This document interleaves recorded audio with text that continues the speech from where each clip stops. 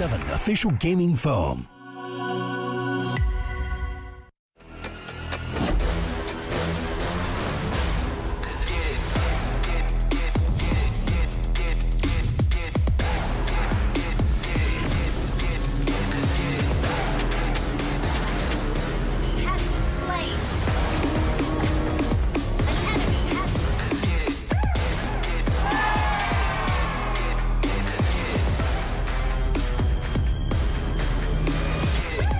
Realme 15 Pro M7 official gaming foam.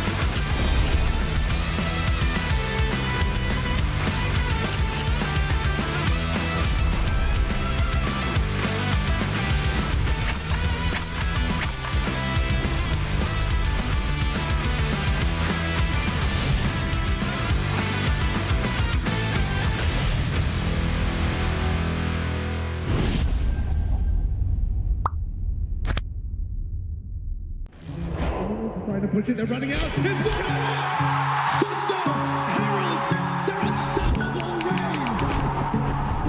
Unscathed, unrivaled. A trophy, a symbol, a legacy, a champion.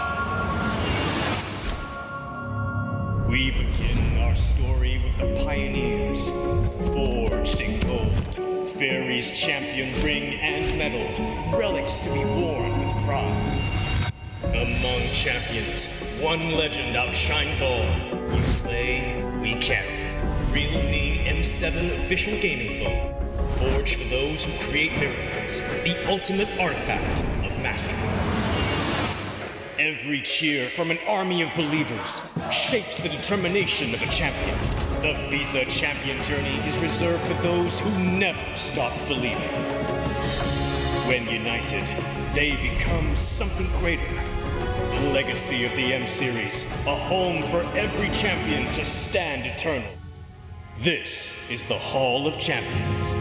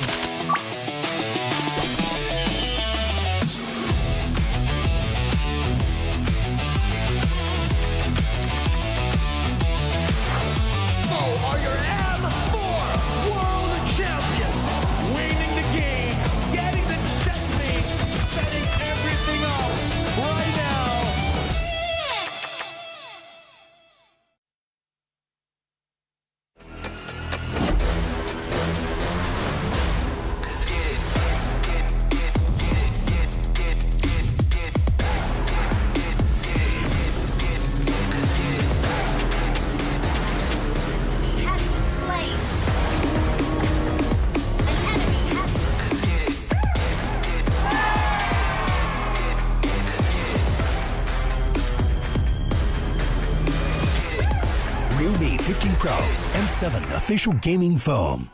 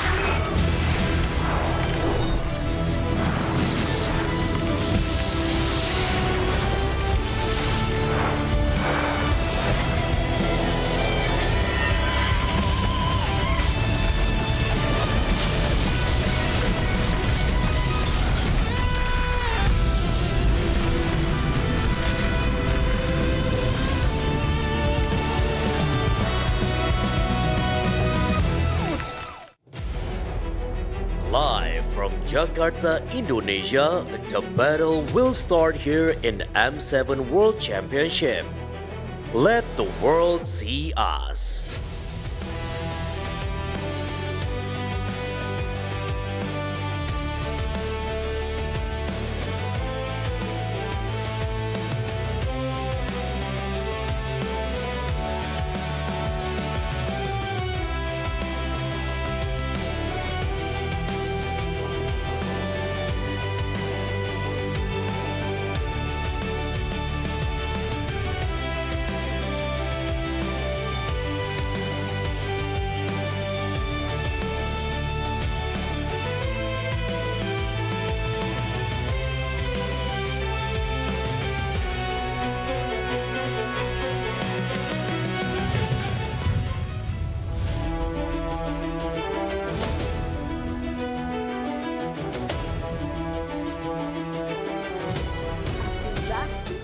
Glory bestowed upon us by the greatest wildcard matches in recent history. 16 of the best MLBB teams from all over the world are gathered here in Jakarta, Indonesia to kick off the Swiss stage. These teams have trained in silence, fought through their regions, and crossed oceans for one reason: to prove they belong on the world stage. Every play, every decision, every moment matters. This is where legends are tested. Newcomers rise, and every match carries the weight of destiny. To the players, play fearless. To the fans, raise your voices. To the world watching, this is our moment.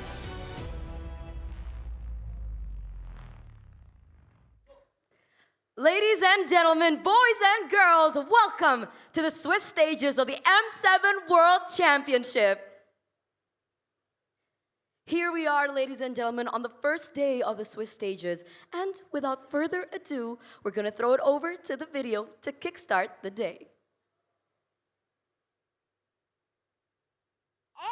Kembali jadi Liquid are going to the M7 World Championship. Let's go.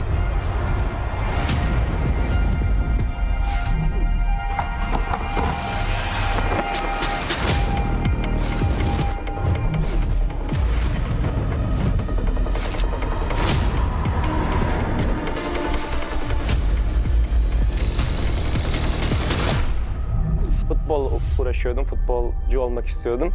Ama pandemi girdikten sonra futbola ara verdim. Birazcık da Mobile Legends oynamaya başladım o zamanlar, yani yaklaşık. Que nosotros empezamos desde la MDL, la ganamos, después subimos a la MPL, también la ganamos y ahora estamos en el Mundial y también esperamos ganar.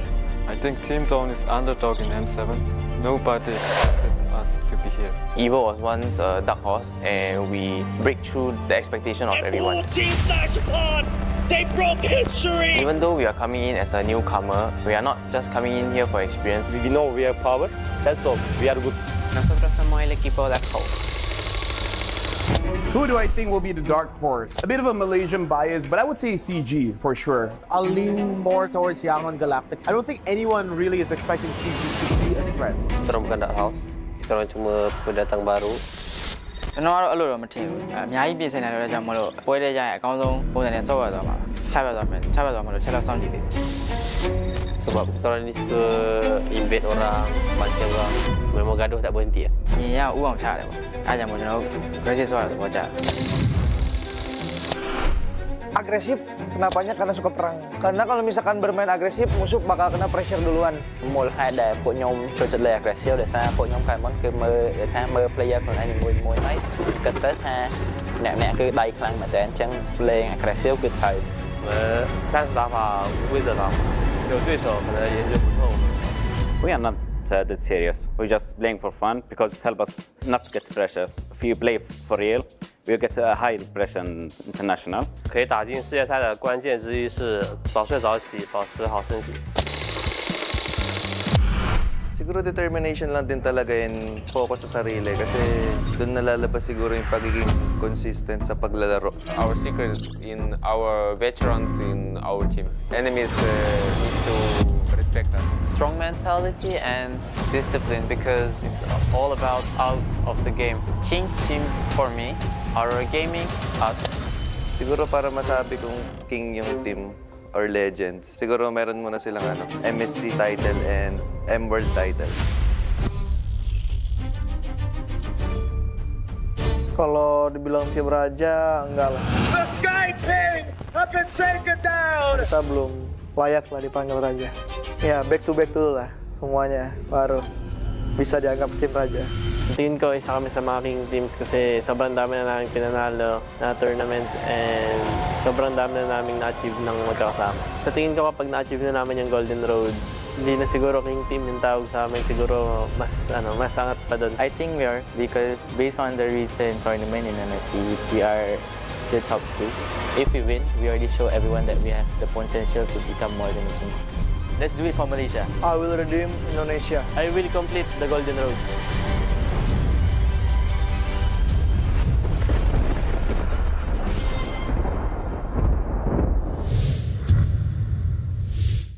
Ladies and gentlemen, you guys just saw that amazing video. We see the teams hyping up the M7 World Stage here.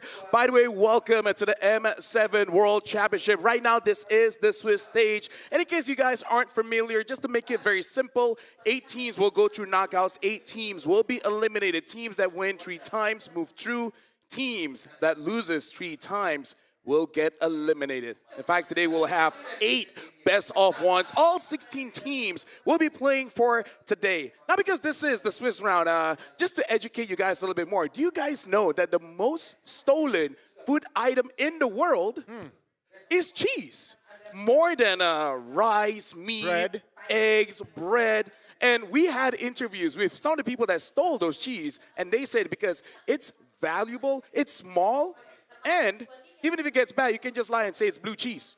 Speaking of stolen food, we got Gani over here. He's going to be the one doing the play-by-play. And my good friend, Gideon, traveling all the way from Malaysia to be the analyst here. Speaking of, Gideon, how are you feeling so far? Oh, I'm feeling good. You know, another M Series, another year. I've been to every single one of them. And this time round, I think we've got some legitimate competition ahead of us. Because I think this time is one of the few times we've seen wildcards be just as exciting, if not really set a good precedent to what to expect for the Swiss stage. Speaking of the wild card, we got to look at the Swiss stage brackets here, just so that everyone roughly knows where the movements of everything is going. Because something to remind everyone, at this stage of the game, it's going to be a best of 1, where we're moving towards this qualification. As well as the qualification matches, it will be a best of 3. I mean, you mentioned it, Lafrel. 3 wins gets you through, 3 loss will get you eliminated. And in a best of 1, it's so brutal, all right? Anything can happen, especially you see teams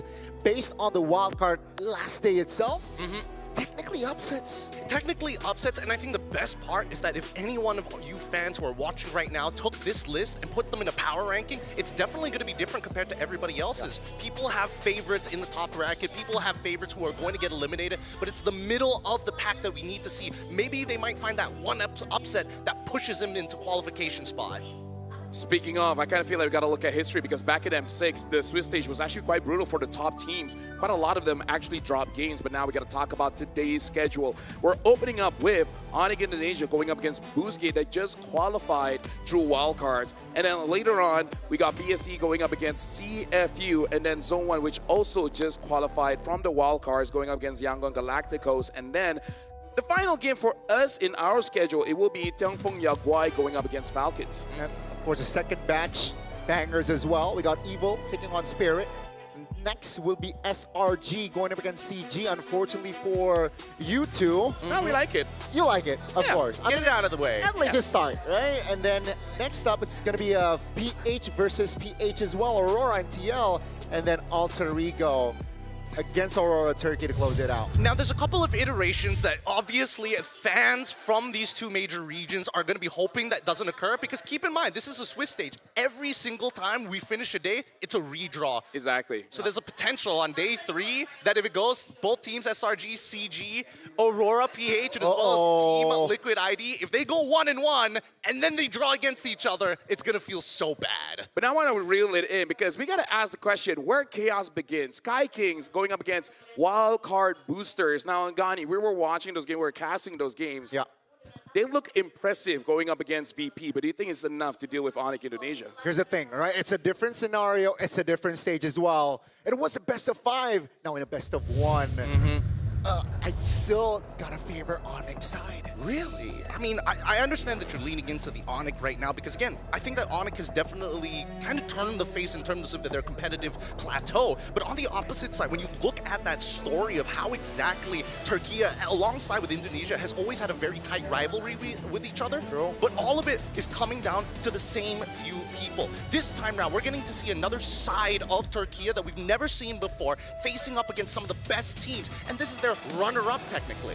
Yeah, so right now, Ghana, I got to ask, because I want to look at Boostgate here, and they've showed a lot as well during the wildcards, namely the Gato Kacha as well as the Hayabusa. Do you feel like Onyx will respect that, or they're like, we can just fight against it? You know what? I think Onyx in a best of 1, knowing their history, in a best of 1 isn't too great. I think now, if they really want to secure a win, they gotta respect the power picks coming from the side of Boostgate. Considering that the meta right now heavily favors teams who are willing to take risks, who set up better than others to make that big play, that's how Kazue is able to make the ultimate plays during day 4. I think right now Onyx should not take that risk. No team should take a risk in a BO1 like that. Speaking of, I gotta ask you, Gideon, playing EXP so far in the wildcards, 100% pick and ban Sora as well as Yuzong. Do you feel like that trend will continue here in the Swiss stage? Yes, I think it is completely expected. Once again, I think that Petrify, as of right now, as a battle spell, is extremely strong, denies a lot of great abilities, not just as a way to set up, but to slow down your opponents. Not to mention, Sora is just busted, right? Too many tools in the toolbox, and even if you're losing to Yuzong, you get that one big ultimate, it's a complete swing. Yeah, and one of the things that I also do want to see, which I feel like will kind of be answered because we're going up against two amazing junglers, Kazue as well as Kyrie. They really do love those assassins, but other than Guinevere, which by the way has not won anything, we haven't seen any utilities in the meta so far. Yeah, it's quite, the shift is quite evident, right? Most just use even maybe the fighters, but not the tanks specifically. No Akai, no Fredrin. No Akai, no Fredrin, which again might change here. Perhaps in the Swiss stage? I don't think it's going to change that much. I think we're only going to see it towards playoff side, towards the latter half of playoffs, because I think that's when people are a little bit more comfortable to see, hey, I truly see the full vision of your composition. I know your hero pool. This is going to be a hard counter. Yeah, I just really feel like the EXP lane is doing such a good job that you don't need a tanky jungler to really establish that, especially because the assassin is still good. The Lance, the Yi Sun Shin, the Hayabusa, but now we got to look at the M7 internal ranking here. It looks like this is going to be for the Roamer. Keyboy is up at number 1, JP at number 2, Yum's number 3, number 4 is Light, and number 5 is Alec. And just so you guys know, internal ranking means that we've been talking to the players, the coaches, the managements, and this is their opinion. Yep, this is a collective voting from everybody within the scene to decide upon who is going to be one of some of the best roamers here out in the league. And don't get me wrong, but there is a notable pattern amongst all 5 of them. All nasty Cho players, all of them playmakers. Notice that the meta is leaning heavily to a playmaking style rather than your slow, cool, calm, and calculated. So JP, the great thing about him is that he's got both sides ready to go.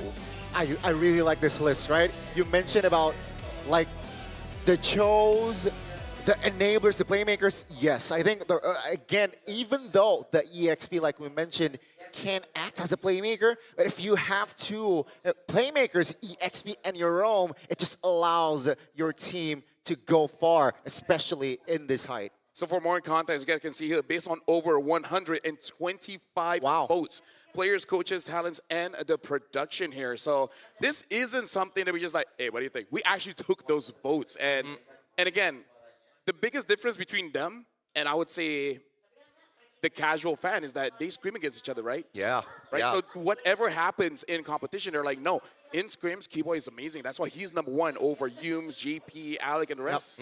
This could be a potential prediction, right? Because keep in mind that scrims are going to be pretty difficult to get here in the internationals. We've heard it for plenty of our players. You don't want to be playing against, you know, a team who's in the competition, who you could potentially fight. So you have to go outside of the norm. So that could kind of give us a different perspective on what the meta is developing into. Yeah, speaking of which, every single team has a hard time getting scrims, but right now, the players are getting ready. In fact, they're just right beside us. So hopefully you guys are ready as well, because we're going to intro them in. With that being said, the defier of odds, the completer of Swiss stage teams, Turkey's second representative with XC, Kazue, Identity, RX, and of course, Wactor. Please welcome, this is Boostgate. And man, what a final day for Wildcards. They managed to clutch it out, and here they are.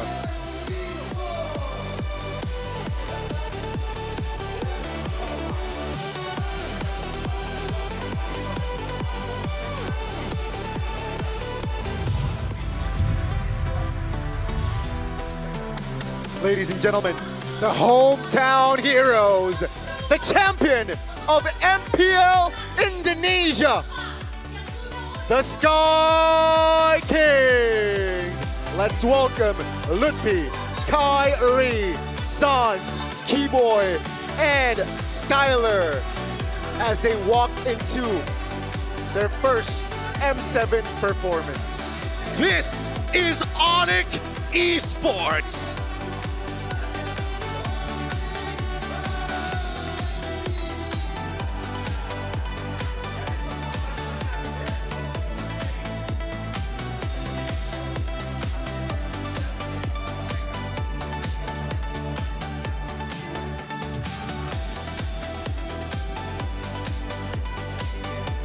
Behind the plays, there are the bronze. Introducing both coaches from Onyx and Boostgate. From Onyx is Coach Adi and Coach CW. From BGT, it's Coach Tizet and Coach Nova.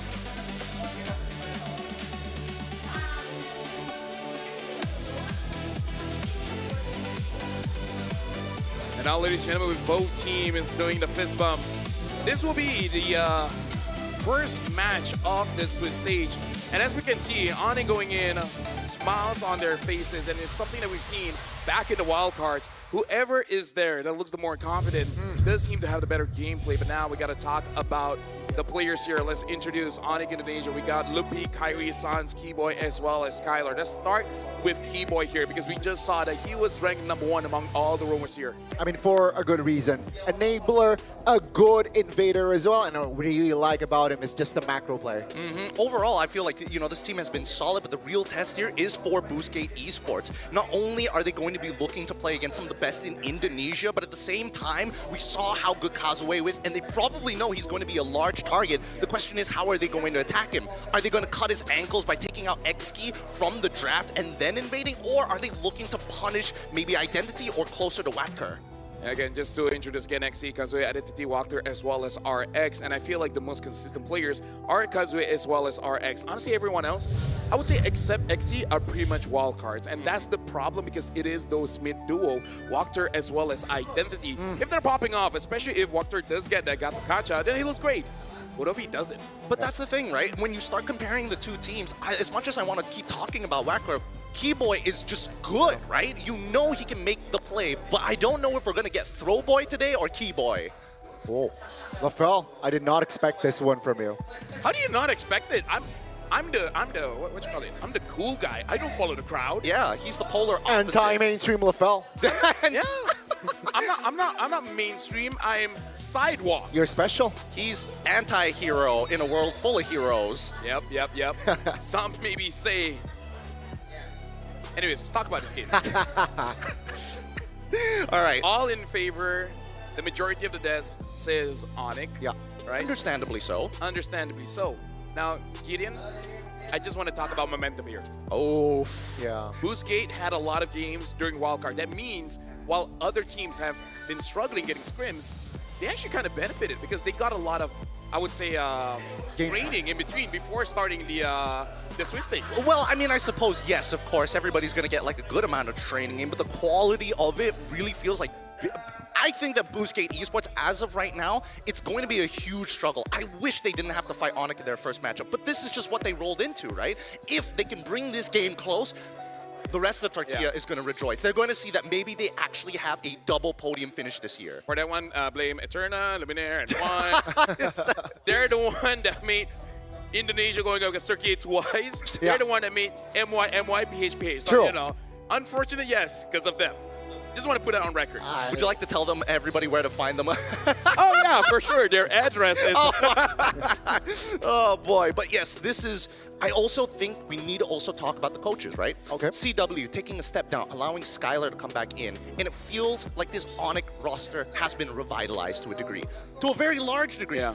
Early on into the year, and even when we're talking about last year, Onyx has had a bit of an absence when it comes down to international presence. And now it feels like this team is finally coming back to their own. I really like the point you brought here. CW acting not just as a veteran, but now he's technically leading his ex-teammates, right? Now he's a coach, and it feels like with the experience, he's able to bring something new to the table. But let's just jump into the drafting phase here to see what will they cook.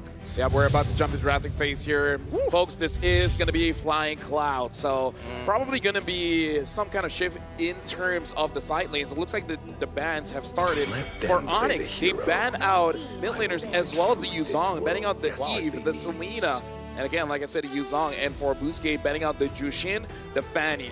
Let's talk about Jushin a little bit. It kind of feels like the nerf was kind of a buff, because even when I play Jushin myself, I can feel that I'm not controlling people as much, but at the same time, I feel like I don't have to. Yeah, you actually feel like a genuine mage now. It's not something that you're like, oh, I'm just the guy who pulls sticky tape off the wall. Now you can actually participate and actually provide some relevant damage in the game rather than waiting for 3 items. But speaking of which, Onyx, they're setting up for Sora. They've already kind of laid it down in stone, and I think the best part about the way that they're banning out, hey, get rid of the Selena. We've seen this played by Identity before. This is how they won their game number 5. But also getting rid of the Eve does tell you, hey, even if you want to play a tank, we're going to leave our EXP laner to fight you for it. Here's the thing, right? They do not even pick up the Sora. Instead, they prioritize the Kalea instead of saying, Boostgate, are you really comfortable in picking up the Sora? If so, we still have that counter. And also another hero that we need to look at is that Obsidia, right? From the side of Boostgate. Will it come through again? Because it went through last day of wildcards, and it really was fruitful for them. It was very fruitful because of her ult, man. That ult is disgusting. But with a quick response coming in from Boostgate, they quickly pick up Sora for themselves. Now, Sora has been busted for a while, especially in team fights. His laning phase kinda sucks. And that's why we're seeing that a lot of Sora players need to call their jungler at level 2 to get a little bit of an advantage when you know Yuzong is on the other end. Worst yet, what if he has to fight an X-Borg? And that's something that they need to, take into the process while Valentina gets locked in as a safety net. Yeah, ladies and gentlemen, if you guys see the stats being 0-0, just to let you guys know, for the wild cards, it has been reset here, so we're starting fresh when it comes to the stats. But now, Gideon, looking at the draft here, the opening, Boostgate takes the Sora and the counter as well, the Valentina. Do you feel like this is going to be worth it as the first 2 openers in the draft? I think this is a very safe draft opener coming in from both teams, to be perfectly honest here. It feels like they want to, especially for Onyx, they don't want to just play their game. They want to adjust a little bit to kind of form the key to the lock, right? And based on what we're seeing, the Yi Shin finally gets locked in. Very surprised that BGT didn't want to pick it up for Kazue, but it's okay. He still has Assassins to play. Then finally, the Uranus. This is what I mean by reactive, right? I don't necessarily have to win the lane. I just need to make your life miserable. By the way, looking at here, Identity has a habit of changing his IGN every season. This is his 4th IGN here, Gani. Wow, Identity is really looking for his own identity, seems like. And hopefully, this one sticks. Hopefully. And we'll see. We'll see.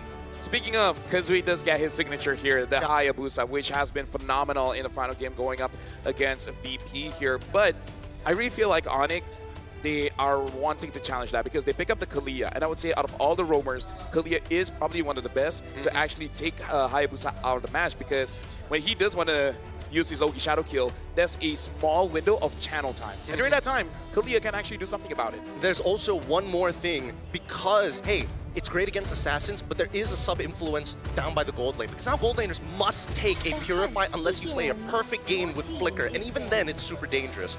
Considering all the options, it seems that even from Coach Dezette's POV, just in case, let's make sure that double fighters are out of the question. Let's get rid of the Ruby. I feel like there is a very good argument here for maybe even an Irithel to show up, but again, we still need a few more conditions to be cleared off first. Yeah, I think with this approach, Dezette is like saying, okay, you have the Kalea. I'm confident with my Hayabusa dodging the skills, but with the Ruby, it's going to overwhelm my Hayabusa. So you mentioned about the bans on towards of 2 fighters. I think they should take that approach. And meanwhile, from side of Ani, I think he needs just to limit more roamers and see why Dezette. I really like this ban as well. Lunox popped off as well during wildcards, and it seems like the threat is still there in the Swiss state. Maybe they want a Harif, right? Get rid of the Lunox, they can use a Harif, or they want to go back to something like a Claude, because surprisingly, Lunox actually does quite well against a Claude here. So right now, we're looking at the 3 heroes. I have one slight worry, which is going to be Walkthrough, because now the Gatot has been banned out. We don't have access to the Grok as well. He might have to go for something that's less playmaking, something like a high loss. What do you think about this one, Gideon? Possibly. I think high loss is pretty good when you're thinking about like counter engage. Oh, Tsunami Slam, just drop the Glorious Pathway, reinforce as soon as you can. But at the same time, there's a couple of problems, right? What exactly does Onyx want to play in the mid lane that doesn't get punished and might not need to actually hold on to Purify? Look at that, even Hylos gets banned out here. Exactly, because Onyx understands exactly what they want to do. But at the same time, here's a weakness you have. You're missing out your roamer. We don't know what kind of mid laner because everything basically kills our mid laner. Yeah, I think it's very flexible here for the side of Onyx here with that mid lane, right? At least Sans, he has a deep hero pool, so I think that can, be delayed. I'm even thinking of something like a Kadita. It's been looking pretty good. Kadita's interesting. I don't think it's the worst idea, but I think this might be an angle for potential. Like, you're going to die to Hayabusa no matter what. So I think you double down. Either you Farsa or you Kimi, look to play the early game. Look to win out that mid duel as soon as possible. But the problem is that Dezette is being really smart and not really showing who's in the roam. Honestly, there are a few options. We even see Minotaur Tigreals back during the wildcards, and I feel like both are pretty solid options to do with both the Kalia as well as the Chin. Something that they can opt for is something like a Farsa, right? Being able to deal with the carry from afar. You might have to deal with the Hayabusa, but if anyone can deal with it, it's probably Sans. Yeah. But that's why I feel like Kimi is a little safer in that sense. You know exactly what you want to play for. You want to play for the earlier stages, and then after that, you kind of want to pass that roll off to your side laner so you can scale back up for late. Carry comes through, Claw comes through expected, and good call. Kadita also comes through here. So again, they're trying to make sure that nobody is susceptible to just dying to Hayabusa. Yeah, I think the bush control from side of Onyx is really, really great, right? You got the Kadita, you got the Kalea as well. Now, BGT, whenever they want to say, take a river control, take a bush, they gotta be wary, they gotta be cautious, and they gotta be precise. Though, the range from the side of BGT is not great. With the carry, single lock against a Claude AoE. I'm even thinking of something like the Hilda because they need someone to open up the bush. That's the thing. Because without that, both Kadita as well as the Kalia, there's no safe space for anyone here. They pick up a Kali. I'm not entirely sure about it. I'm gonna be honest here. I think it's a better idea because if worst comes to worst, you need to sacrifice one person. Khalid is like, volunteer tribute. I'm ready to die for the team. Raging Sandstorm controls a large part of the map, especially during those turtle fights. I think that they've kind of opted to say, hey, there's a chance that this goes bad. And if it does, we can still play from behind. Yeah, at least, it still has some speed like the Hilda. The mobility from Khalid is okay. But ladies and gentlemen, the 10 heroes are set. Honestly, looking at Bousquet's draft here, it kind of feels very glass cannon-y. They got a lot of damage. They got a lot of way to fight.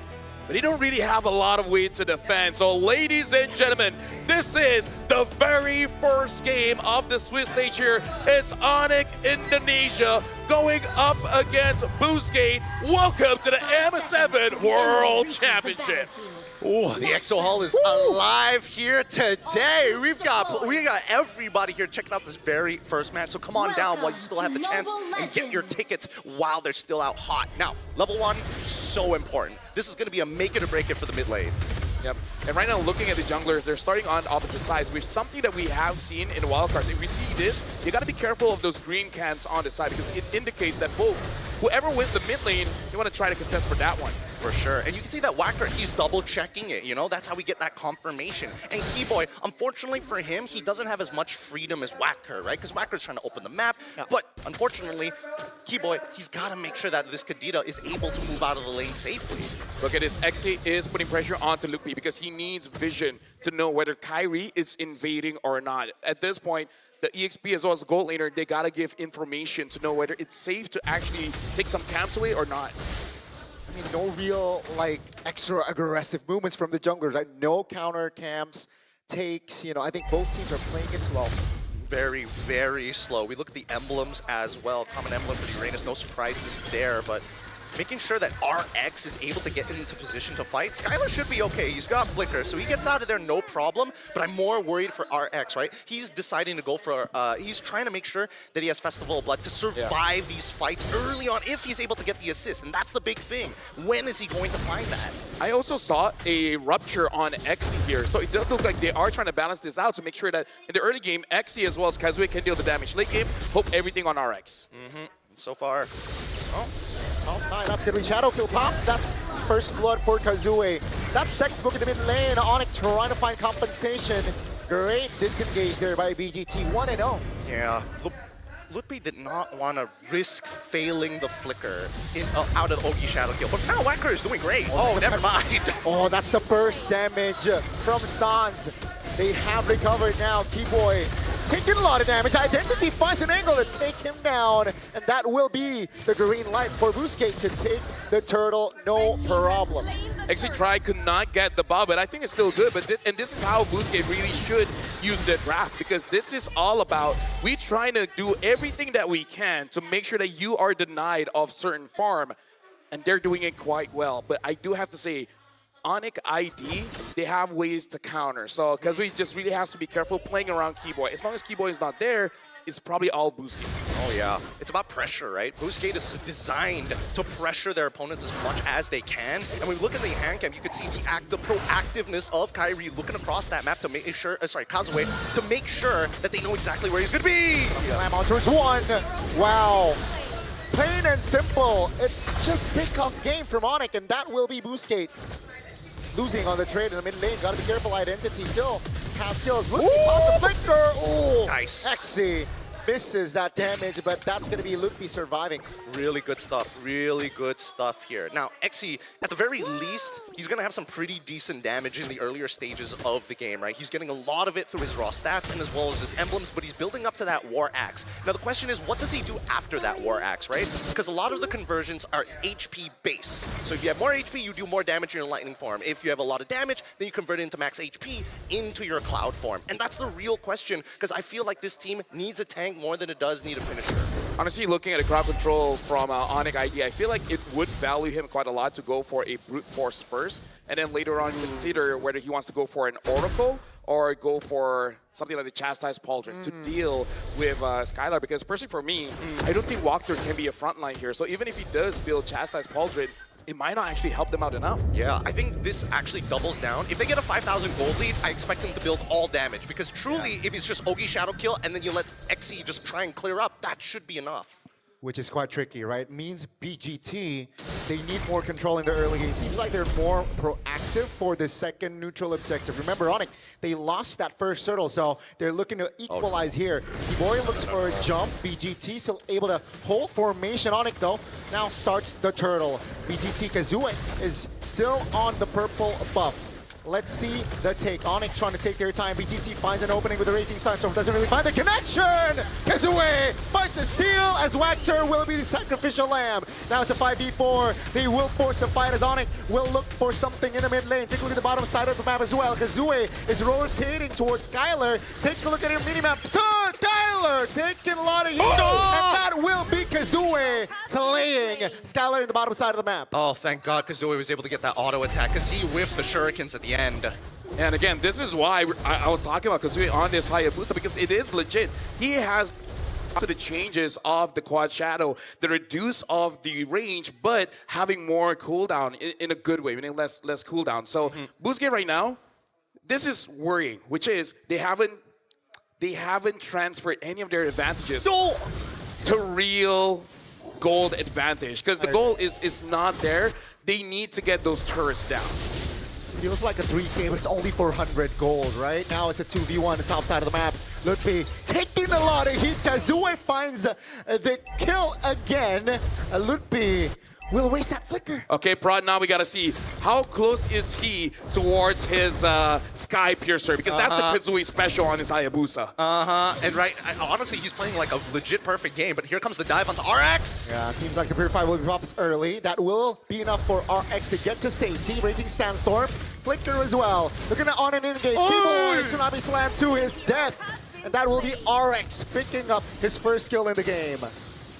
A lot is going on here.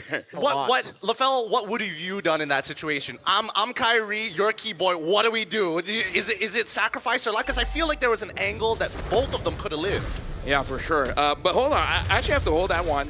Look at the difference here, 880 gold for Kazue, and this time he's actually not going for that Sky Piercer. Looks like he is going to go for a War Axe instead. In terms of what I would do what Kyrie did. Is like, you know what?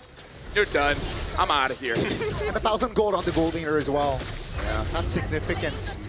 And this is something that we hinted on earlier, which is strong teams does have a bit of struggle when it comes to the best of one. Not saying it's over just yet, but hey, Boostgate, that momentum from Wildcard is carrying over here in the Swiss stage. I think right now the biggest difference that we're seeing between Onyx ID and Boostgate is the fact that Boostgate are just actively moving across the map. They are doing a lot of actions in the map.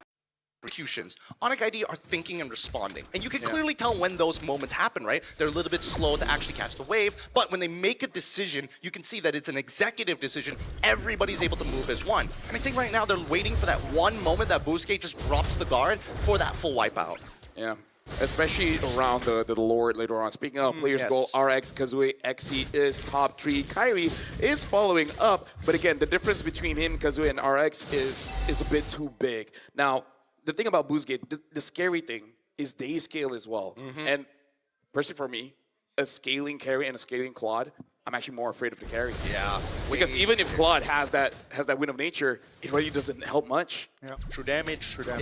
I don't know why they categorize it so differently. I wish it was more uniform, but hey, that's just the game, right? But BGT, you can see that the Riverline, especially when they are moving as 4, they just dominate one quadrant of the map. And as soon as they move to the other, that's when Kibo and Sans have to make choices.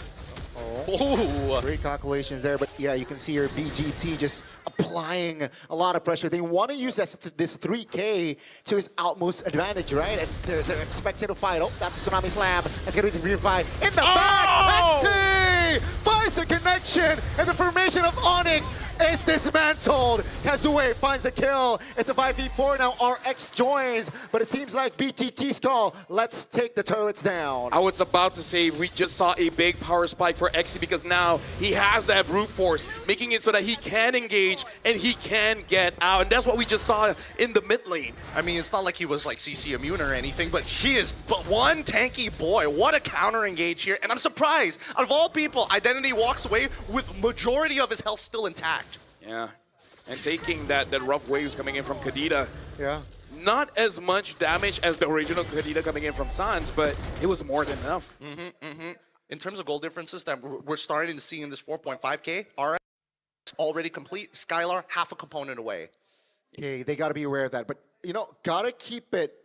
Like, it was quite questionable that they went in for Identity, especially Keyboy being the top roamer, supposedly went in and committed on towards Identity, who had Purify. I think it's a bit of desperation play, hoping to force a mistake coming in from Boostgate. It's like, oh no, we caught the guy with the Purify, and then everyone comes in, and then Onyx ID will be prepared for that counter engage. But I feel like even they were surprised, XC coming in with the shifting winds, getting all 4. So I feel like they were trying to bait, but XC was just too ready for it.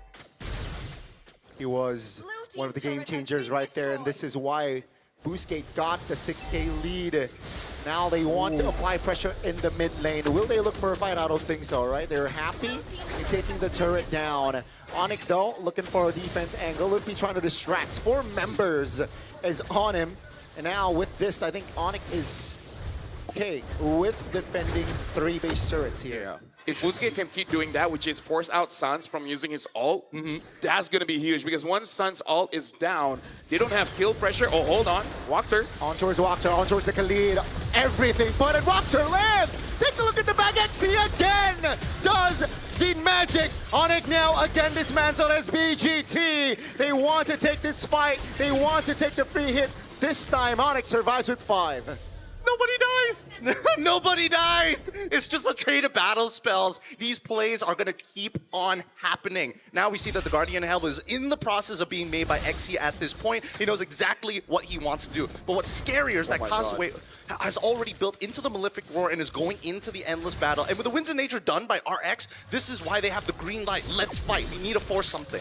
Look at the difference here. 2,000 for the EXP, 2,000 for the gold lane. Yeah. The side laners of Busquets is winning by a lot because their jungler is almost 1,000 ahead. Speaking of, Kazuya has a lot of penetration items here. You got the Hunter Strike, you got the War X as well as the Malefic Roar. At this point, no one from Onyx ID is tanky. Yeah, and Lutby only has just components, right? With only Oracle and his boots being the only completed items. Skylar now finally getting the util, but still doesn't have the completed Trinity just yet.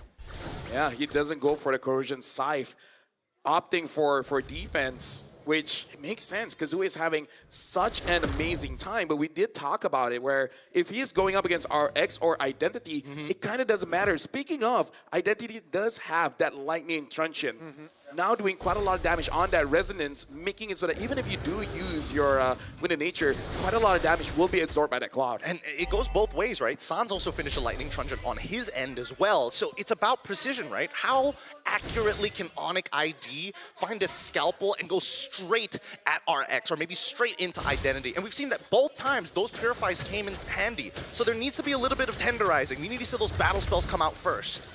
See here, Busquets already teasing the Lord. Kazuya has not shown in the map though, so Onyx, they're questioning here, where is Kazuya? Should we fight? Should we take more? And it seems like Busquets, they understand that it's 7,000 gold lead, so let's just take this Lord dance slowly. Yeah, they can. Look at that bot wave, right? Skylar looking to respond to that bottom wave. They don't want to lose a free inhibitor. Top side as well, also building up a pretty good wave, net neutral. For the mid until RX looking to push it in hard. This is the perfect position for Busquets Esports. I feel like for Onyx ID, they're waiting for RX to get so close to Loopy that Keyboy can respond. Mount Chalker here, that's gonna be popped, stunned. Oh my goodness, Keyboy obliterated as BGT. 2-man petrified by Sans, but great reaction on the flicker with the tough boots. That's gonna be the immunity. Kazuya taking the Lord. BGT perfectly executed. Now Sans is a juicy target, but great damage control. Oh! Kazuya finds the angle to shut Sans down. Now they're going to be holding right back. Oh, wait, another play! Oh, XE with the Sora. This is why you pick Sora up as Skylar looks for defense. Terrified again by XE. What is up with Identity's damage? They're just too far behind. They don't have any MR to protect themselves. Everybody, like Kazuya, he's so far ahead it doesn't matter. But Identity is doing a ridiculous amount. Yeah. I would say, again, Busquets, they're playing perfectly here. Again, XE looking for the playmaking. Kazuya jumping in, stun, Tsunami Slam, finally shutting Kazuya down, but is it enough? BGT still applying pressure, Loopy flickers out, but here comes the damage from RX.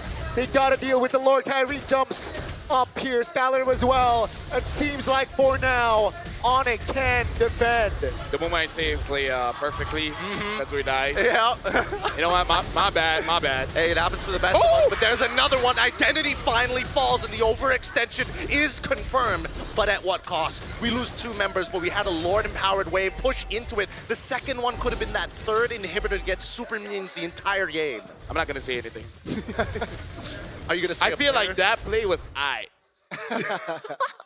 Could be better. That's a safe word. That is a safe word. But yeah, at this point, I feel like RX is not able to contribute enough, but he's doing his job as a goal laner. He wants to make sure that he is safe.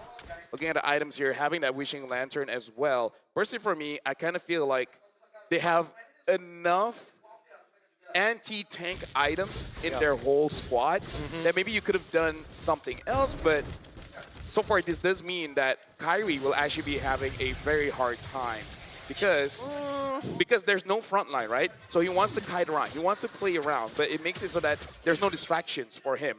I would say same as Sans. Like, they go in, and then no protection coming in from Lupe and Keyboy, they will be the next target. You're not wrong, but I think right now, especially for Boostgate Esports, right? When we're looking at the items, it's like, how much MR do you really have? We're seeing that, you know, the initiator tanks are all, and the peelers are now starting to get into the MR, but I think at least with the Wishing Lantern, you'll still do relevant damage, right? And I think that's why Identity understands, hey, RX, your job is to look real juicy. As soon as they try to go for you, me and as well as XE will peel them off, like almost guaranteed. There's no counterplay around that so far. Just to say, very interesting. Skylar is changing a bit the items here for the Claude.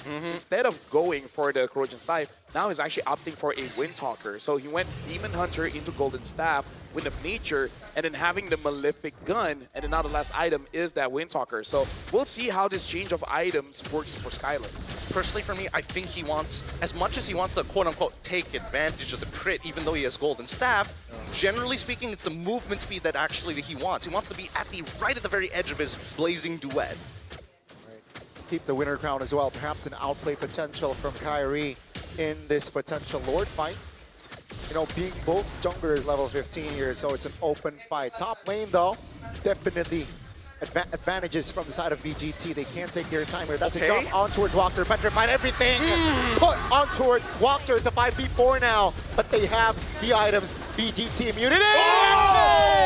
Again and again. This guy keeps playmaking for BGT. That's the Blazing Duet from Skylar, finding the double RX vulnerable, and Kyrie finishes them off. Oh man, Kyrie and Skylar look like identical twins at that 2v1 moment. Somebody was about to die, but their push and pull was immaculate to keep them both alive in such a terrible scenario. Either way, Onyx hold out against the damage. And this is great because that score has evened up 10-13 with a Lord already spawned. I'm sorry, I need an instant replay because I need to know, how did RX dealt 0 damage? I understand there's 3 members there. Maybe he was jumping onto everyone, but now Kyrie gets the Lord. Onyx ID with 0, while they have 1 defense back in base. They're turning things around. They really are. I really thought that the Corrosive Scythe would have opened up more opportunities to kind of slow down their opponents and, you know, maybe get a couple of eliminations on the way. But let's look at this replay one more time, right? How does RX actually get damage through? He's hitting Lupti, right? He can't really do much about it. He goes over to Sans, and as he's walking up right here, where's the turnaround? The Blazing Duet comes out instantaneously, double wands being used, and then it was a 1v3. So really, he was just targeting one big tank and realized that there's just too many targets to hit. Actually, here's the thing. He was attacking Skylar for a while, and even though it doesn't hit because of the Wind of Nature, why does it look like RX is doing just no damage? Because he's swapping targets. He's swapping targets. It's like, oh no, Winds of Nature. I gotta hit the Yi Shin Shin. Yi Shin Shin jumps out of the way. Oh no, who am I left to hit? Uranus, and it's too late. Looking at the items, everything is fine and dandy. There's nothing weird. Yeah, definitely, right? Especially Holy Crystal already inside of Sans as well. Skylar will take the turret in the mid lane, and Onyx, they are not just equalizing here. Slowly but surely, they're actually taking more control in this game. They're looking to close it out right here, right now, ideally, right? Oh, no. Big knock up, but no follow-up. Luffy, though, terrified. Still has a flicker here for that Uranus, but that will be turret. The bottom side taken down. BGT now playing with 2 base turrets. I gotta say, RX gotta be careful. He got hit by Karita twice. Yeah, our hearts literally stopped. Oh no. We all thought it was over right there and then. Yeah. But luckily Sans didn't even believe he hit it. He dropped it and walked away. He was like, oh, well. This is a Holy Crystal Kadena. She doesn't need full combo. She does threaten you. Boy, does she not. And now it's a matter of mistakes. How many mistakes can you make in this game? That will determine this best of 1. And better yet, it's about the trigger fingers, right? Wadker alongside of XG are now a little bit more, let's just say, a little bit more cautious walking up for those big engagements. And the same can be said about Keyboy and Sans. That's why precision is really the topic of this game. Yeah, oh, that's going to be an angle. That's Beautiful. an attempt! That's going to be the stun. That's going to be Exi off the board. And Onyx will use his advantage here. 40 seconds to the next Lord, though. And they can't take it slow. But it seems like they're just applying more pressure here against BGT. 2 minutes ago, different story. But now with 40 seconds on the clock, 35 now. Inhibitors exposed, walking along with the Lord Powered minions. At least they need to get one inhibitor. And ideally, it's not just the mid lane. Yeah. Right now, look at his walk there, gets knocked up. He's very low HP. He's got to be careful. Arc's doing quite a bit of damage just to deter him away, but he keeps getting hit by Suns. Bro, dodge! Oh my goodness, he lost half his HP in 2 spells. 2 spells! Oh my lord! Like, stop using your second skill. Save it to dodge! You can't tell me what to do. I got Purify. Oh yeah, that's true. It's fine. Oh. Look, bit distracting here. The sandbag carries secured the Lord. Now Wactor all alone, isolated, flickers out to safety, and BGT cannot find a compensation here. Onyx, the Lord will spawn now and will walk to the bottom side of the map here. Boost gate, do they have enough to defend? At this point, it looks like they want to fight, because look at Identity. He looks like he wants to lock someone down. The question is, who? I don't think there's any good targets at this point, right? Because the way that these fights have kind of been playing, Onyx are not taking an honest front to back. I think they've learned that. They're opening the map as much as they can so they can really stretch them out like dough. Yeah. Eyes on Kibo, he has the flicker. That's a conceal. Eyes on Kibo, he has the immortality. That's so dirty. Oh, looking for an opening. Sun! First walked her down. And now with the Lord taking down, BGT will look to grab on face. Cancelled. Exi loses immortality. Skyler finds the angle. Doesn't find anyone though. That's the winner crown. They look to find the mid lane. Oh, the dodge, the shadow kill doesn't really land. The petrify. Sans looks for an outplay. Kyrie jumping in, terrified, has the immortality. Will lose his immortality. BGT still standing with 4. How? Dude. How is because RX is sustaining through everything, man. He gets low, he jumps back up, he gets low, he gets jumped back up. It makes it so that as much as Onyx ID wants to say, they gotta understand that the threat is real. And Onyx ID and Boostgate, they're having 1v1s everywhere. It's not a collective of 3 against 1. So, it's ego challenging all across the board. And whether you notice it or not, it's already 22 minutes. It's already 22 minutes, and it's just the best of one. I can only imagine what the rest of the day has in store for us. But genuinely, that was one of the greatest sequences of pushing and pulling. For all of you casual players out there looking to be, trying to go up in the in-game league, right? Or you're trying to boost up on your rank with 5 men, and you just can't beat the other party. Or women. Or women. Pushing and pulling is really important in team fights, especially when you use more resources than your opponent. Yeah. Right now, legit, in terms of the items here, I wonder what Exi is going to go for. Will he go for Immortality? Wow. Oh, hold on. I think they see Exi. Yeah, that's a good spot. Uh-oh, Exi stunned up. No immortality. Good night, Exi. A little bit too ambitious there on the positioning. But Onyx, remember, they have the Mountain Shocker. And this is 22 minutes. Look at that. 1 minute away. Exi will not be in this load fight unless somehow Boostgate is able to delay for 1 minute. Yeah, and I think that Exi needs to start making some better decisions, right? When you see Keyboy, he is not alone. You've done this 2 times already. 3rd time, you've got to make the adjustment. Yep, right now, Identity might try to lock someone. The last time, he locked onto Skylar and actually almost got him. Oh, it's a 1v1.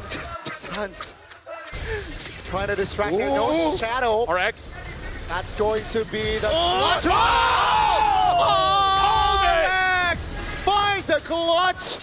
Steal on the Lord. Oh my god. Onyx, they will collapse on to finding members. Identity will be the first one to fall in this sequence. But BGT. Look at the minion, look at the minion. Especially RX. What a clutch basic attack. The minions here, but Skylar is fine there. Great calculations for Onyx, but they gotta defend the Lord. I'm just gonna say, I'm living in tomorrow. I was thinking RX is gonna steal, and then he did. I don't know how, man. I really thought Kyrie had that, because again, he had empowered auto attacks, each one doing like about 1,000 at this point. Look at this, XC taking way too much damage. He is a playmaker for this team. And it looks like Kazuya, he found Sans. Great spot there. Great awareness. But that will be the Lord Evolve taken down in the mid lane as Busquets, they don't have identity, so they can't push for more. I think it's so funny that at least for Sans, he's emoting with the Onyx PH emote rather than the just traditional Onyx ID, just to make sure, hey, you're not fighting just one of us, you're fighting an entire organization. And despite having a whopping lead in the earlier stages of the game, now it is evened up and even overtaking their lead, 6.8K. The veterancy to maintain that level of farm is ridiculous. You know what? Welcome, ladies and gentlemen. This is game number 1 of the M7 World Championship Swiss stage. This is Onyx ID. They're being pushed to 25 minutes of this game. Actually, no. Busquets was the one dominating the entire time. Onyx ID with the veterancy able to withstand this long. There's no better way to start off our Swiss stage here, Gani and Gideon. I agree. I mean, 15 minutes ago, it was Onyx on the deficit of 7,000 gold. And like 15 minutes later, they are ahead gold-wise, but it doesn't matter, right? 26-minute mark. You know, they got one base turret, and Busquets still has 2. Yeah, and I think the scariest part right now is that the next Lord spawn is so unfavorable for Busquets. It's spawning on the north side of the map. Their south side is a missing inhibitor. That's something that they cannot control compared to Onyx, who has at least their final inhibitor on that bot side. It's just 2 ways that they can manage it. Mid lane is always contested between the best teams. God, no! Connection, that's the Tsunami Slide. Take a look at the Petrify! The crowd control chain! But here comes XC, trying to delay the take as the way goes down. BGT, they're in trouble. Onyx, Kyrie jumps in, XC falls. Blazing duet from Skylar, finding the angle, finding the connection, and down goes Wactor. It's a 3-for-1 and Onyx ID. They look for the Lord. God, Kyrie's so good at switching between auto attacks. It's actually crazy.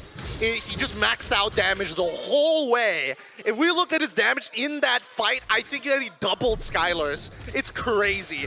And Skylar, he's just taking it. He doesn't mind it. He has the auto attack speed. He has the natural lifesteal to get back up to full HP once more. And even Kyrie, he's now getting a Haas Claw to ensure his survival against the raw burst of RX. I gotta say, man, Keyboy is nasty. Like, earlier, maybe, you know, just warming up, just getting used to being back on stage, but my goodness, once he gets his groove back, dude, like anyone he targets dies. Kind of feels like kind of feels like a bit of split personality between Throwboy and Keyboy. They're struggling for possession. They're like, no, I will take his body. No, Throwboy, stay back. This is interesting as well. Onyx ID only have one turret to their name. Getting this comeback, it's important.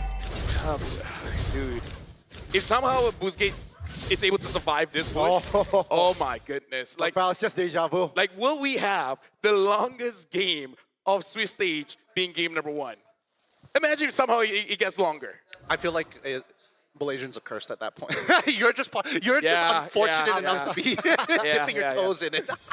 Oh, hold on, look at that, Keyboy. Let's see. He has the flicker, has the conceal. Pop tip already. No immortality, though, so gotta be more calculative there, Keyboy. The Lord, though, is in the bottom side of the match. We gotta look at XC as well as Wactor.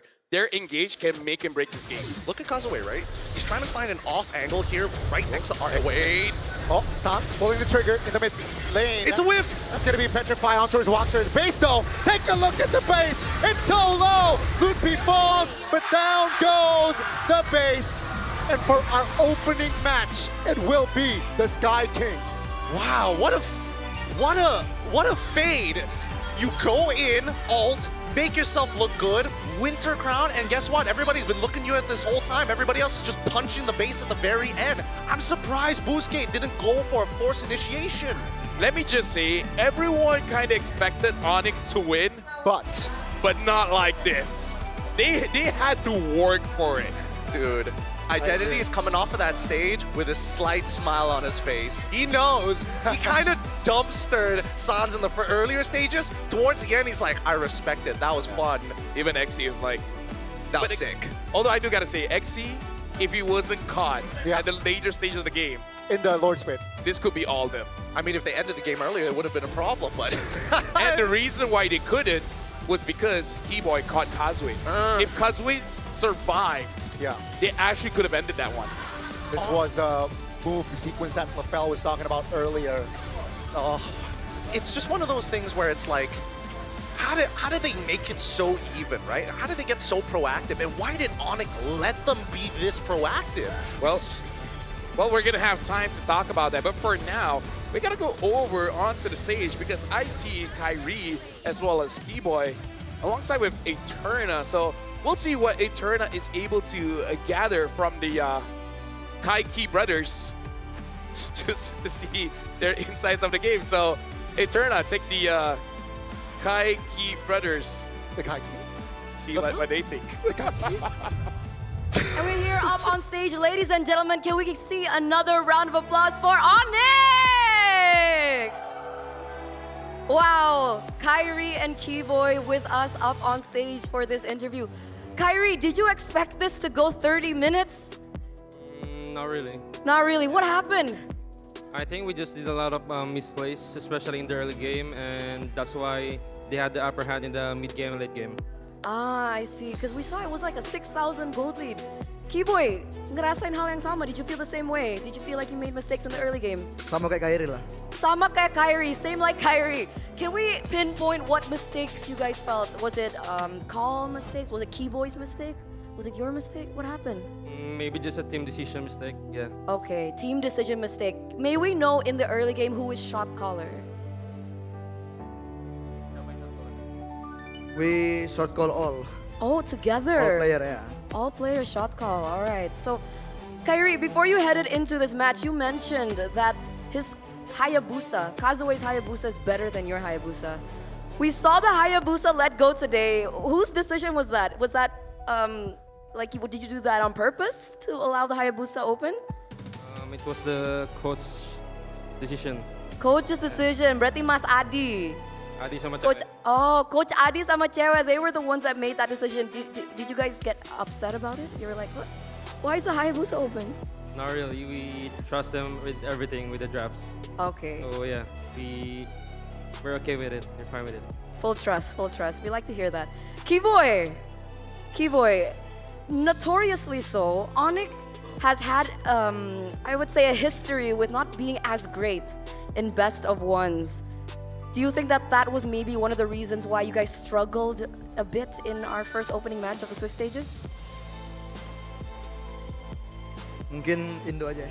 Boleh, Ya boleh. mungkin kita game pertama kali ya. Terus ya mereka juga kuat lah. Mungkin mereka udah panas banget lah dari wildcard kan. Jadi ya kita kurang, masih telat panas. Cuma ya hasil, menang ya menang. Nice, okay. So Keyboy mentioned that they were really strong. Maybe this was because it's our first match anyway, so we didn't get or had enough time to warm up as compared to Boostgate. But whatever happened in the game, results are results and wins are wins. So final message here, I do want to ask, considering that you did and were able to take down a team from Turkey, another representative from Indonesia will be headed against another team from Turkey later on, Alter Ego against Aurora. Do you both have any messages for Alter Ego, who will fight today as well? I think Keyboy. Only Keyboy, okay. Only Keyboy. Boleh Keyboy, silakan. Pesan buat Alter Ego, betul. Ya buat Alter Ego, ya buat Alek lah. Menangin lah game lawan Aurora Turki. Biar kita bisa lanjut terus sampai ketemu di final, amin. Amin. Keyboy mentioned hopefully that you can do great, you can do amazing, you can win it, so we can go to the next stages of M7 together as Indonesian representatives. Once again, thank you so much, Kyrie. Thank you so much. Keyboy, we're gonna give another round of applause for Onyx. As we head over back to our casters, break that down.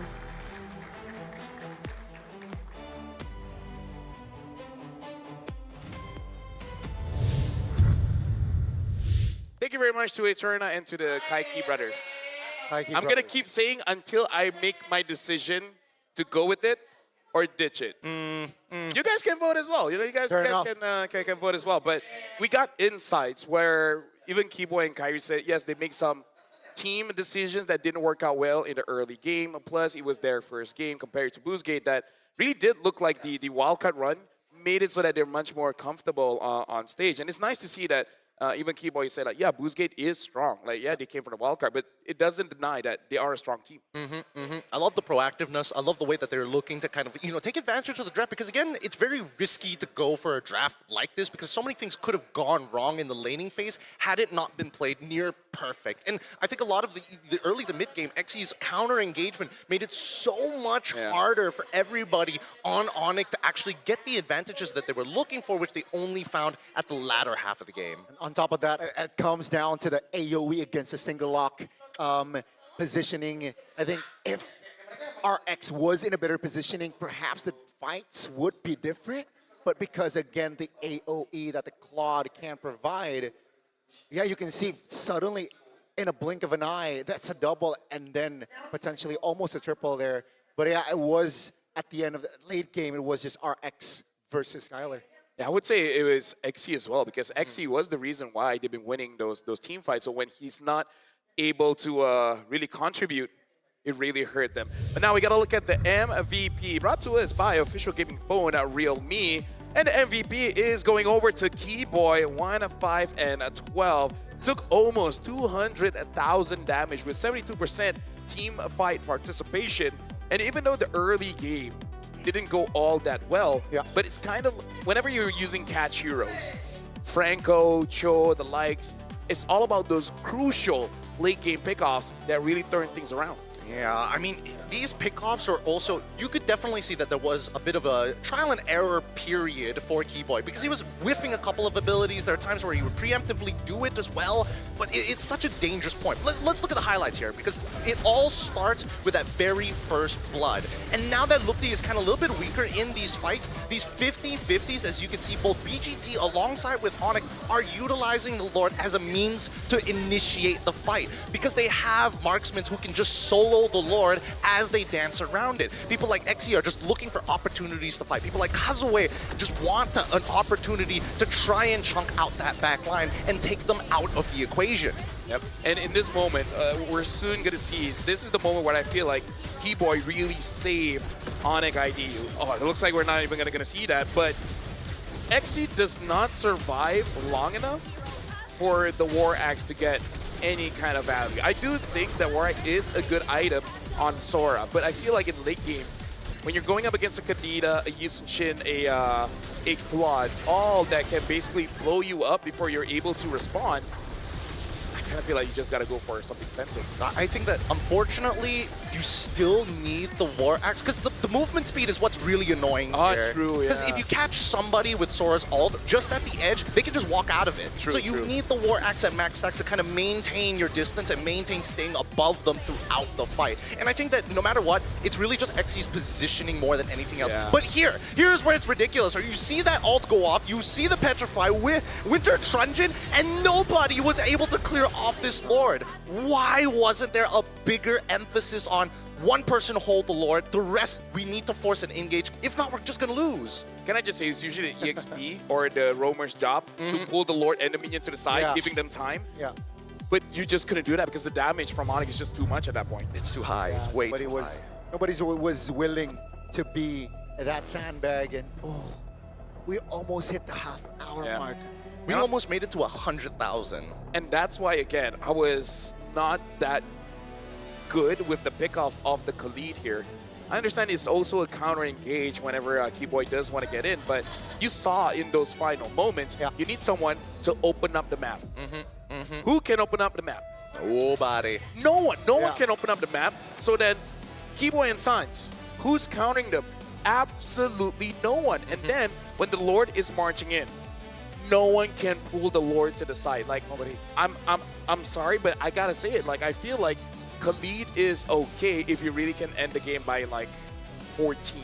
But once you get to the late, you give nothing to your team compared to what Onyx has. Yeah, for sure. But even so, you could definitely see that there's like an interesting dynamic between the two teams, right? They're looking for that early game dominance, and that's what we see here at the gold curve, right? So many moments being created by BGT, so many questions that Onyx had to adapt midway through, but when they fought at that Lord and then the base defense came through, Onyx already knew, hey, Skylar, what are you missing right now? And he's like, honestly, I don't think I need the corrosive scythe. I've got all the major items. We just need an opportunity to take out their main engager out of there, whether Xe or Watkar.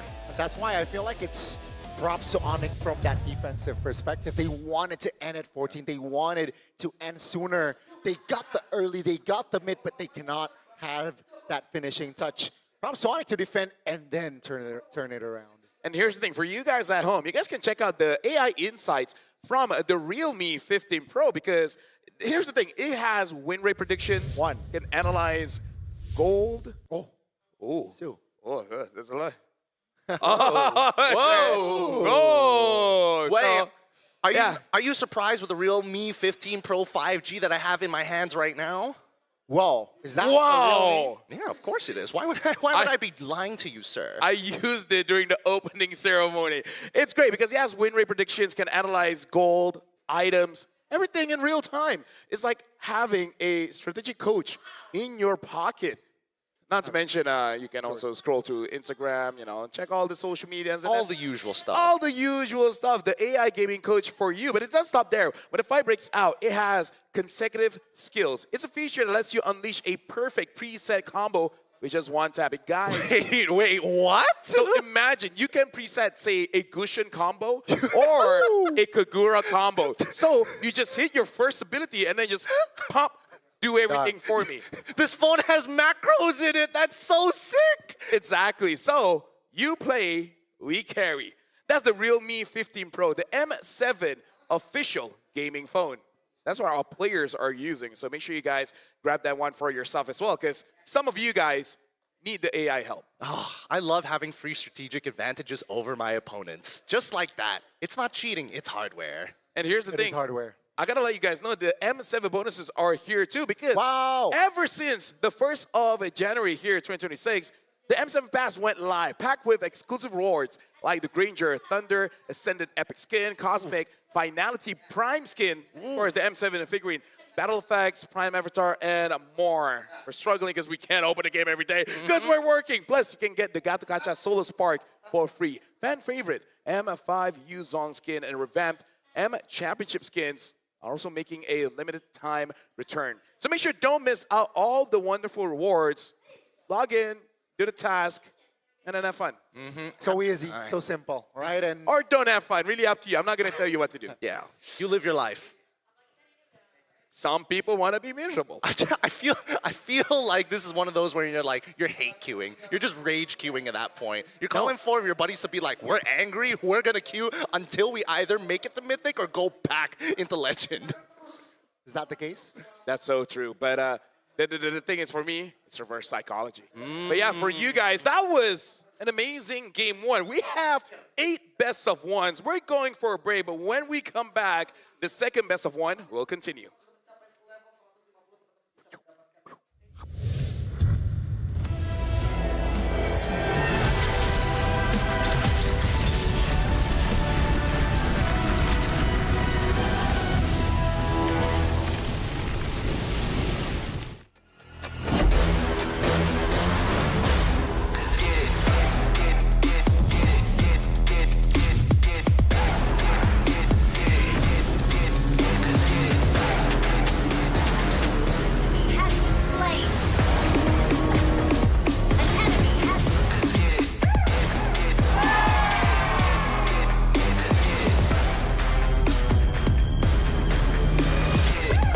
Realme 15 Pro M7 official gaming phone.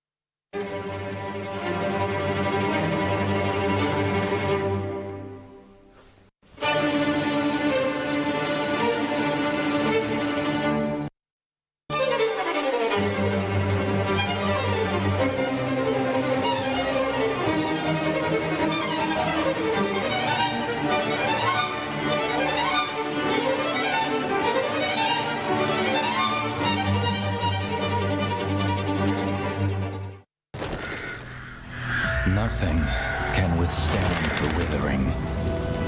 Against the endless erosion, my strength grew weaker by the day.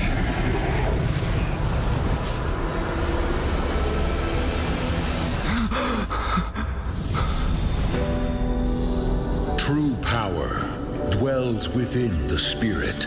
Try to embrace all that you are.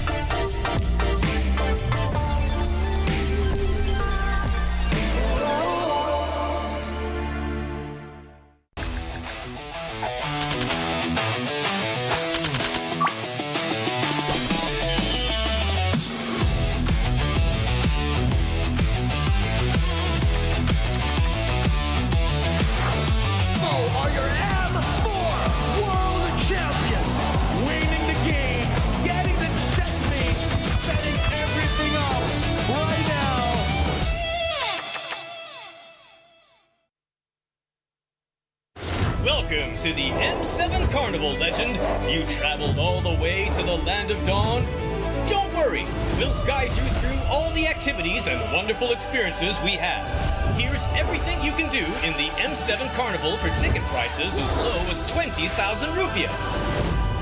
First stop is the Stage of Legends, filled with performances, music, cheers, the biggest M7 watch party, and a special performance from Stephanie Poetry on the final day of the carnival. Game recognizes game in the M7 Carnival, as we'll be collaborating with the NBA. And history is made here at the M7 Carnival, the first ever MCGG World Championship. The Go 1 Grand Final will be hosted here at Stadion Maja Jakarta. So come join us and feel the energy. Next stop, the Heroes Playground, to take photos with giant hero statues and meet cosplays of heroes from the Land of Dawn. Come to the Hall of Creators and Pros to meet and greet with top content creators. Teams from MPL ID and Legends are here. Line up, take photos, and even walk away with an autograph. Play games in the Rewards Arena to win prizes from all of our brand partners. It's at the MPL Market. Booths of your favorite teams, exclusive drops, and surprises from your favorite teams. Take a quick bite at GoPay's Land of Dine. We've partnered up with GoFood for your food and drinks. The magic map has shown us all 6 zones in the M7 Carnival. We're calling you to play, explore, and wander. Don't miss out on exclusive gifts ready for visitors worth over 2.5 billion rupiah, including M7 limited edition swag bags, exclusive merch, in-game chests, and special skins. Are you ready, legend? Get your tickets soon, because we can't wait to meet you at the M7 Carnival. What is a dream chaser? Dream chasers are relentless, and they are unstoppable, forever chasing the eternal dream. Düş peşinde koşanlar geriden başlar. Aleyhimize yığılan ihtimalleri aşarız. Мөрөөдлийнхөө төлөө тэмүүлэн гэдэг бол дайчин хүний чанар. Галт үлдээгүүр бид хувь тавилантай тэмцэн. Un soñador emerge de las sombras. En cada batalla forjamos nuestro nombre. A chaser is new to the fight, fierce enough to rewrite history. Kuzeyin ucundan yükseliyoruz. Bir düş peşinde koşanlar olarak dolunun vahşi gücüyle çarpıyoruz. ساعي الحلم نصر عاصفة الصحراء نحن شداء صراع ولا نلين. Преследователь, западный дракон восстающий, чтобы доказать, наши клыки все еще остры. 追梦者乃东方苏醒的巨龙，腾空而起，施展群雄。 Kami pernah berada di sini. Kini kami kembali bangkit untuk menggoncang dunia. យើងជាអ្នកកំណត់ហ្គេមល្បឿនប្រកួតផ្លាជារបស់យើងដែលធ្វើឲ្យគូប្រកួតពិបាកវែងទឹក အိမ်မက်တွေနောက်လိုက်ဖို့အတွက်တိတ်ကနေပြန်လည်ရောက်ရှိလာကြတယ်။တားဆီးတိုင်းကိုလည်းရှုံးမခံဘူးကြောက်ဖြတ်တောင်း Ang naghahabol ng pangarap galing sa pinakamalakas na rehiyon, habang iba'y nanonood lang, kami ay kumikilos na walang pagdududa. Kami menguasai pentas untuk menyempurnakan legasi kami, meraih kembali apa yang sepatutnya menjadi milik kami. Seorang pengejar mimpi bergerak seperti Phoenix, terakhir kembali dan ditempa proses. Sebagai pengejar mimpi, kami menguasai langit. Kami akan merebut mahkota dan menumbangkan para lawan. Ang humahabol ay kumikilos na parang hari. Kami ang mga hari at ipagtatanggol namin ang aming trono. 16 chasers. 16 dreams. M7, this is where dreams collide.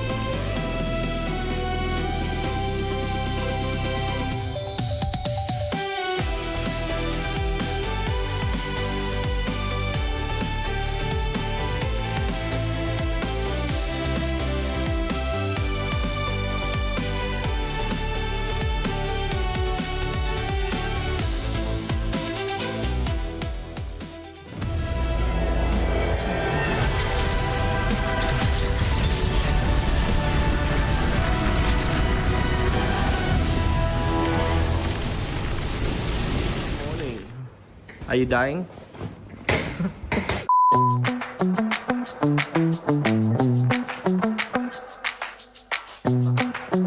Are you excited for M7? Yeah. Are you sure? ဒီကရန်ကုန်ကနေပြီးတော့လာရန်ကုန်ကနေဘန်ကောက်ကနေပြီးတော့မှဂျာကာတာလာ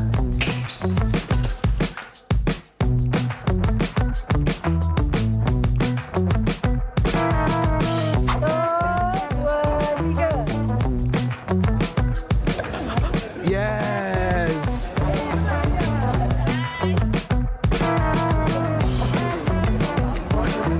Champion, no?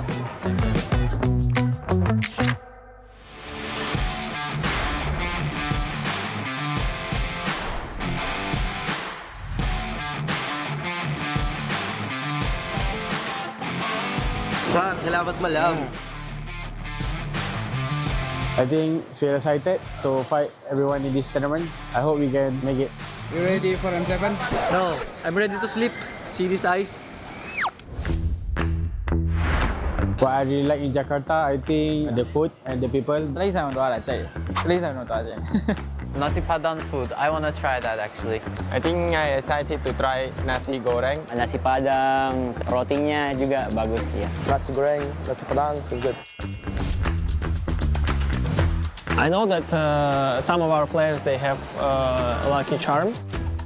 I have a good luck charm, my girlfriend. Yeah. I have this one and this one. ကျွန်တော်ဒီအဲ့လို offline ပွဲမစခင် offline ပွဲစတဲ့အချိန်ကနေစပြီးတော့အဲ့လိုဒီ final ပွဲပြီးရတောက်လျှောက်အချိန်ကြီးကျွန်တော်အဲ့လိုခြေတစ်ခုပဲတုံးအဲ့လိုမလဲဘူး To all the team at S7, good luck and have fun. Shout out to all the teams here in M7. Good luck to all of us and let's put up a good fight. Good luck to everyone and we'll see you soon. Not changing socks is an interesting strategy. I dig it though. Welcome to the M7 World Championship. This is the Swiss stage. And let's talk about what happened in game number 1. That was Onic ID going up against Boostgate. And people did think that Onic will win, and they did. But I gotta say, Boostgate, there were just like 1 or 2 mistakes less. Could have ended that one with them getting the victory, Gideon. I mean, the same can be said about Onic as well, because that early stage of the game really was looking heavily favored towards Boostgate Esports. 2,000 leads coming across both Gold Lane and as well as EXP Lane by the time we hit the 12th minute and 14th minute. But the big change is experience at the end, right? The draft could only go so far. Results is still results, though. You know, Onyx still got the dub. They're in the 1-0 seed, which, you know, 2 steps away to securing the top 8. And unfortunately for Boostgate, yeah, they got to fight in the 0-1 seed. Who will join Onyx and who will join Boostgate later on? Game 1, it was 29 minutes and 4 seconds. But now we're looking at CFU going up against BS. Aggression Overlord. Kamai Sharks versus Latam Reapers. Let's actually talk about the Latam Reapers here because BS went through their own MDL, winning that one, going to MPL, winning that one, and now they're here in the M7. And we got to talk about Shin. Shin is the mid laner, and I got to say, the entire squad was built around him, even getting Steffi as the roamer. Shin is definitely a player that I'm looking out for. No, it's really interesting, their overall story. Based on what I'm looking at, the notes that I've got, right? Basically, what we see here today was not exactly the initial roster. They found only a lot of success during 2025, 2024 being a pretty low year for them. 2025 was last year. Yeah, I'm sorry. 2024 was a little bit of a downslope for them just in general, getting a lot of 3rd places, 4th places, but then finally at the very end is where we get to see them reach the very top. And this is after teams like A7 start to dissolve, other teams like RRQ Akira have finally dissolved. Those powerhouse teams from Latam has really shifted the power level of all Latam teams to a position where at least from the MDL all the way into the MPL, we've got a pretty even roster. Yeah, and now we got to talk about CFU as well, because just to remind everyone, back in M6, they almost eliminated SRG, which ultimately finished 3rd in M6. And I would say they didn't even really slow down. Not a lot of changes, but still looking pretty good. Before that, we got to talk about the top 5 pick heroes here. Yisun Shin, Zushin, Hayabusa, Gatakacha, as well as Eve. Now, Gani, patch happened, but at least in terms of the top 5 picks, not much has changed. Yeah, I think it's still as expected, right? You get the pairing of Gatot Kacha and Yiv, which is very strong in that mid. And then you can see some little bit variety with the Jushin. Technically, pick or ban, right? Technically, and of course, you can see the classics, right? Yisun Shin and Hayabusa. We saw that matchup even in our opening match just earlier. Yeah, I think that so far, all the picks here, they're all very, very good. The ones that really require you to there's no plug-and-play hero other than maybe like Jushin and arguably Gatokacha in certain scenarios. But then when we start looking at Hayabusa, he kind of fits in a majority of comps. Yeah. Yishin, not so much. Yiv, you need specific conditions to make it work. There's just so many factors that we're looking in the meta right now that even when I talk to players, even from Falcons, right? I was sitting with Sano in the car on the way to the hotel. He was telling me that it feels like right now, everybody is still trying to get a full grasp on the meta, and there's a lot of holes in the metagame right now. Well, this is day 1 of the Swiss stage. We will see the pocket meta develop here in M7. I would say at the 4th day, we will have a good idea of what is going to be the priority here. But talking about the Hayabusa as well, I feel like as a roamer, it's going to be easier for my Hayabusa if I just open up the map just a little bit so he has a rough idea of where to target his shadows, right? Because the reduction, you kind of feel it, but the lower cooldowns does make it so that if something bad does happen, you're able to get away. Honestly, in all of these picks, the most surprising was Jushin because everyone said this is over. We're not going to see Jushin again because she's not going to be carrying a lot of people. But the damage is actually surprisingly strong, especially if you time it to make sure that you lift up the roamer or EXP, whoever has the highest HP, Yeah, I think the mana change really just steps Jushin up and still puts it on the map. But you can see it, keys to force best of one for CFU. Yeah, it's so just aggressive. Exactly. So this is basically like the keys to victory as one of the strongest best of one teams on paper, be hyper aggressive. But Gideon, we kind of talk about this before the stream started. Every single team here in the World Championship, every single one is aggressive. So it's kind of like everyone is playing roughly with the same kind of instincts. That's the thing. I feel like we've kind of misconstrued the word aggression with the way that teams are actually trying to understand what this word is, right? Really what it means we're looking for here is purely based on who are risk takers. Who is willing to say, I have a 55% chance of actually making this work. That's better than 45. We're going to take it. That's what I see when I look at aggressive. Speaking of, we look at that. We expect the early aggression coming in from BS and trying to outmaneuver that. And now as well, control the tempo and build leads without overextending. They're going to kind of have to say, everyone has to do that. That's the thing, right? Sometimes, like earlier what Gideon mentioned, right? The overextension is being a risk taker in a sense sometimes. And sometimes that is fruitful, but most of the times, perhaps, especially in this stage, in the setting of a best of one, you want to avoid that. We saw some overextension from the side of Busquets earlier. It didn't work out for them. I gotta say, personally, for me, certain heroes you just can't help but overextend. Yeah. I really feel like after playing the game for a while, some teams are okay.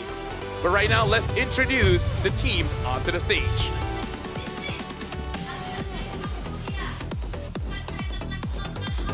Back to back to back, champions of Cambodia. Second straight M Series appearance. Give it up for Wadu, Detective, Oppie, Boxy, CC, and Zing from CFU Gaming.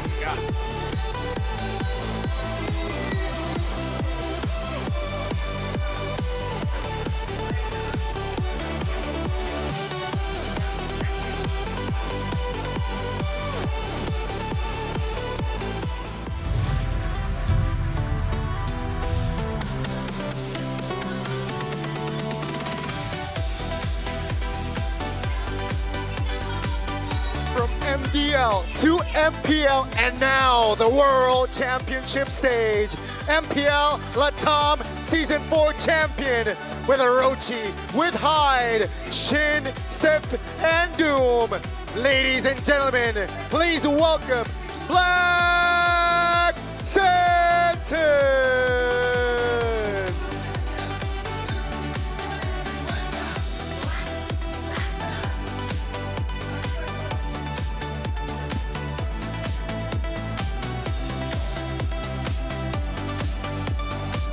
Introducing the coaches of both teams. From VSC, it is Coach Subasa and Lane Time. From the side of CFU, it is Coach Tamago as well as Bob. They're going to be the brains for their bronze as they get ready for the drafting phase. I like that his name is just Bob. It's great. It's simple. Keep it simple. Straight to the point. You know what we're talking about. Marketable, right? Very marketable. Yeah, like, who's your favorite fan? Bob. It's so good. It rolls off the tongue really nicely. Exactly. Speaking of, both teams are getting to their seats here. And again, just to remind everyone that just popped in, it is going to be a best of one. Let's introduce the players here coming in from Black Santos. We got Orochi, Haydon Bush, Shin, Steffe, as well as Doom. And looking at their plays, Haydon Bush as well as Shin, definitely going to be the players that we got to look out for. But now, let's talk about their opponents as well. It's CFU Gaming, Wadu, Detective, Opie, Ba, CCCCCC, and Zing. God, Cambodia has been such an interesting region, right? As much as we talk about Latam's power shift with some of their big powerhouses and leading staple pillars moving out and retiring, we start looking at Cambodia, the CU Soons, what happened to them after not only disbanding and leaving some of their players out. CFU Gaming has been there to say, no matter what, we will bring Cambodia to the big stage. And Bok CCC, he's not here to mess around. He has seen the international stage multiple times. Same goes for Oppi. Everybody here is hungry for a championship title on the world stage. Yeah, that's the thing, right? You could see familiar names, familiar players as well. Veteran, they're really familiar with the international stage, but can they, take that experience in the best of one? Let's talk about Opie here because match them, beat them. He's the best on their MPL Latam performance. BS is a strong team with a solid approach, but whatever they can do, we can do as well, and even better. And that's the kind of mindset that you need going up against any opponent on the world stage, saying that you are strong, we're just better.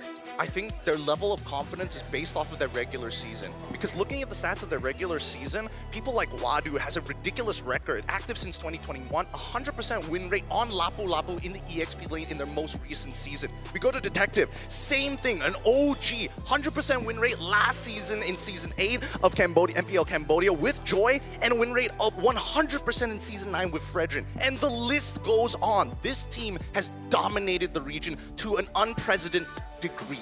Look at this, the Latam Slayers dealt with MDL Latam, dealt with MPL Latam, and now wants to dominate here on the Swiss stage. Speaking of Hideout Bush, this is not unfamiliar territory. He's been on the MSC stage back in 2024, I believe. Didn't do all that great, but hey, it's something. But now we got to look at our predictions here. Wow. And you guys went for CFU Gaming, and I'm all BS. Hey, man, I think it's understandable that you don't want, Cambodian represented after what could have happened in M6. But coming into M7, I think there needs to be more backing. This team has been in the league for so long. It has been a staple name to show that Cambodia has what it takes from the Burn X Flashes, from the CU Soons. Now, it is their time to try for a podium finish. They got to bring their A game here. Starting from now, getting to the 1-0 seed, I think definitely can bring up the morale. But against Black Senses, we saw the meme. I think in the span of 5 months, they're at this stage right now, so they definitely cannot be overlooked. Considering the best of ones, as much as everybody says we need to play aggressive, I want to see some real discipline coming in from both of these teams. It depends on the draft, of course, as we're about to jump in it. Let's first see the map reveal, because if it's broken walls or, dangerous grass, we might have a bit of a shift. Ooh. Well, looks like it is going to be expanding rivers. I take it back. Play aggressive. Win your lane, win game. Yeah, I really feel like the aggression is going to be great when you I would say the first 7 minutes of the game, right? Afterwards, then you got to be a little bit more disciplined because that's where the Lord starts to jump in. And then that's where every single dev will take quite a while to actually come back in. That's something that we have to keep in mind, right? Because mistakes made in the late game is so much worse compared to the early game, and it will affect you for a completely different set of time. For now, Sora alongside with Zushin going to be the main bans coming in from BSE, but CFU getting rid of the Kalir, getting rid of the Fanny on top of the Yi Shun Shin. Not the usual bans you would expect to see on blue side. Yeah, Hayabusa is still open. You can see without the Kalea, I think perhaps you might see a Garak here in this game or match. But without the Sora, so the approach from our first game, of course, completely different. Eve is also still on the board, definitely can be picked up here. Yuzong as well. There's honestly quite a lot of picks here that is very strong, but I feel like the picks that are still open is definitely counterable. But you guys did point out something crucial here, which is Fanny as well. Yusin Shin has been banned out. We got to see whether they want to prioritize any form of junglers. The Hilda ban kind of shows that BS really wants a jungler. The ones that are open up right now, Hayabusa, Lancelot, Joy. What is the opener then? Okay, it looks like, at least for CFU, they're like, you know what, we're not going to go with the typical stuff, right? Oh, Detective, oh my god. Yup. No wonder, yeah. Yeah, no surprises, but Grok gets locked in. I'm curious to see if they want to lock in the Yuzong here. Are they that confident in the capabilities of Orochi to just try and dominate the lane no matter the matchup, just go in blind? I mean, why not, right? It's such a good playmaker as well, can tank you up, and of course a Black Dragon for him can provide potential outplays for their team. But it seems like they're taking their time here because there are still a lot of options. They can pick up Hayabusa 3, so they can pick up, say, Eve, right? No Zushin. Eve is a pick to at least solidify that mid-roam duet. Or just tell Lancelot, hey, here's the kill box. Please stay inside. Please, I'm begging you. I'm begging you. Please, sir. All the injustice in the world. So now, here's the thing. The Eve is not without its counters, right? Picked up and now has to deal with the Claude. We gotta look at how fast CFU lock their heroes. Something that has happened before, which I don't think will happen in this game, but Boxy CCCC has used this in, I would say, the last 2 to 3 months, where his Cho will start off with defensive build and then transitioning into a damaged Cho. It really does depend. If they're going to be using a supportive mid lane with a tanky EXP, we might see this Cho opting to change it up a bit and become a damaged leader. But again, we don't know. Maybe this game is just, you know, just full-on Cho tank. I mean, we got to make sure that we have that perspective, right? We got to keep a lookout for it, because so far there's really good reason to do so. Both Yves alongside with Carry are susceptible to full damage Cho if necessary. Valentina will follow up ban from the side of BSE, while we see on from Coach Tim Go's side, making sure that Fredrin is out of the way. Yeah, I mean, Lancelot will have a disadvantage going up against a Fredrin, and keep in mind that Cho pick was early just to force that Purify, right? The Lancelot will have plenty of angles when the opponent is on a Purify, so and to add to that, they have a Claude that can jump to the back line as well. That's going to be the Lapu though, ban out. Oh, very fast. A Yuzong pickup denying it from CFU, because honestly the lineup from BSE does not want to deal with a Yuzong. So we got to look at the ban for this Phobius. Quite a good ban. Now I'm really wondering what is going to be the EXP laner, because I would say games of CFU win and lose based on Wadu's performance. I'm thinking of something like the Alice, but we'll see whether Wadu really wants that pick or not going up against the Yuzong. Well, I don't know. That's the big risk that I'm trying to figure out, right? Where, if they're going to take a risk, where are they going to do it exactly? And I think that so far, BSE, after seeing, hey, they decided to go for the Cho this early, after knowing that we have Rocket as well as Eve. Now that they have to go for the Cloud to find another Trinity builder, they could have gone for Moskov if they wanted to. It gives CFU a little bit more flexibility. And this is what we were looking at. Now we get the Glue. Now we get the Kagura, one which the matchups do decently well. And then finally, BSE shows off. You know what? No Hayabusa, doesn't matter to us. We're gonna go with Joy. We need the diversity of damage. It's a very, very bold pick, right? Going up against a Cho, but then again, with apart from the Cho, no one from that composition can really stop the Joy. So it depends on the timing again.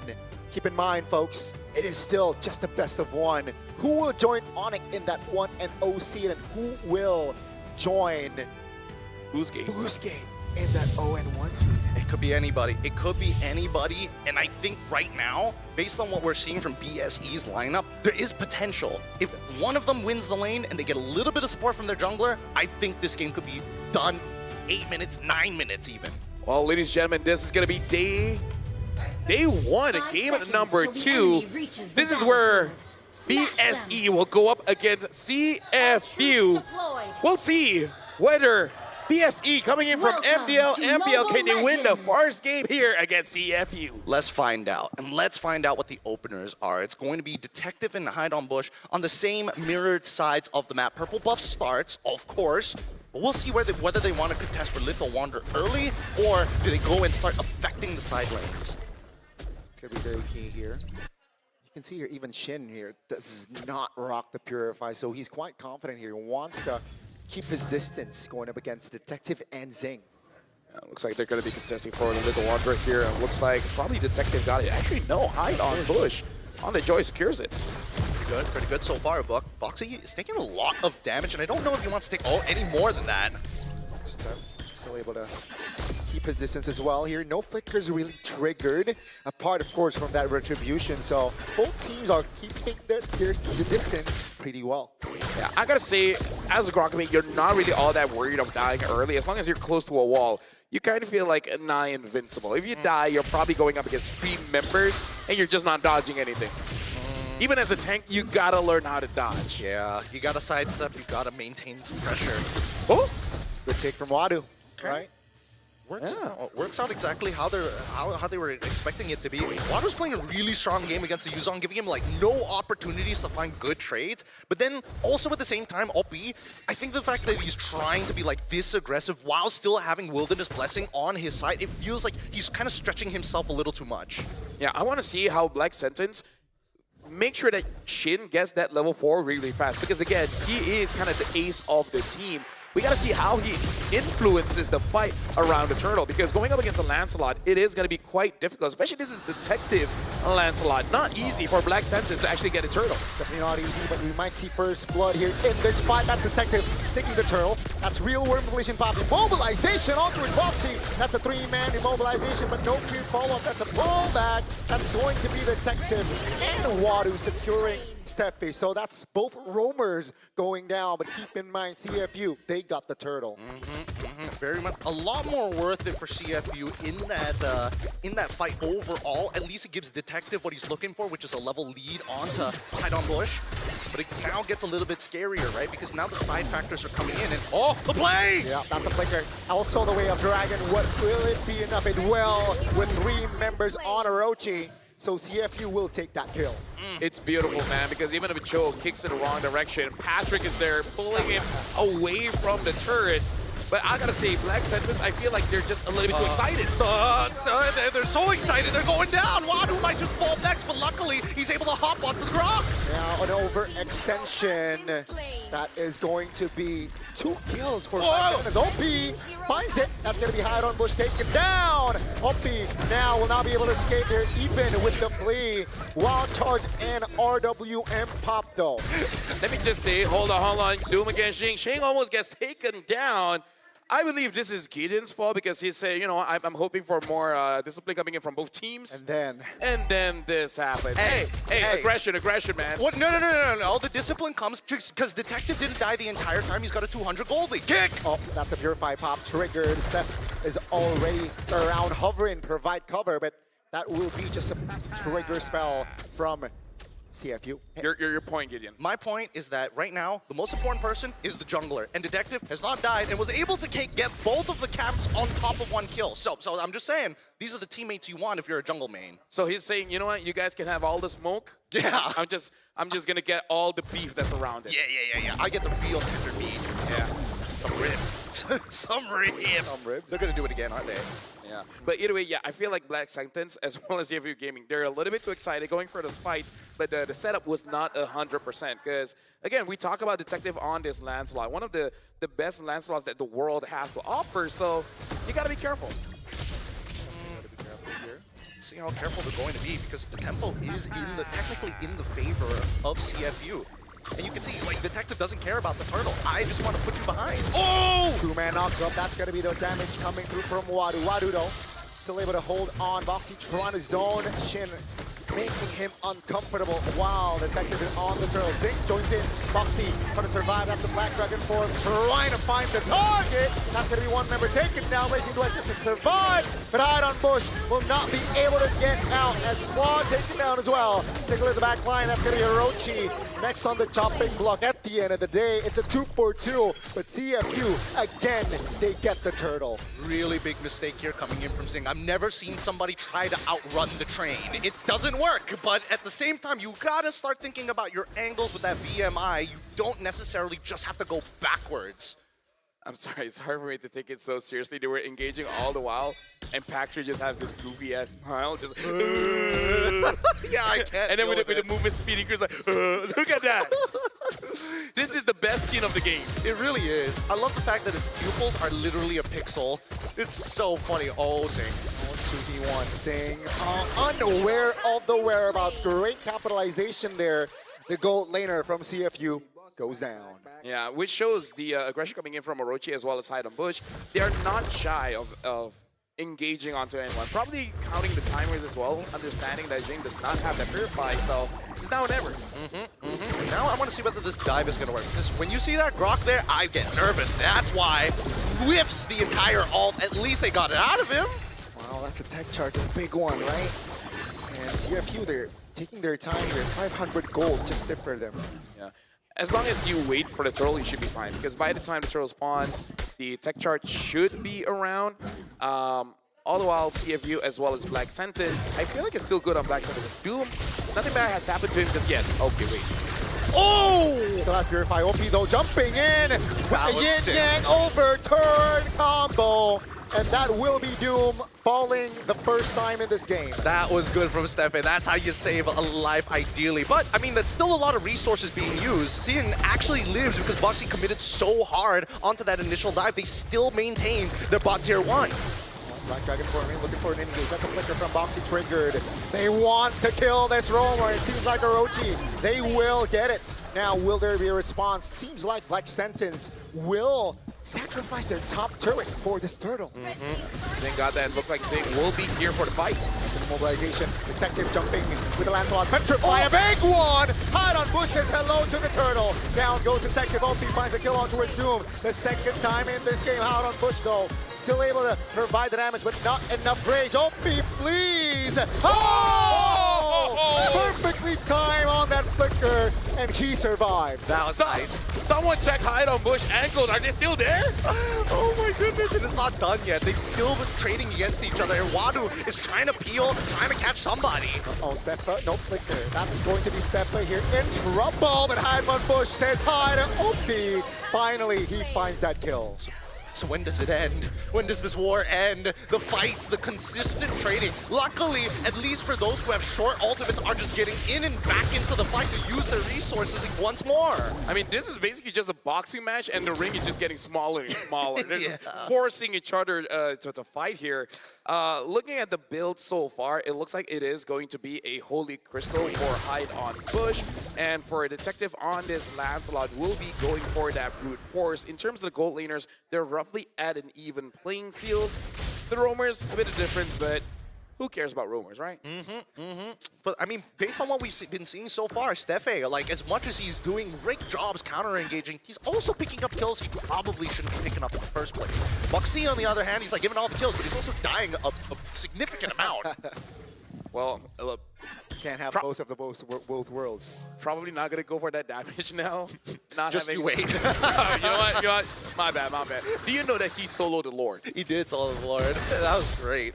I love the ideas that come through, but it does come at a cost, right? If you do want to eventually swap your items, how much more gold for a roamer do you need? Oh no. That's a dive. That's going to be a knockup. That's a mouth. Blazing the wind. That's going to be Detective taking Doom again. What? Orochi under the turret. Finding the outplay. Now he's still alive. Adu in trouble. That's going to be Orochi still in the game as OP will not be able to escape that one. And ladies and gentlemen, CFU, they got Doom, but they lost 4.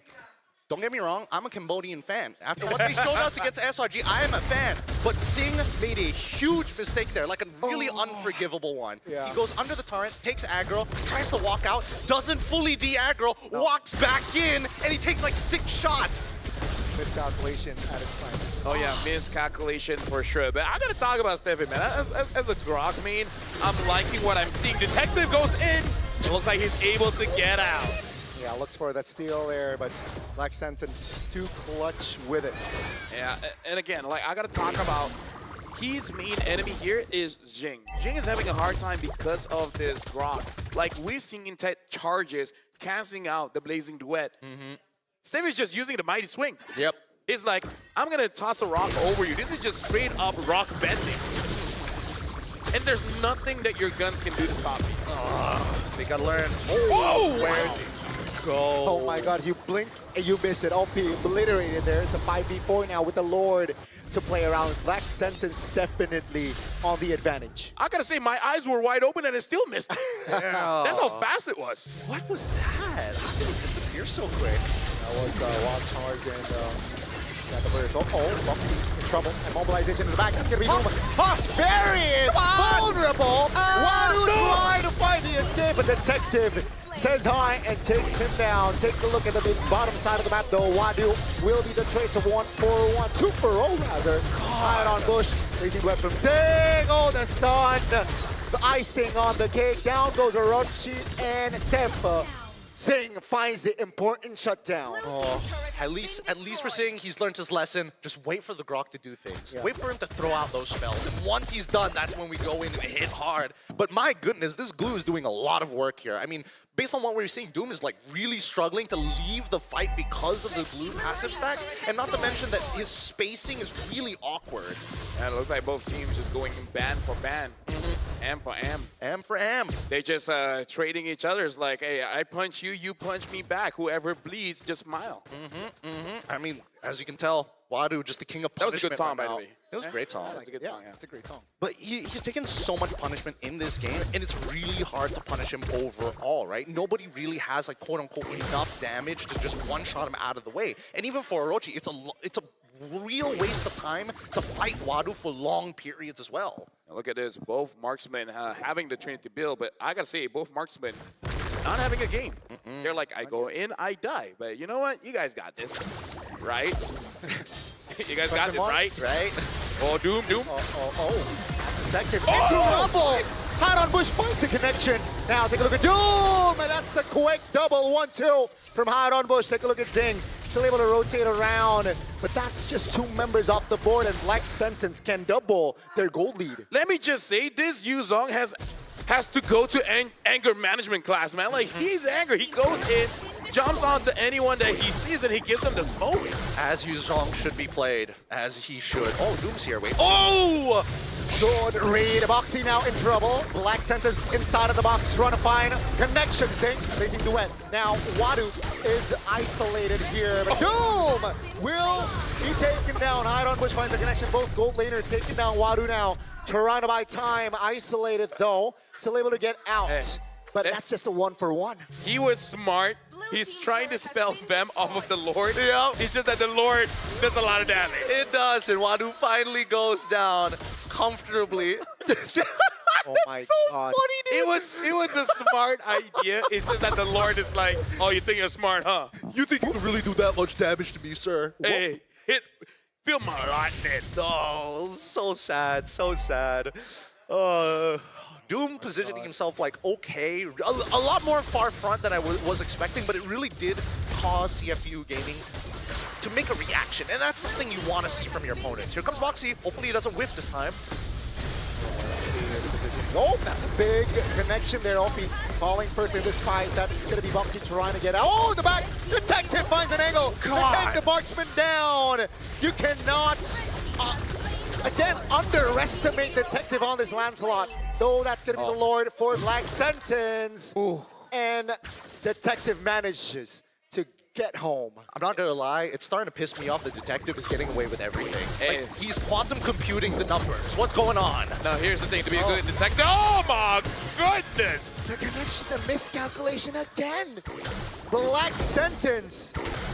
They can just reek the base, right? They can open up the base turrets here. I think Sing's just not reacting fast enough to it. And it's just too late. There's no point purifying at that point. He's lost like 90% of his HP. Just let it happen. Wait till you respawn, because at least with your team, you should be able to hold out the waves before they crash into the inhibitor.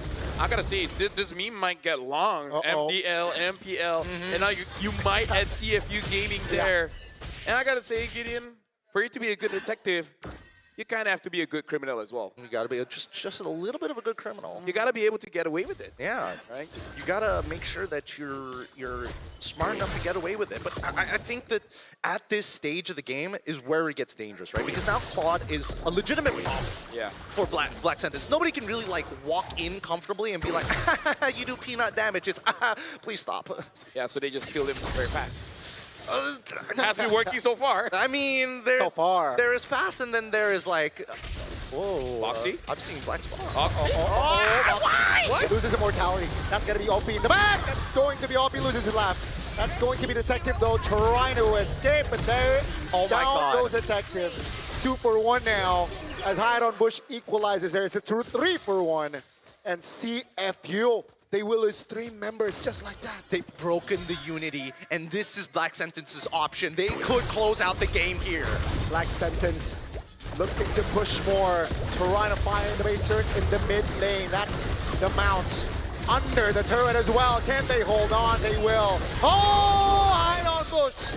That's the burst damage that the Joy can provide. Offbeat in 3 seconds. No minions as Wadu is able to clear. And CFU Gaming, they can fight for another day. I thought the wall blocked him up like perfectly, like just out of the range for him to go for the slam. I really thought they could have closed it out there, but at least for CFU, they are given one more chance. They cannot afford another loss like this. And so far, seeing he has been underperforming. I don't know whether he needs to make a call to say, hey, my ping is not good, because he's just not reacting to things as fast as we usually expect to see him do. That's going to be very tough here. And they need to lock in right now, Gideon. I think 4,000 is a little bit too much at the stage. Wait minutes. It's 5 seconds on the clock for that Lord. Black Sentence. What they need to do is just stay disciplined. Don't overextend. But that's the thing. I feel like CFU has so far showed that they are more susceptible to not playing as a team. They make the executive decision and then it's vibes. Okay, Orochi pops the Black Dragon for a multi-tech charge. Oh my God! Offie and Zeng, 2 main damage dealers off the board. And ladies and gentlemen, down goes Wadu. Should be, but Black Sentence says it's enough. Let's go for the Lord and close it out. I hope I don't jinx things. Shin is still not dying. Nope. 5-0-21. Wow. I gotta say this game might be different if CFU just pick up that Yuzong early. Because what other options that you have to dive this Eve? At this point, Detective is just killing Doom. But what has Doom been doing the entire game? Yeah, can't really do much. Oh, now just 2 members down goes Detective. And ladies and gentlemen, we have Black Sentence in this match. Welcome to the 1-0 seed. God, I'm so happy for Steffe specifically. He has played in multiple international tournaments, but never have I seen a team that he has been a part of try and punish mistakes like this and do it in a dominating fashion. I like that I'm looking at Shin, he's just like, I'm unimpressed. Y'all didn't get me once. Just looking at his face like, wait, was that it? Was that all? It's like, I came from the MDL to the world stage. I thought, look at him. He's just like, yeah, that was good. Yeah, don't worry about it. So nonchalant, so unbothered. I'm so BS right now. See, I voted for them. I knew this was gonna happen. Props to you. Props to you. Honestly, I said Busquets and they almost did it. Yeah, they honestly almost did it. And it's getting genuinely scary how dangerous some of these fights are going to be. Because as we see these fights, it really just boils down to, can I react fast enough to the situation that is unfolding in front of us, right? And I hate the fact that every single time these fights get to an uncomfortable position, Haidonbosch is able to kind of split the teams apart. But it's moments like this where you see this team cannot get out of the RWM. It's not a max value RWM, but it's just enough to isolate targets. And that's what we see BSE doing perfectly. Isolate targets, 0.5-second windows. It really is almost like the more experience that you have, the tougher this best of one really is, because everyone knows your habits and they just play around it. Just a bit of cheese here and there, and you're able to take one game off, and that's all they really need. Speaking of, it looks like Eterna is on stage with Shin, and I believe it is going to be Steffe. So we're going to be throwing it over to the stage with Eterna. Congratulations once again to Black Sentence. Well done. Vibe check. How are you guys feeling right now? Alegre, me siento feliz por haber ganado. I am very happy to win. Very happy to win. So Shin, right? Yep. It's the first time I'm meeting you. This is your debut here at the M Series. We've got to ask, how did your team prepare before coming to M7, especially against a more experienced team?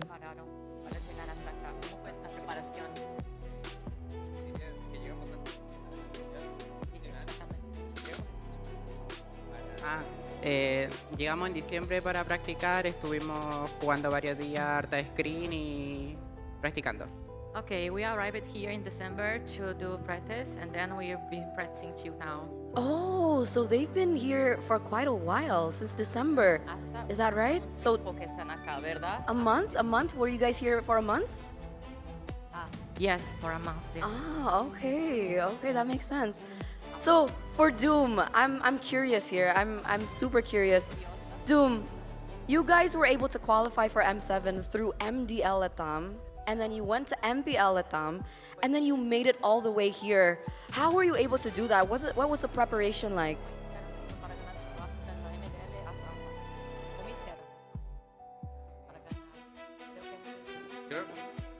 Creo que sí, entrenando y creo que todos somos buenos amigos, porque más allá del juego creo que importa mucho la sinergia y la amistad. Y bueno, las cosas se dieron bien y ganamos, ¿no? Estoy alegre por eso también. Well, we've been practicing a lot. We are also friends, so all of this made us to come to here from MDL to here. I see. Can I know how long have you guys been friends for?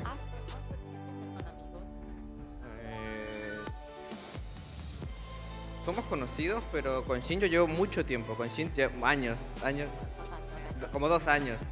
Almost 2 years that they are friends with Shin. Pero el equipo se hizo este año. El equipo se hizo en agosto del año pasado.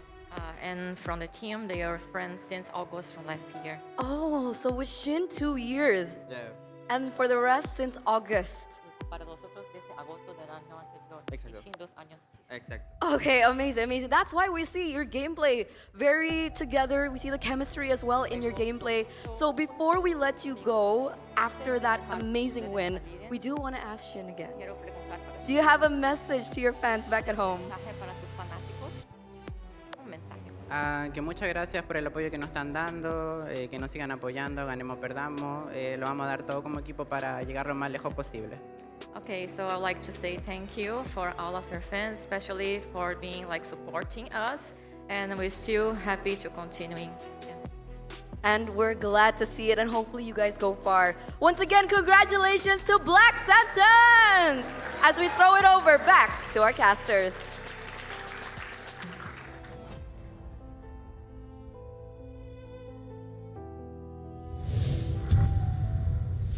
Thank you very much, Eterna, and shout out to the translator or manager or assistant. This is why I don't know, right? But she did a great job of listening what they're saying, translating, and then saying it back. Yeah. hey, not bad. We're talking to the greatest analyst of all time, they say. But even so, I do think that at the very least, this game is really showing us. I don't know if this is going to be a trend for the rest of today's first session, but goal laners are kind of getting shafted here. Let's be real. Skylar had a bit of a difficult time, but he eventually found his rhythm. Every other goal lane. This is the goal laners now. He was on wide. War Axe, why are you such a good item? I mean, here's the thing, man. It's their fault. It's their fault. It really. Okay. I don't want to victim blame, but here's the thing. All right, I think Doom. That composition was just so tough. Yeah, for Doom it was very difficult. I mean, there's a glue, Lancelot. There was a lot. I think that Detective played an extremely good game, but at the end of it, really what made it tough was Shin, because how do you run away from it?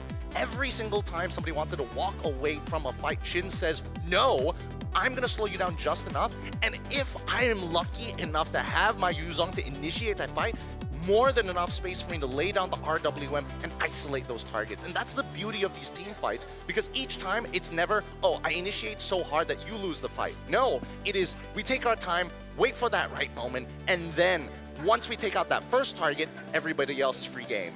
Yeah, honestly, Shin being the MVP by our official phone partner, Real Me, honestly, he was protected very, very well. He protected himself, but also we got to look at how fast the team reacted when someone just chases after Shin. In a way, it's kind of like the general there, or maybe even the Emperor's like, yes, I'm very good looking, everyone wants me. So protect me. So push them away, and let me take care of them. That's what I imagine is going on in the comps. I mean, it's fair. It's fair. And keep in mind, right? He went for the Flicker, not the Purify. So he knows that, you know what? There's going to be a lot of dives here with the Glue, with the Kagura and the Lancelot. So why not just, I trust my teammates enough. and let's just let me bring the clicker. They've been friends since August. They've been friends since August, but I think here's the scary thing, right? Because the composition is so designed to like chase down their opponents. It's really about the matter of space, right? How much space can be generated in these, you know, in these set-to-set fights. As we look at this next clip, right? Let's just stop it for just a second because look at the positioning of where everybody is. A lot of this fight is happening on the outer part outside of this turret, right? So let's immediately start drawing the battle lines. We've got battle lines all across the board here. Most importantly, from this point onwards is where we're expecting the majority of fights to be. But as the fight continues to progress, Doom at 1 HP and Wadu forcing the cheat, just notice that CFU are fighting 3v5 already as this fight continues to progress. And while that is happening, Detective is the only one who's capable to actually chase that back line, while the rest of the team, even including Wadu, struggles to take that space, leaving Detective by himself. Yeah, and I gotta say, in this game, I'm sorry, but as a roamer, I know how bad it is when I think I have a good setup, but I'm setting up for my team. Look at this. Boxy, he put his team in that bad situation because they're following his lead. He thinks he's going to get a catch. So everyone that is not in position to fight, they're forced to be in that position. But when you're forced to be in any kind of position, it makes it so that you're not in a good situation where you can get away if things goes bad. Like, basically, you're all in and then that's it. I mean, there are multiple, we're seeing so many examples of like, why you see them, why aren't you moving? Why are you not reacting to the scenario that's in front of you? You see Grok and Yuzong walk into that bush. What do you think is gonna happen?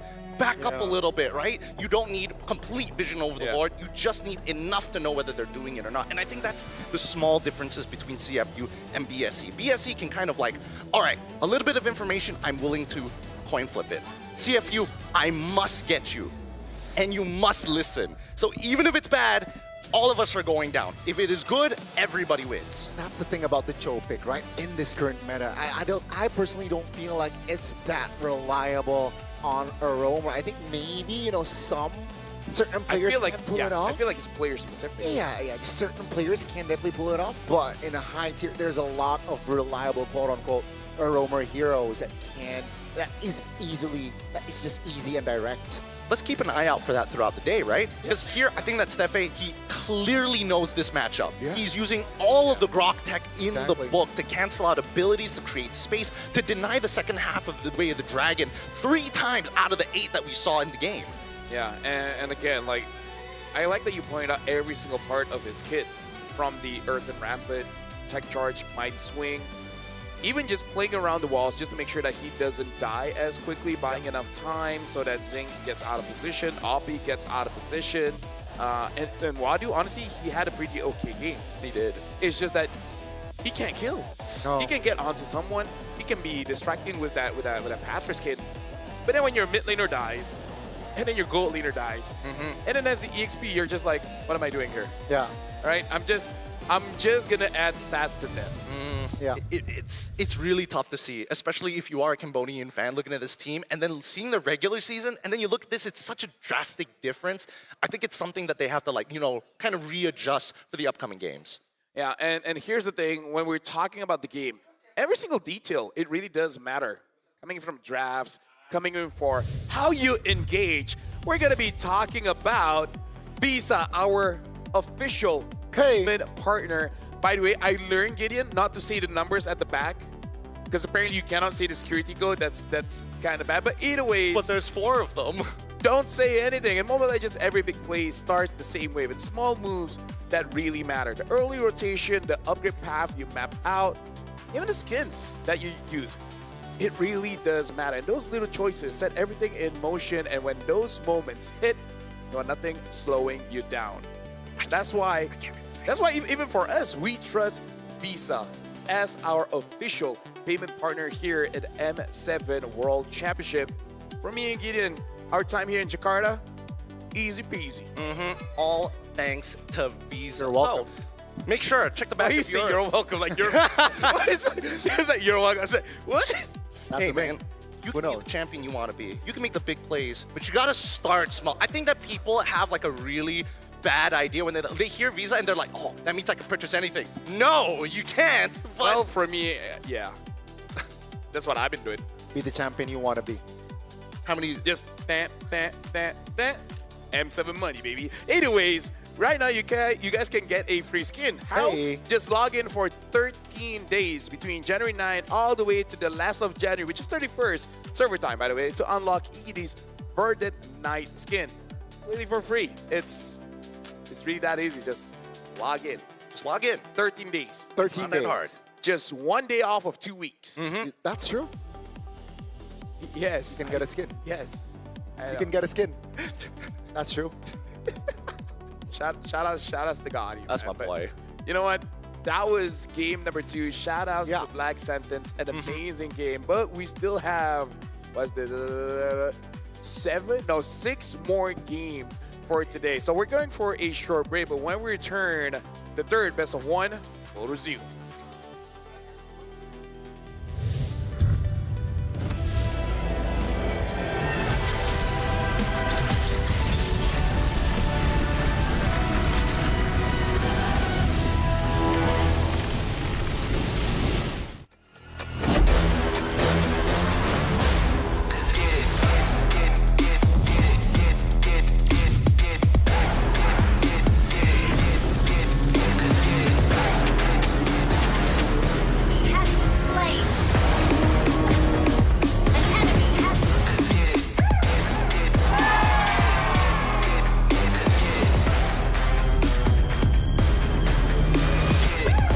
Realme 15 Pro M7 official gaming foam.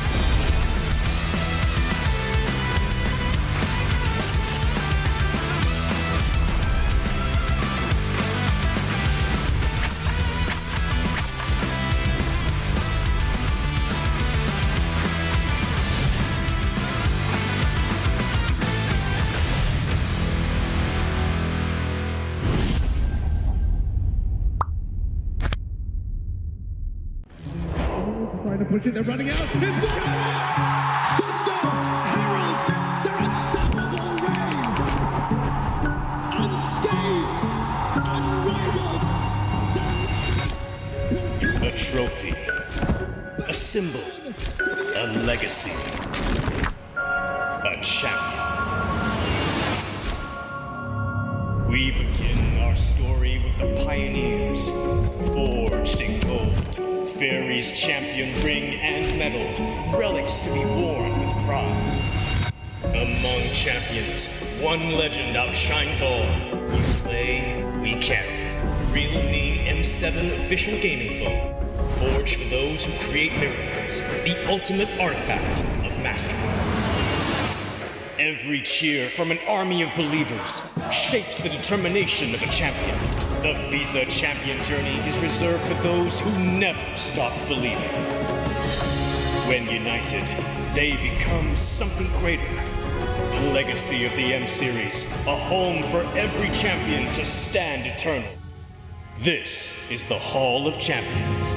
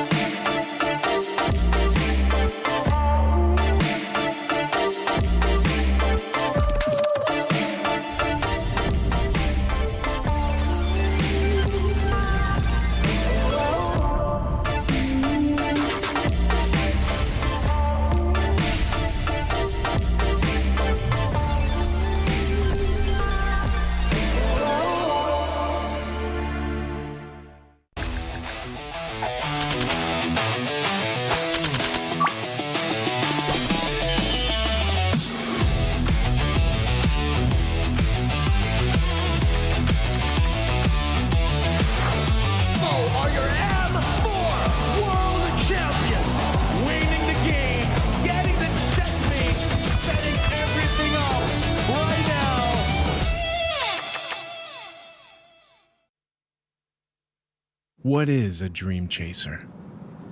Dream chasers are relentless, and they are unstoppable, forever chasing the eternal dream. Düş peşinde koşanlar geriden başlar. Aleyhimize yığılan ihtimalleri aşarız.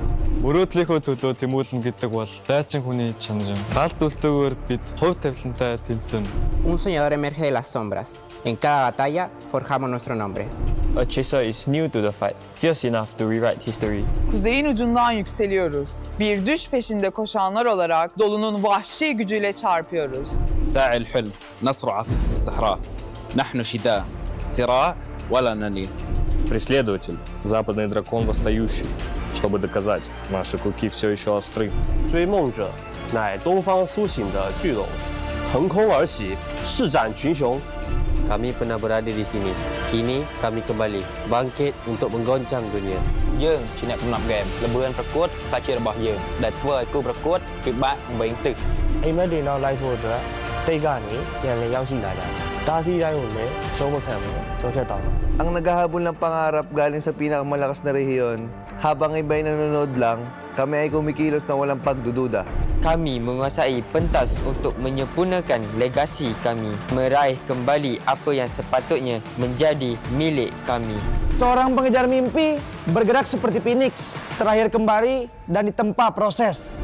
Sebagai pengejar mimpi, kami menguasai langit. Kami akan merebut mahkota dan menumbangkan para lawan. Ang humahabol ay kumikilos na parang hari. Kami ang mga hari at ipagtatanggol namin ang aming trono. 16 chasers. 16 dreams. M7, this is where dreams collide.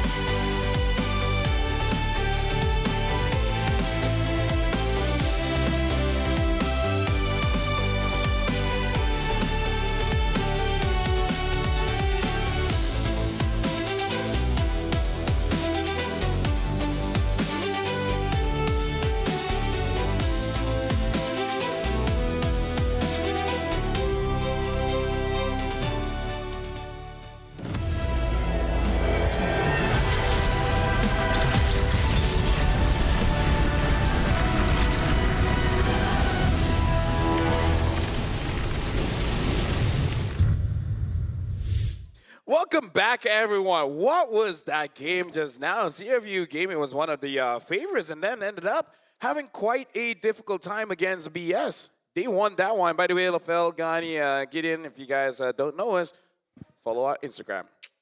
Kind of will help us with more jobs. But either ways, in that game so far, in game number 2, I'm talking about here, it really does seem that marksman goat laners are still trying to figure it out in the meta, because we know that marksman goat laners, after the patch of increasing the gold in the gold lane, Demon Hunt Sword got buff, they're viable, but it's definitely not easy to play.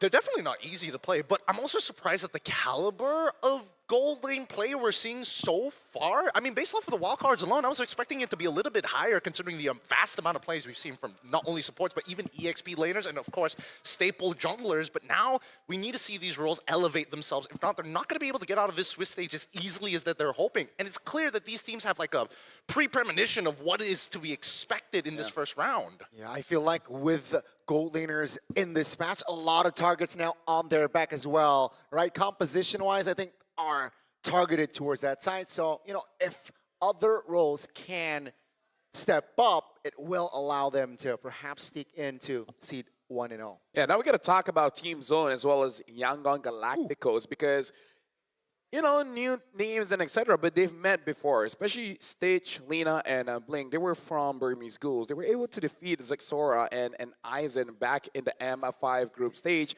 which caused them their elimination, which, by the way, again, just quickly, shout out to the big 10 Gs like Sora, man. Talking about doing all you can to put Mongolia in the MLBB map. Like, he's the face of Mongolia at this point. Aura. And the guys from Physical Asia. But other than that.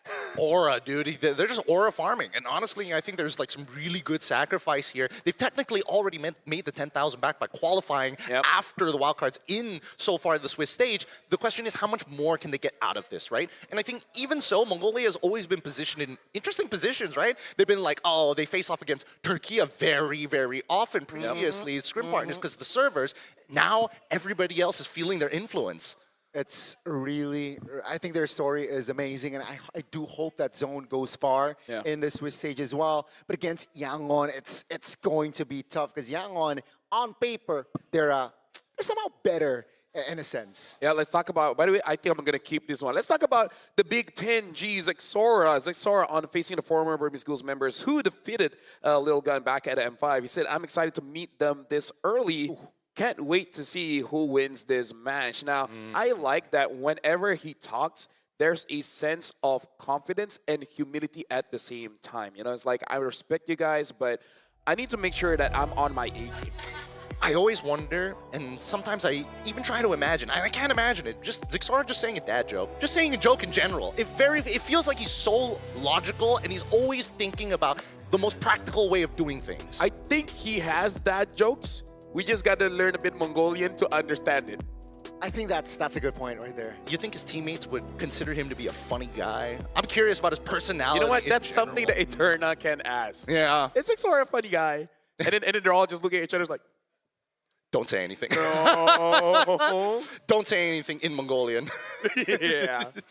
Either way, I think that with Mongolia being in the position that they're currently in right now, the Yangon Galacticos, I think they've got a pretty decent shot, because it's not like the Mongolians are invincible. They have holes in their game. And the one time that we did see the Leomore clutch happening in the end, luckily somebody was able to pull them out of the situation. I don't know if they're going to have that many breaks in a game at this level.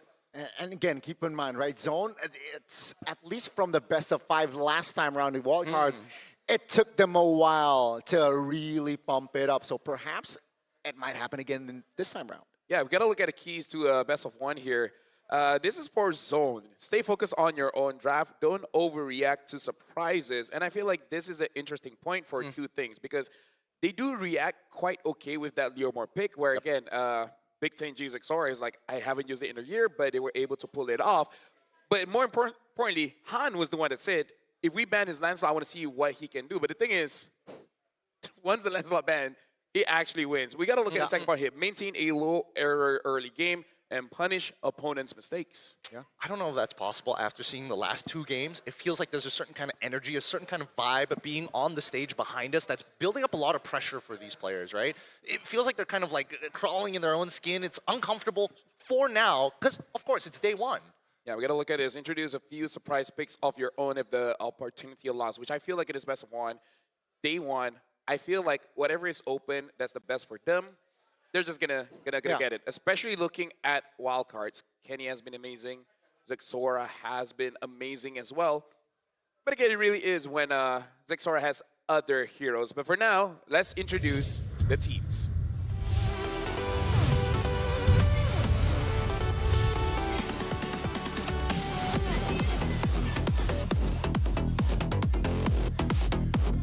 Remember, since Burmese Ghoul's historic M2 run, Myanmar teams have always been touted as the dark horse in international tournaments.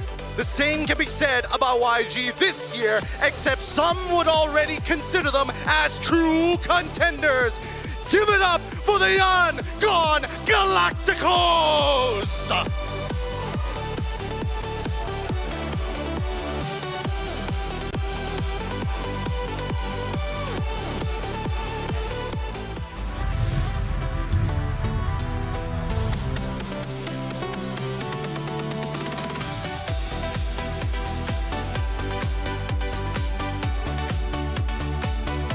The Mongolian downloaders reincarnate. Can Zexara lead this young team against their M5 Bane?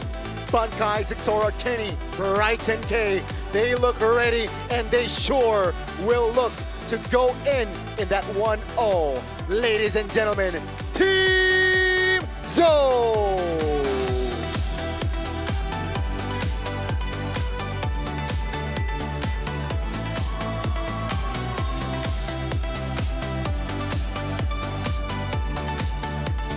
Our live audience is blessed with the presence of our coaches, the brains behind the brawn. From Team Zone, Coach Summer and Beku. From the side of the Young Galacticos, Coach Marvs and M-God.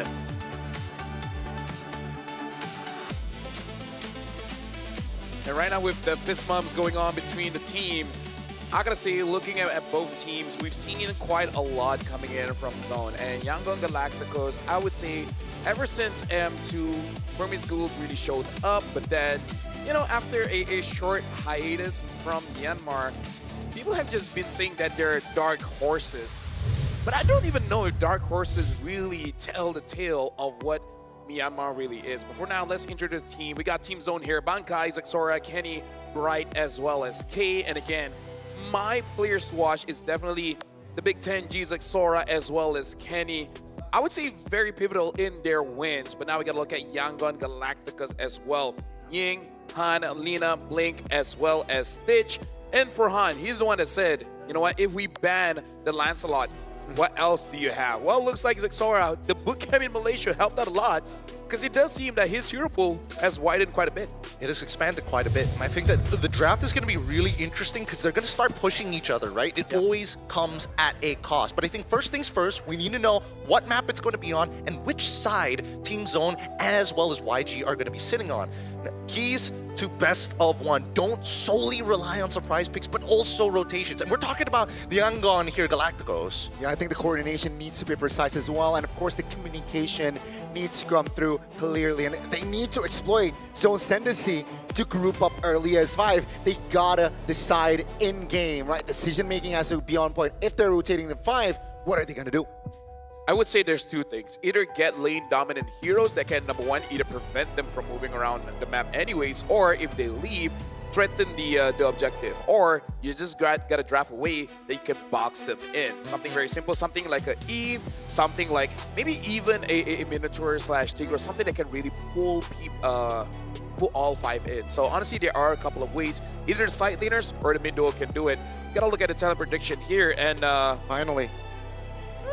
No way. Really? Hey, this one, I would say that this is I thought I voted. Oh, you know what? Whatever. Yeah, I think this is one of the few times we're hoping, or at the very least, when we're expecting a team to have a bit of a favor over the other. At least for me and Gani, that's how we're leaning into this. But I'm this one changing. was I'm team tough. zone. Your team zone? I'm changing. I don't want to be sitting with you guys. That's fine. I'm okay with that because at the end of the day, it was a really hard choice to figure out which one of these teams. And obviously, BG still is lingering as a legacy in my mind, and that's why I leaned more into YG. Yeah, I think another thing that needs to come to mind, it's just that experience as well, right? Yangon Galacticos can definitely provide that surprise here. They need to enter that 1-0 and zone. Sure, that was a epic best of 5 last time round, but in a best of 1, I'm pretty sure it was pretty mythic. it was not just epic. I agree. Immortal? I'll change it. I'll change it. All right, it was pretty immortal. That last match. I just had another one. Undying. Man, it was so top global. It's crazy. No one can top that off. This Glory Hunters MMR specialists just keep on putting on. They keep ruining my games. Why are they so good? Either way, we gotta look at some of the things here. Yango can actually be quite cheesy. Blink is 6 for 6 with Hellcurt in the previous matchup. But hold on, we gotta look at the maps here. So far, we got a diversity. And we're gonna be continuing on. I hope you got walls, because we're gonna break up. Wait, hold on, pause. Not in that way. Yes, break those limits, break those limits. Oh boy. Broken Walls is a really interesting type of map. It's a map that doesn't necessarily tell you, hey, you gotta completely change your grab because you have access into the jungle, but it really benefits teams who have strong laners. People who say, I don't want you to move out of the lane. You sit under the tower like a good little boy, and I'm gonna go fight your jungler. Yeah, that and the team that has more proactiveness, right? Definitely can find weird, peculiar angles, and let's see, it all starts from here. YG will take the blue, will ban out the Kalia and the Lancelot. And on the other side, Coach Summer, all right? I really like his character as well. IRL, he will ban the Zora and the Garak out. Something about saying IRL feels a bit weird. Hey man, we're coming Makes to that me feel age. old. It really does. Right? I felt it too, and I'm like, just don't say it, and I won't grow up. Me and Gideon just look at each other, it's like, did you say IRL? I'm 02 born, all right? Wait, you're born 2000 something? That's Daijo okay, my guy. This is making me not Daijo Boo. This okay, you know what? Oof. He's 02, so you be a good boy and don't cause the daddy's problems. Well, you have to take a deep breath for that one. All right, because I'm thinking the rest of the talents are hearing backstage. We'll see if they heard that one. Let's see if the name sticks. We'll see. But now sorry, boy gone. Yushin Shin already banned out here, but I'm questioning whether or not they want to hold things up because at this point, now that Sora is gone, there's only one other. Oh, you know what? No, they're willing to fight it. They're like, Bankai, you want to fight? He's like, yes, sir. Ban out that Yve. Let's take out one problem, leave you in lane. But here's the thing. Here's my problem. Lance and Yusuchi was banned. I feel like Zone wants to take out that Hayabusa quick. I'm thinking too, but oh wait, no, Kalea's already banned. Jushin. I feel like yeah, Jushin. So they'll pick up the Jushin, and then Zone 1. If they don't pick up the Haya, that's gonna be weird. So they pick up the Yuzong to deal with the Jushin. The Yuzong is expected. Yep. Now the Haya. The question is whether Haya is gonna get let through here, or whether they double down and be like, you know what? We are expecting another assassin on the opposite end. Let's just go Lunox or Kadita. Ooh, that's also an approach here. But it's like that's a hard read. Like you expect them to go assassin just for this. So what will they go for? Will they go for the safer approach, right? I think picking up a Hayabusa is safe because the other option is the Joy, and if the Joy is not there, but they pick up the hard. Okay, 2 playmakers. They want to play around the zone and the crowd control as well. I think the safest is Haya Hylos, because Hylos with your shit is pretty strong. Yeah. And I think the Hayabusa might have some trouble going up against Yuzong as well as Gato, sure, but you know, be a man.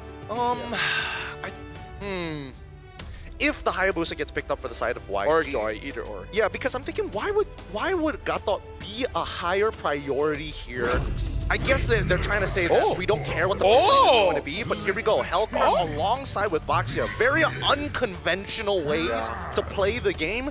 But honestly, this works really nicely for someone in the mid lane who is just looking to kind of open up the map for you. Hey, again, he's 6 for 6 because I did cast that game. And having this roam Hellcat, I really feel like now people are starting to understand when Hellcat is the strongest, which is surprisingly level 2. You kind of don't burst them out like all the way, but especially if you do have that flicker, you're just like, I'm gonna chase you and chase you and chase you. What are you gonna do about it? And then that's all the analysis there. Depends on what they run. I think the Deadly Stingers doing 75% of the marksman's HP at level 1 is kind of whack after 5 Stingers. But, you know, I digress. Finally, the Lunox come in. No touching of Haya. And I really like the Hellcat pick because we mentioned about the 2 playmakers, and I feel like Hellcat is kind of anti-playmaking, you know, with the Dark Knight Falls. You aren't able to rotate well, you are not able to adjust well, and with the Baxia, the theme from YG, at least from the first 3 picks, is just mobility, right? Speed is definitely within their composition. Look, I don't know about you, but I feel like Hellcat is part of a terrorist organization. He looks like he takes people hostage and posts video online demanding for bribes, because that's how he plays. Imagine Lunox trying to walk out. Dark Knight Falls, silence, insta-dead. Yeah. What's the counterplay to that? I miss you, Gideon. It's great being back on the M stage. Yeah. And, yeah, the Lunox. I always feel like I'm meant to be challenged, and you're there. You push me more and more. It's just, you're going band for band here. Yeah. It's our egos. Yeah. I'm the for first. You're the good boy. You're the GBG. GBG. Okay, Lapu, Arlet get banned out. Liamar get banned out. Oh. It's gonna be a final jungle ban. It should be. It's really like, I dare you to pick up Haya. I double dare you. Try me. Try me, sir. So Zone, they will have either Haya or Joy. Unless they have something else that they've been hiding. Like a Amon, which probably not. But you know. Yeah. Like, that sort of like. I think they'll go for. Ooh, actually, okay, wait. I'm thinking. Which one Hellcat likes more? I think that's the question, right? Personally, I don't think it matters. It doesn't matter who he fights, because if you get silence bursted down before you can press any buttons, like, okay, dear Lord, help me. But other than that, I think Your team is Hayabusa is out. What is he left with? So Joy. Joy is gonna get run down by the Baxia. Yeah. So, you know, like, Joy likes to sing, and the Hellcat's like, shut up. Silence. Silence, there you go. Yeah, no, this kind of puts them in a really awkward triangle. Yeah, you go for Fredrin, you already get counterpicked. And yes, I mean, there is a nerf onto the Baxia, but it doesn't fly great. Wow, this is Your team is on the 4th pick as well, so they really want to hide their gold laner here, I feel like. Yeah, but then how do you deal with the Hellcat? I mean, I There's don't know. a chance that the Lunox is going to be gold. There is a chance. Not saying it is. There's a chance. It's just dangerous. I really am. I'm so critical of this Gato pick. There was no reason for being it. that high. Yeah, being that. I mean, one, it's being that high. Yeet is already out, and you were going to lock in the Yuzong, so Farsa was a non-issue. So I get it if you put Lunox into that second position and then Gato somewhere else. Bro, another speedy hero, right? I'm liking YG. Not gonna lie, win or lose, they're very brave to bring out new things here on the Swiss stage. Hey man, who knows? Z1 whips out with the Minsatar gold lane. That will show him something. Okay, Claude. All right. Thankfully, very straightforward, but it's still a hyper volatile comp. It is. It is, and no real form of peel, no real. The output damage from the 2 teams are actually insane. You got the Benedetta, you got the Hellcat as well, but on the other side, you've got the Claude and the Lunox, which will pop off in the mid-late. So both teams are kind of similar, like damage output-wise later on. Yes, damage output-wise, it is pretty similar, but the scaling is significantly better. Better for our teams. And I think that at the very least, when we look at it straight up, it just makes a lot of sense, right? Hey, we have a couple of tanks, we have an anchor to hold it, but your backlines will always be threatened at any point as long as we have ults. Now, it looks like Blink going for that execute. He just wants to kill people instantly. Ladies and gentlemen, this is the 3rd game of today, and Yangon Galacticos coming in with a very new draft, trying to defeat the guys that made through the wildcards, Team Zone. It's going to be one hell of a fist fight here. Welcome And obviously, to there's no Mobile bad Legends. blood, but obviously there's history between the two teams. And we'll see how this plays out because it's going to be purple buff starts on either side. Yeah, and now we're going to be looking at the side lanes here. Looks like a Bankai as well. Stage slightly delayed, just making sure that if anyone invades, he's there to kind of back them up. Nice stuff from Ying. Already. Oh, so good. So he played level 1 perfectly. Committed the Petrify as well, right? Forced regen from Bankai and just applying pressure here. But yeah, that's 2 early spells from the EXP. Bankai also spent his Petrify there. They have to trade Petrifies. Either that, Ying gets that full free push, no trade back, walks away, and then Bankai, he minimizes the amount of damage he's actually taking because of it. But now, I'm pretty sure he knows that Blink is nearby. Yeah. And even if he doesn't, he kind of has to play like this anyway. Oh, that's a Terrify. That's a 2v1. Perfectly executed there. Yeah, Blink did not show on map here so far, and that was just a quick pick-up 1-2 punch. Man, that really sucks. That's just a good way to break the tempo, because you're like, okay, for 2 minutes, we're not going to do anything. Fight Turtle. Immediately dies level 2, and it's like, oh, well, I wish this was Flying Clouds. I wish this was Flying Clouds pretty bad as well. And Bankai, I think he's lost a full level at this point. Yep, level 4 to level 2. This is so devastating for him. My God. He's got a non-existent lane. K is already struggling against Stitch with no help whatsoever coming in because they have to fight for the upcoming neutral objective. Bright is going to be stretched out in places that he doesn't want to be, and Lena's doing a really good job at just slowing down rotations. I gotta say, this is already a rude awakening for Team Zone. It's like, guys, we just got here, okay? we just went through wildcards. We just started the Swiss stage, and y'all play like this? Yeah, they need definitely to take a breather, but because of the Yu Zhang's not level 4, they will. Oh, again, Blink now. He's all over the map.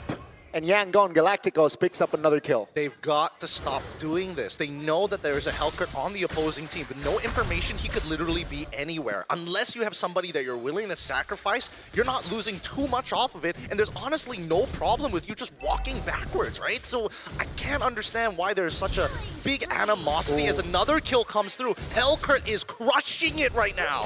I mean, like, here's the thing. This is one of those things, right? How do you train against a Hellcurt? Because I'm pretty sure in scrims, not many people are showing off the Hellcurt, especially if it's your opponents.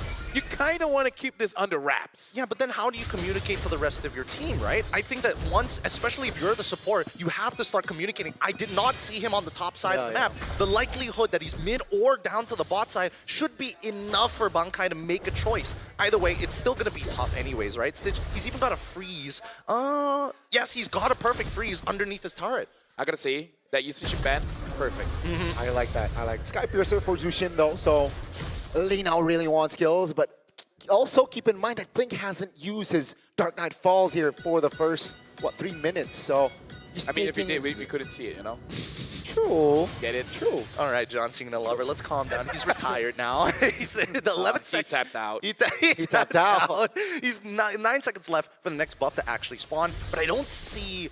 I want to see whether Yangon Galacticos is going to decide to set up a dive, or are they going to really interrupt Joy's farming pattern? Sorry, that was a tank, by the way. One Deadly Stinger, half HP. Has the Heptacies, by the way. He has the Heptacies. So, yay Blink. Yay Blink. Wait, why are there so many people up here? Why aren't they clearing their bot side? Wait, hold on.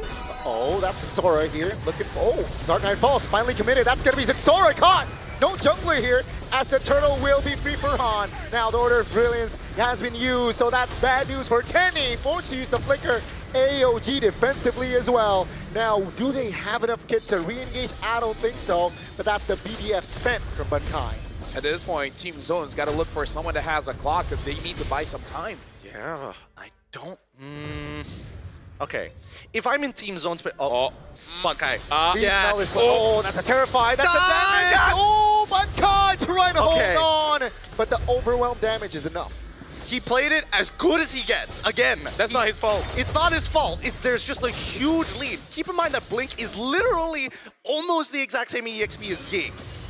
Here's the thing, right? I feel like out of all the EXPs, if you're behind on a Yu Zhang, is one of the worst feelings ever. There's some EXPs you don't mind playing from behind. Yuzong is not one of them. Yeah. Backhawk can relate.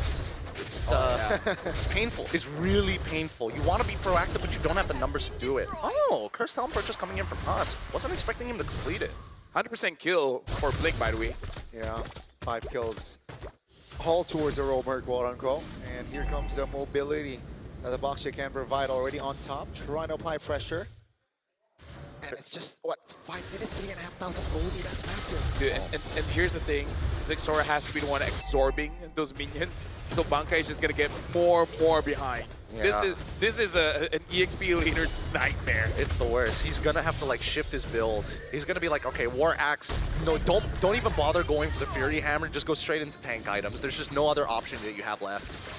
Yeah. At this point, like he's hoping for them to clump up, and he gets a 5-man Petrify, and it gets out of that. I got 5 assists. I'm back in the game. He's back in the game, and he'll be back real soon. But I just think that there's so many things that could go wrong, and there's so many negative like effects for Bankai getting into team fights. Like, if he's in front of Hans, it's a bad matchup. Ying can just run away. Stitch doesn't really care, but luckily, oh, hold on. No, that's a taunt, that's a Petrify. Zixora finds the last turtles. Hans trying to rotate around, get to safety.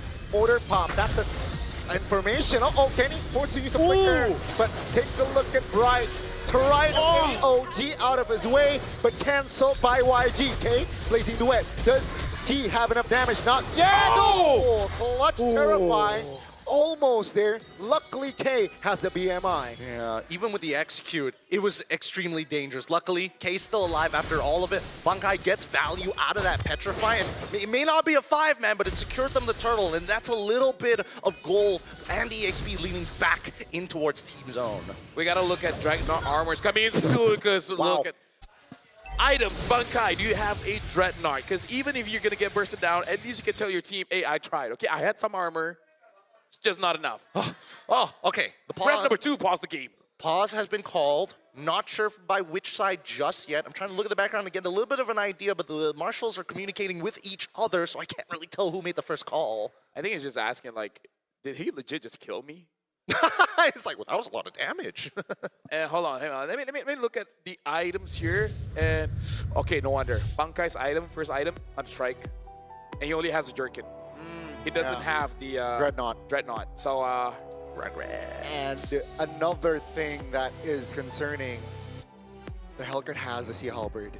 Yeah. Oh. So really, just locked in after that kill. Genuinely, there is no way for him to win this until he gets roughly 3 items. And one of them has to be defensive, and you're praying that Hellguard doesn't buy like a Malefic Roar somewhere in between. It's the worst possible outcome for him, but as long as he's hitting those Petrifies during these important board and turtle fights, you could be able to turn this game around. I mean, like, personally for me, if I'm playing EXP and I'm in Bankai's situation, I don't think it will work in tournament, but in rank, this is something that you can do, which is you type all chat and be like, Kate's free farming, by the way. You want to get on that? Usually, my preferred method is hitting the settings button and just go immediately to surrender and be like, hey, what's the vibe check?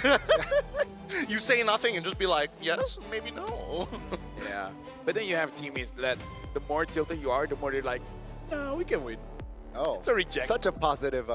No, it's negativity with a positive light. I've never been held hostage longer. Wow. Yeah. Okay, okay. 40-minute games, that's why. Okay. And it's a general rule in Malaysia, if your team gets a Savage, you surrender. For real? Yeah. Oh, okay. Your team gets a Savage, you surrender. Okay. It's like, you know what? He got a Savage. All right. Okay. GG. You guys got to win. And that's why we're the easy server. Just give us a Savage and you get the win. Simple rules, simple rules. It's just the nature of business. Yeah. What's 1 star when you could have multiple stats of savages? And then having like 30% win rate with 300 savages. The most queued stat. Yeah, 30% win rate, but the ridiculous KDA 200 ratio. savages. 200 savages. Took almost no damage his entire MLBB career. He's just praying. He's praying like, please, please, how do I get the mythic? Gets scouted by a professional team. He has a 20% win rate, but it's pretty good because you can't surrender in the tournaments. Oh. He forgets he's in a tournament. Guys, we gotta surrender. They gotta savage. We gotta savage. We gotta end it here. Oh no, but we're back in the game. Yeah. So we should restop doing that. Jeez. We should let when you get a savage, just continue the game and continue. Yeah, like normal people. Anyways, right now looking at the bottom lane here, trying to give as much farm into K as possible, but you're sacrificing one and Blake. Oh my Goodness. And Dark Knight falls, but it seems like Zixora will be able to mark Link down, finds the shutdown, but they lost K. Okay. That's the big 10G. That's a big 10G. 10G. You can't take that away from him. And honestly, really good movement. At any point of time, if he just didn't react fast enough, he could have gotten his ankles broken. Dude, you know what? Maybe tomorrow, people will just play fighters again. Because they're like, what is it? Oh, that's going to be the taunt here from Bright. Great timing. That's going to the back. Kenny looking to find Havoc. That's going to be the box shot finding the Lord. Oh, Sora again finding 2 kills. Zone, they got the 2 kills. But Yangon got the Lord. I would say it's worth it, right? You can have the Lord. It's going to come back. Yep. But we're going to kill you, which you will also come back. Yep. I think sooner than the Lord, by the way. I think that the initial mistake here was the fact that they want to sit on top of the Lord. I don't think they need to sit on top of the Lord. They need to get resources out of Team Zone, right? Like the Black Dragon form doesn't matter as much here, especially if you know you're not wanting to take the neutral, but you just want to fight. And generally speaking, Yangon Galacticos, they decided, you know what, it's already this low, let's just take it, and then we're going to respawn and we're going to go for the full push. Looking at the items here, finding a Dreadnought, and it looks like Bankai will have some form of magic resist because the Jushin as well as the Hive is becoming a problem. With 1,200 lead in the gold lane, that Holy Crystal is going to be completed quite soon. And usually this doesn't matter, but this time it does. 2,000 gold difference between roamers. Question about the mid laners. With the recent updates onto Genius One, do you think it's, you know, first item rushable? Because again, you can see that it's very common to see either Genius One or Lightning Truncheon being picked up in a lot of these scenarios, but it's about that glowing wand. First or second for you? Honestly, I prefer Lightning if I want to go for that. Oh, no. He dies? The man 10G will have to fall here. And at least Yangon is able to relief off pressure top lane. Gideon, it was 1v4. And he was chain CC. Yeah. He was. I don't blame the chain CC. I'm just surprised Ying did that much. I thought that Zixora would at least be brought down to 60%. I wasn't expecting 100-0. Doesn't really want to commit to this yet. They will trigger the passive in the bottom side though, and they will take their time here. Yangon understands that, hey, no rush. That's the way. Slow and steady wins that race. And if they're able to break those holy shieldings across the inhibitors, that's going to help set them up for the upcoming Lord, which is about to spawn in 45 seconds. But we do got to say, Team Zone, whenever they do go for a team fight, it actually looks pretty solid. And they are scaling up because right now it is 11 minutes of the game and Trinity has been built here. So it's not the worst thing in the world for Team Zone because they still have avenues going for them here. Zixora as well with that Wishing Lantern. They can't kill Han because Han is the only front line here and they've built enough forms of penetration to deal with that. Ying kinda, you know, tanky, but it's harder to track him. Yeah, I think right now for Yangon, as well as Team Zone, I think that initial impact on that team fight has to count for something. If they don't find any impact at all and use resources, they just got, you can't face check like that, Bunkai. YG again in the bottom side again. Blink just so on point and precise. 2 members off the board while the Lord is up. This is not good for Zone. Dude, this makes me so mad because they're playing such a good Hellcrit game. Like, it's not just Blink. It's everybody else to sell the idea that he's not there. It's so obnoxious. They're making it look like this is dangerous grass. Yeah. That's like, all of a sudden, the grass looks much greener here. Maybe it's my color blindness, but either ways, team. Like, would you blame K for dying there? I wouldn't, because I was like, you literally saw 4 people. What's the odds that he's gonna be in Tribush down on the opposite side? So here's the thing, even if you know, Hellcut's pretty fast. He's pretty fast. He is pretty quick. He's quick with it, and he's also he's already built a rose gold. Dear Lord. Bro, so annoying. He's gonna skew the stats by saying he's the highest damage as a roamer. Yeah, I mean, that's fair. Yeah, like his roamer stats will be unreal. It's gonna be so funny. He's like being compared EXP laners. Han? Yeah, they want to defend this mid lane turret. Uh-oh, Han. Oh, two-man petrify, no clear down, follow up. No! Okay, the back, finding the Lunox. Bankai repositions Xora. White still able to get out. The EMI, though, will get back to safety. That's the defense on the mid, a valuable one. Oh, that's really unfortunate because K should have died there, but the auto ended up going into the turret rather than to K. Just missed it by half a second. Unfortunate for YG, but it's not over. Coming forward, popped in. Oh! Taken down! Xora will fall for nothing. You know what? I changed my mind. Ying has got me feeling some type of way on that Benedetta. That was sick. That was great timing.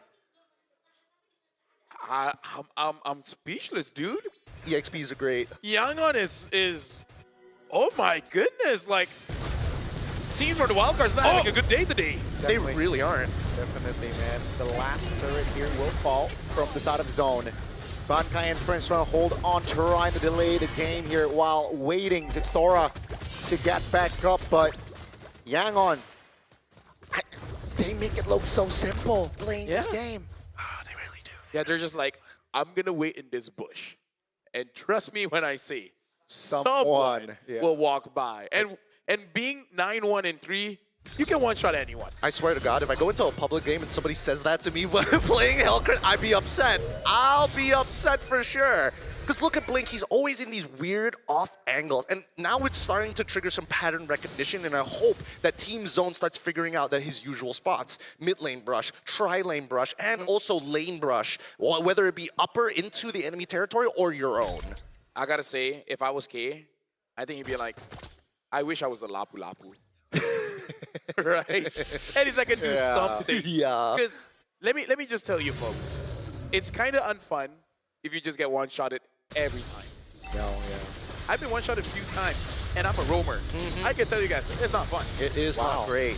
It is not great at all. But now that this comp is finally fully scaled with the help of Stitch, Lord, non-factor, non-issue. Where did it go? Disappeared in under 10. Yeah, definitely here. No contest as well. And potentially, with this Lord, this might be the final push that, again, allow Yangon to rise. It's going to be difficult. 8,000 goalie here for Yangon Galacticos. I mean, at least there's no bushes inside of the base. And maybe it will be more difficult for Blink to go in, or Blink just goes in and then, you know, just gets a savage with their second skill. And then they surrender immediately after. I think that right now, as this Lord is about to push in, I'm curious about the items, but the fight's about to start. Let's see with the Lord here, quite healthy in the mid lane. That's going to be the Order of Brilliance pop. Uh-oh, that's going to be them trying to hold on here. Zone, can they do it? That's the Benedetta final blow in the pin. That's going to be Bankai trying to hold on. Two-man knockup, but it's not enough. Now, YG trying to hold on as Stitch is still alive. The damage is there. The magic power will not go further. It's a 1-for-1 in zone. They have defended. Now, that was a clutch unbreakable by the God Pikacha, stopping the Harvey in his tracks. And again, this Harvey is going for Flicker, not Purify. Okay, so now at least Bright can deal with the damage of Blink. And noticeably, Blink is 9-1 and 3. Yes. That means he was not able to find any angles to actually jump in and kill anyone. Yep. Well, but, okay. This is the hardest part about the Yangon Galacticos comp. Finishing off the game is not going to ever be easy because you're basically doing it 4v5. So the only time we're expecting Team Zone to actually finally lose this game is either they get backdoored, or B, where we see the Hellcrit having to fight around the Lord Pit. And that's the most ideal scenario for Yangon Galacticos. Yeah, quick look at the items here. Quite a lot of damage items for Ying on this one. With the Sea Halberd, Malefic, Roar, as well as the Blade of Heptases. And you can say, you know, Rose Gold as an offensive, defensive kind of item. Full build here by the Hellcrit. Already full, right? Also, the Zushin here, even on 2 kills, still holding on to that Sky Piercer. I mean, like, here's the thing. Shout out to Team Zone. They push us all the way to almost 18 minutes of the game. So at least now, everyone is full build. So now it's just all pure skill. And I think that so far, a lot of skill has been shown from either side. A lot of resilience coming in from Team Zone. And the Yangon Galacticos are playing their game to a T. They know they cannot force certain types of scenarios. And it really makes me wonder, how many games and scrims did they play Hellcurt and just ruin a team's day? All of them. Every single one that they've ever experienced. At least one. Since December, they've been practicing Hellcurt every hour of every day. I mean, like, here's the thing. Still 100% win rate 6 for in 6. Season 2 of Myanmar's MSL. So that's a very impressive stat. That's the BDF already spent, though. YG can utilize and capitalize this. Hellcurt is on the bottom side of the map, just trying to expand, and yeah, Team Zone is forced to react. How smart are the Yangon Galacticos? Pretty. It feels like their fight IQ and their macro is it's just immaculate, right? Just give it a moment. Claude's gonna show up. If he doesn't get one shot, they're gonna back off. I think Kate does have the Wind of Nature. Jumps in. Link. Oh, get mine. Placing duets. Dark Knight falls. K wins this time. Now it's a 5v4. K is not in the vicinity, though. YG trying to back away. Bankai takes a lot of heat there. Kenny still able to dish out damage in that position. Bright with the conceal. Looks for a taunt. Great dodge there by Lina. Zone trying to reposition. Petrify! Yang! Finds the angle! And down goes Bankai as well. Stitch is in trouble! But down goes Kenny. Now focusing on the Lord K. Trying to shut Lina down. Finds it, but Han, clutch retribution. They got it. If he still has the Blazing Duet, I feel like K could have just dropped them all, but again, has to use it to deal with Blink. Right now, K is looking pretty good. Buys the Winter Crown. Yangon Galacticos, it's only Bright and K. I think the race is gonna take some time. K's just gotta fight. He's just gotta fight. Everything he's got. Final blow pops in the mid lane. Uh-oh. Yes! The Crown Blazing Duet, try to clear. Do they have enough time? Han is in the picture, but K shuts Yang down. But ladies and gentlemen, one team will rise to the 1-0 seed, and it will be Yangon Galacticos. Man, it's sad that K only was able to activate halfway through the game. He's got the mechanics. And that final defense, you could really see him pushing his limits to make sure that every angle was covered. But unfortunately, the numbers were too heavily in favor of YG. I would say if it weren't for that Benedetta rushing in, getting the clutch Petrify on Zexora, they would have won. If Zexora survived there, he would have been able to deal enough damage to let K clean up. It was just that one catch. So shout out to Yang, man. That Benedetta worked so well. Because you even said, Gideon, all the way from the very first pre-show, Petrify is such a good spell for an EXP laner, and it's just the Yuzong. But then YG came and be like, hey, there's also Benedetta. That's the thing, Benedetta, it's so easy to make a mistake on Benedetta compared to like Yuzong or even Lapu. Yeah, these catches are great, but the surprising thing is, it feels like, at least for this squad, they understand every single aspect. Everybody decided to build damage this game. Everyone had to make sure that all the items on the side of their opponents had to diversify early on, which is why the mid game felt so devastating with each and every attack. This is honestly amazing for both, because yes, Yangon Galacticos showing up with the Hellcurt, and of course very, very strong, but also how Team Zone is able to extend all the way to 20 minutes, and you can see glimpses of them winning. So the scary thing about the new version of the Mongolian downloaders is that as the competition continues, they'll get stronger, and if they won, they're already looking this strong. Teams have to pay attention to them now. Understandably so. I personally, I hope that both of these regions scrim against each other more often, right? There's so many similarities to the way that they play, but really different approaches to the different tech that they find. But I feel like in that game, at least Yangon, they really understand their playbook from the start already, right? Hellcurt, they make it so simple. And unfortunately for the side of Zone, they were a little bit late to adjust, a little bit late to adapt. in that game. They were a little bit into deep. Yes, there were chances, but you know, 3 base turrets gone. It's just map control for the side of Yang gone. I kind of don't blame them because it will be hard for me to adjust to a Hellcrit that is popping off that hard. I mean, like I feel like for them, they're like, we've fought against Hellcrits before. But Blake's Hellcrit is something special. It's definitely one of those things that you're like, okay, we fought against this hero, but not like this. Yeah, he's not like this. I feel like he gets in your head. He Yeah. really gets into your head. He's not just looking at the target he's going for. He's kind of looking at everybody else to kind of see what they're feeling like. Oh, it looks like, the Clov's feeling a little more comfortable and is willing to check the tri-brush. Next round, instantly blows him up. And here's the thing. You know what it reminds me of? Fanny. Because in ranked games, you go up against 1 or 2 Fannies and you're like, it's not that great. Yeah. We can deal with it. And then that one guy that's so good on a Fanny be like, okay, you know what? Maybe we should ban it out. You die under Fountain and you're like, that's a problem. Same goes here with Blink when he's playing this Hellcrit. It's actually disgusting how he thinks and plays this game because he's getting away with so much on execute. Yeah, and this is the MVP brought to us by the official phone partner, Realme 9-2-4. And it's really all about controlling, let's say, the first 14 minutes of the game. For the first 14 minutes, that's all Blink.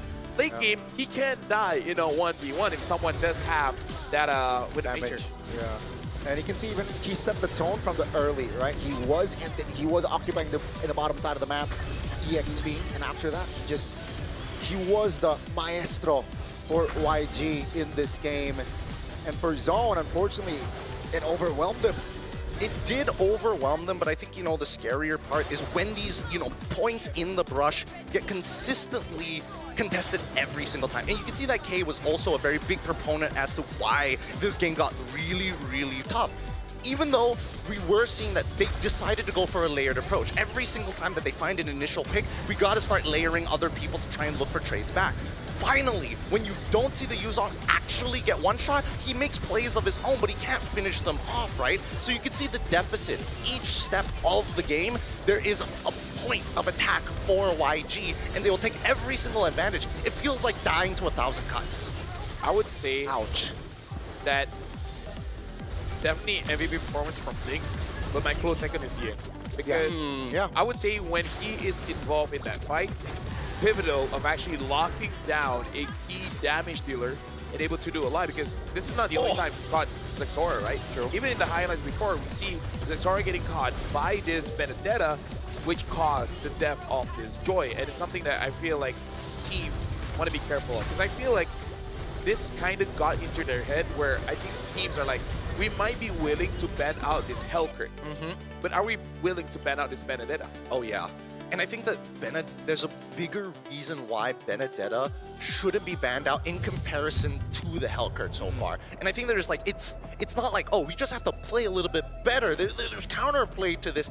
It's a coin toss, and that's something I don't like in the meta game. Especially when we're talking about Hellcrit, I'd rather just ban him out, save me the time to think about it later. Ideally as second phase ban, never a first phase ban if I'm on red side. But that's the thing, YG picked it up first phase, that's right? the They were crazy that part. confident in executing this Hellcrit play. And the thing is, you're going to let go of something, right? You're going to let go of the Yuzong, the Jushin, the Eves, the Yi and Shin and such. Speaking of, Ying had a Bloodwing. Ooh. Yeah, just setting off the item, because we saw when he engaged onto Zexora, almost died, so I was like, this also gives me shields. But yeah, like why not? I feel like we gotta talk about this Benedetta. We've seen Benedetta tank, but then Ying is like, I can just do damage. It's fine. I live by you dying, and I love that kind of mentality. Yeah.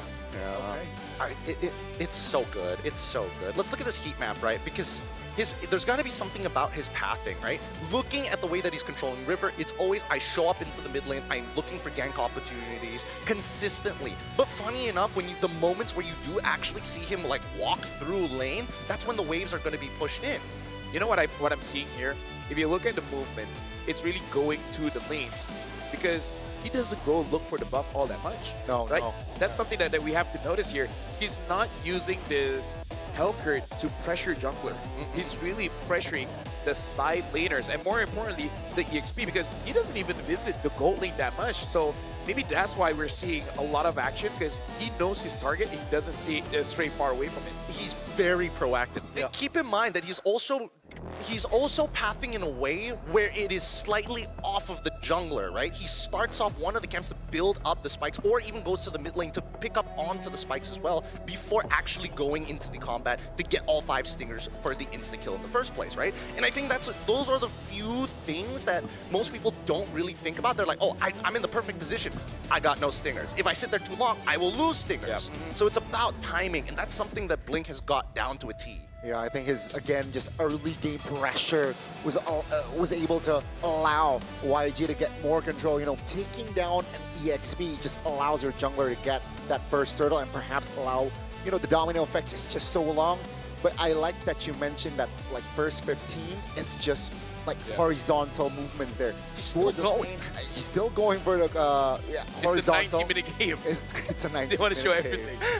43,000 damage. That's a lot. As For roamer. But I really feel like I don't play EXP as often as Gideon, but for me, if I'm level 2 and the opponent's already level 4, I'm kind of telling my team is like, guys, we can't do turtle. Yeah, it's over. We can't do anything, actually. Yeah. It's really, really tough overall. But hey, at least we have more to share. Yeah, and here's the thing. We got to talk about Fairy here. You guys can actually download Fairy games. Play MLBB. You can play 1v1 and win up to $20,000. And here's the thing. It's not just money on there. You can even get like electronic appliances, trips overseas. How though? Wow. It's all in the app, because I actually did see the app, because, you know, Fairy does a lot in Malaysia. In fact, some of our friends played, and I think my friend got a TV or something. What? Got a TV. I'm not kidding. Was that friend you? No. It's not a caster. It's not a caster. Oh. But yeah, you guys can download on the App Store or Google Play Store. You can play 1v1. There's no teams, because everyone keeps saying, like, I don't have a team. How do I do this? So play Fairy, okay? You can win up to 20,000 and many more prizes from the app. So it's kind of like you get as much points as you can, and then you kind of redeem it. Wait, but then if I go into this 1v1, can I use all the skins like the Gatot one? Oh yeah, for sure. Because for you guys, don't you guys love free stuff? Because the Gato Kacha's electrifying Solar Spark skin is free when you hit level 45 on the M7 pass. Keep leveling up and claim your reward. I love hearing the Indonesia casters laughing. They're having a good time there. We're having a good time. Shout outs to Owl. Yeah, good vibes, good times all the way through. Honestly, I gotta I'm work level on 23, by the way. Oh. M7 pass. Well, Unfortunately. Yeah. Not yet. Not yet. But I am hopeful. After this, it's Tiangfeng Yaguai going up against Team Falcons, which is going to be the 4th game of this 8-game best-of-1. So we'll go for a quick break, but we'll see you guys for Tiangfeng Yaguai against Team Falcons.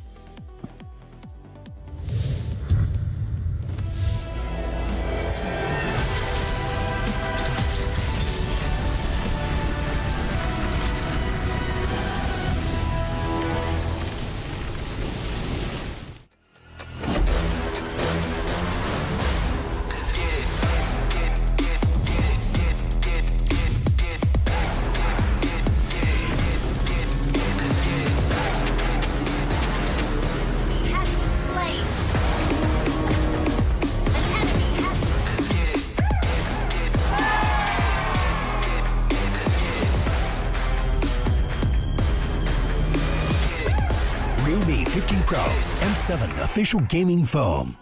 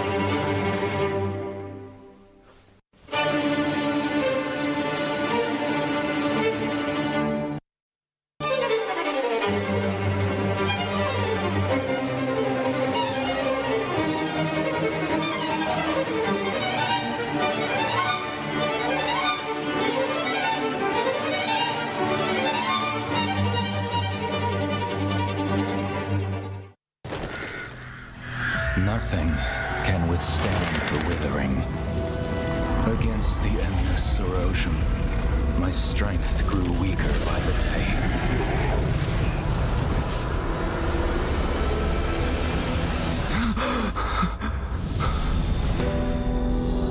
True power dwells within the spirit. Try to embrace all that you are.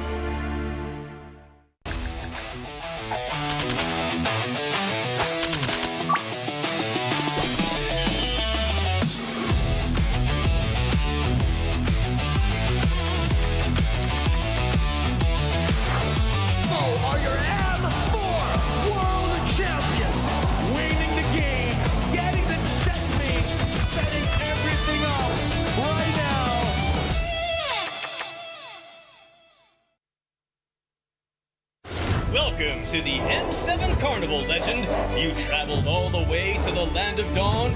Don't worry, we'll guide you through all the activities and wonderful experiences we have.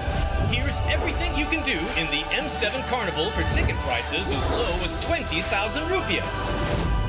First stop is the Stage of Legends, filled with performances, music, cheers, the biggest M7 watch party, and a special performance from Stephanie Poetry on the final day of the carnival. Game recognizes game in the M7 Carnival, as we'll be collaborating with the NBA. And history is made here at the M7 Carnival, the first ever MCGG World Championship. The Go 1 Grand Final will be hosted here at Stadion Maja Jakarta. So come join us and feel the energy. Next stop, the Heroes Playground, to take photos with giant hero statues and meet cosplays of heroes from the Land of Dawn. Come to the Hall of Creators and Pros to meet and greet with top content creators. Teams from MPL ID and Legends are here. Line up, take photos, and even walk away with an autograph. Play games in the rewards arena to win prizes from all of our brand partners. It's at the MPL Market. Booths of your favorite teams, exclusive drops, and surprises from your favorite teams. Take a quick bite at GoPay's Land of Dine. We've partnered up with GoFood for your food and drinks.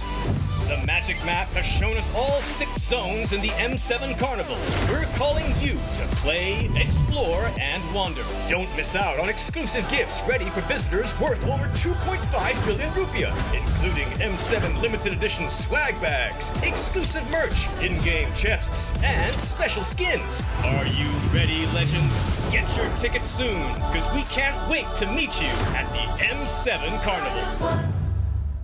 What is a dream chaser? Dream chasers are relentless, and they are unstoppable, forever chasing the eternal dream. Düş peşinde koşanlar geriden başlar. Aleyhimize yığılan ihtimalleri aşarız. Мөрөөдлийнхөө төлөө тэмүүлнэ гэдэг бол дайчин хүний чанар юм. Галт үлдээгүүр бид хувь тавилантай тэмцэнэ. Un soñador emerge de las sombras. En cada batalla forjamos nuestro nombre. A chaser is new to the fight, fierce enough to rewrite history. Kuzeyin ucundan yükseliyoruz. Bir düş peşinde koşanlar olarak dolunun vahşi gücüyle çarpıyoruz. ساعي الحلم نصر عاصفة الصحراء نحن شداء صراع ولا نلين. Преследователь, западный дракон восстающий, чтобы доказать, наши клыки все еще остры. 追梦者乃东方苏醒的巨龙，腾空而起，施展群雄。 Kami pernah berada di sini. Kini kami kembali bangkit untuk menggoncang dunia. យើងជាអ្នកកំណត់ហ្គេមល្បឿនប្រកួតខ្លះជារបស់យើងដែលធ្វើឲ្យគូប្រកួតពិបាកវែងទឹក အိမ်မက်တွေနောက်လိုက်ဖို့အတွက်တိတ်ကနေပြန်လည်ရောက်ရှိလာကြတယ်။တားဆီးတိုင်းကိုလည်းရှုံးမခံဘူး။ကျော်ဖြတ်တောင်းတော့ Ang naghahabol ng pangarap galing sa pinakamalakas na rehiyon, habang iba'y nanonood lang, kami ay kumikilos na walang pagdududa. Kami menguasai pentas untuk menyempurnakan legasi kami, meraih kembali apa yang sepatutnya menjadi milik kami. Seorang pengejar mimpi bergerak seperti Phoenix, terakhir kembali dan ditempa proses. Sebagai pengejar mimpi, kami menguasai langit. Kami akan merebut mahkota dan menumbangkan para lawan. Ang humahabol ay kumikilos na parang hari. Kami ang mga hari at ipagtatanggol namin ang aming trono. 16 chasers. 16 dreams. M7, this is where dreams collide.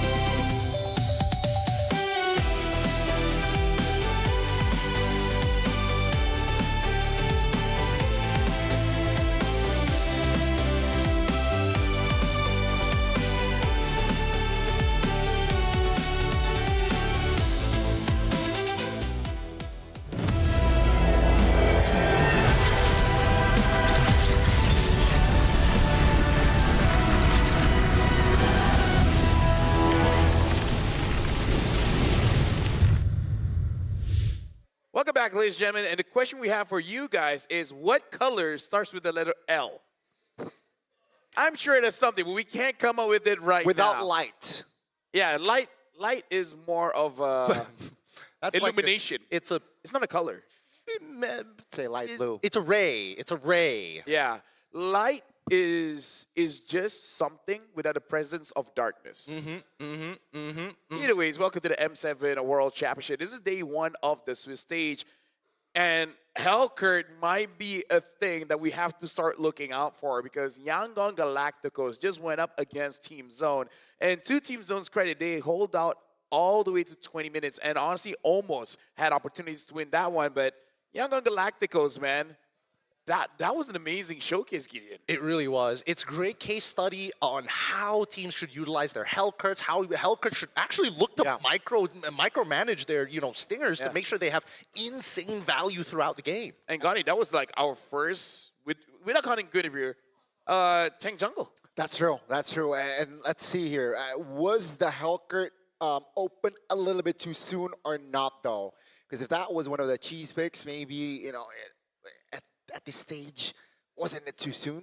But that was, again, just clean MLBB coming from Yangon, who will join Onic in the 1-0 seed. Hey, there's only one other team that could potentially join them at this stage. And I don't know if they want to play Hellcrit as well.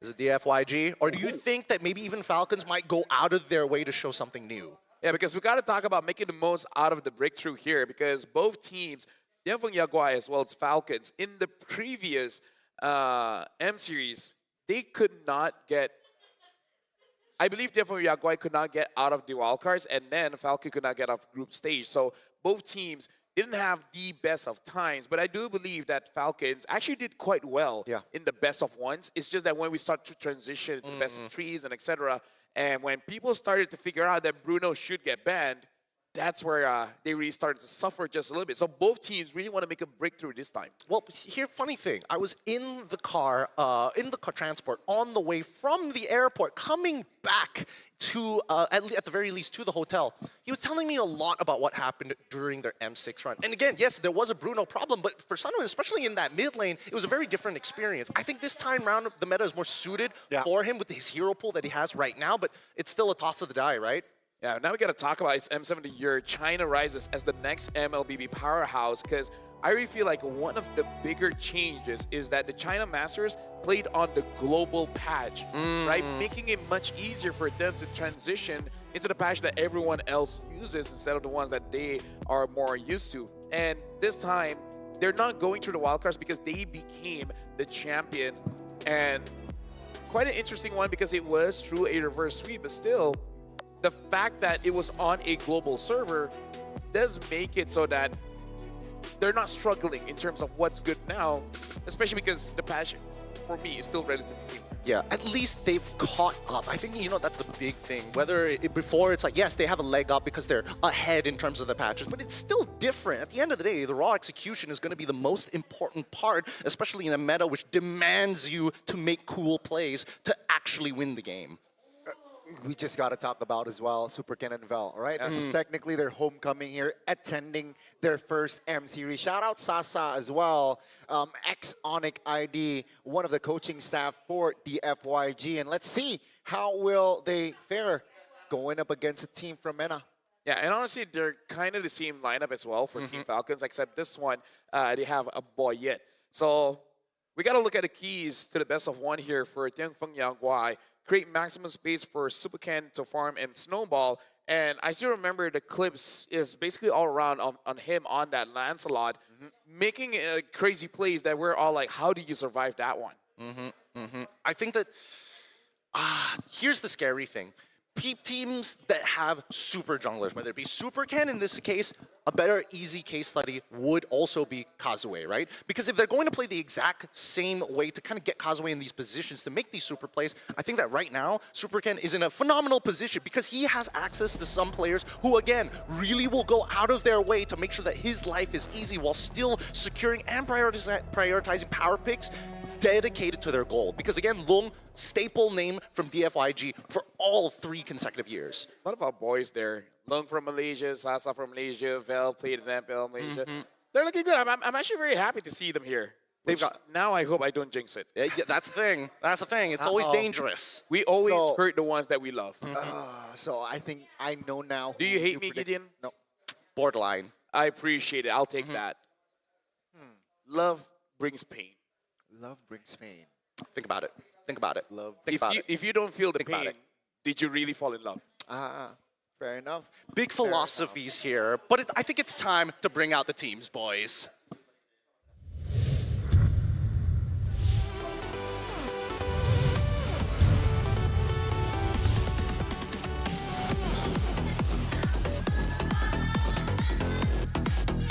New look, same fierce players. They look to soar high and pass the Swiss stage finally.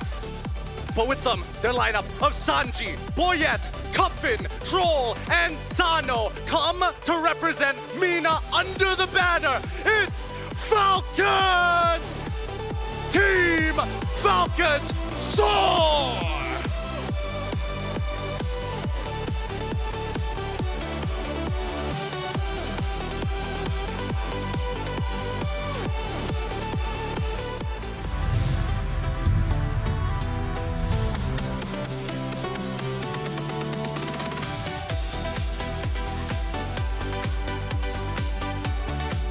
China's champion, featuring Bell and Super Ken's homecoming. They look to shake things up here in the Swiss stage.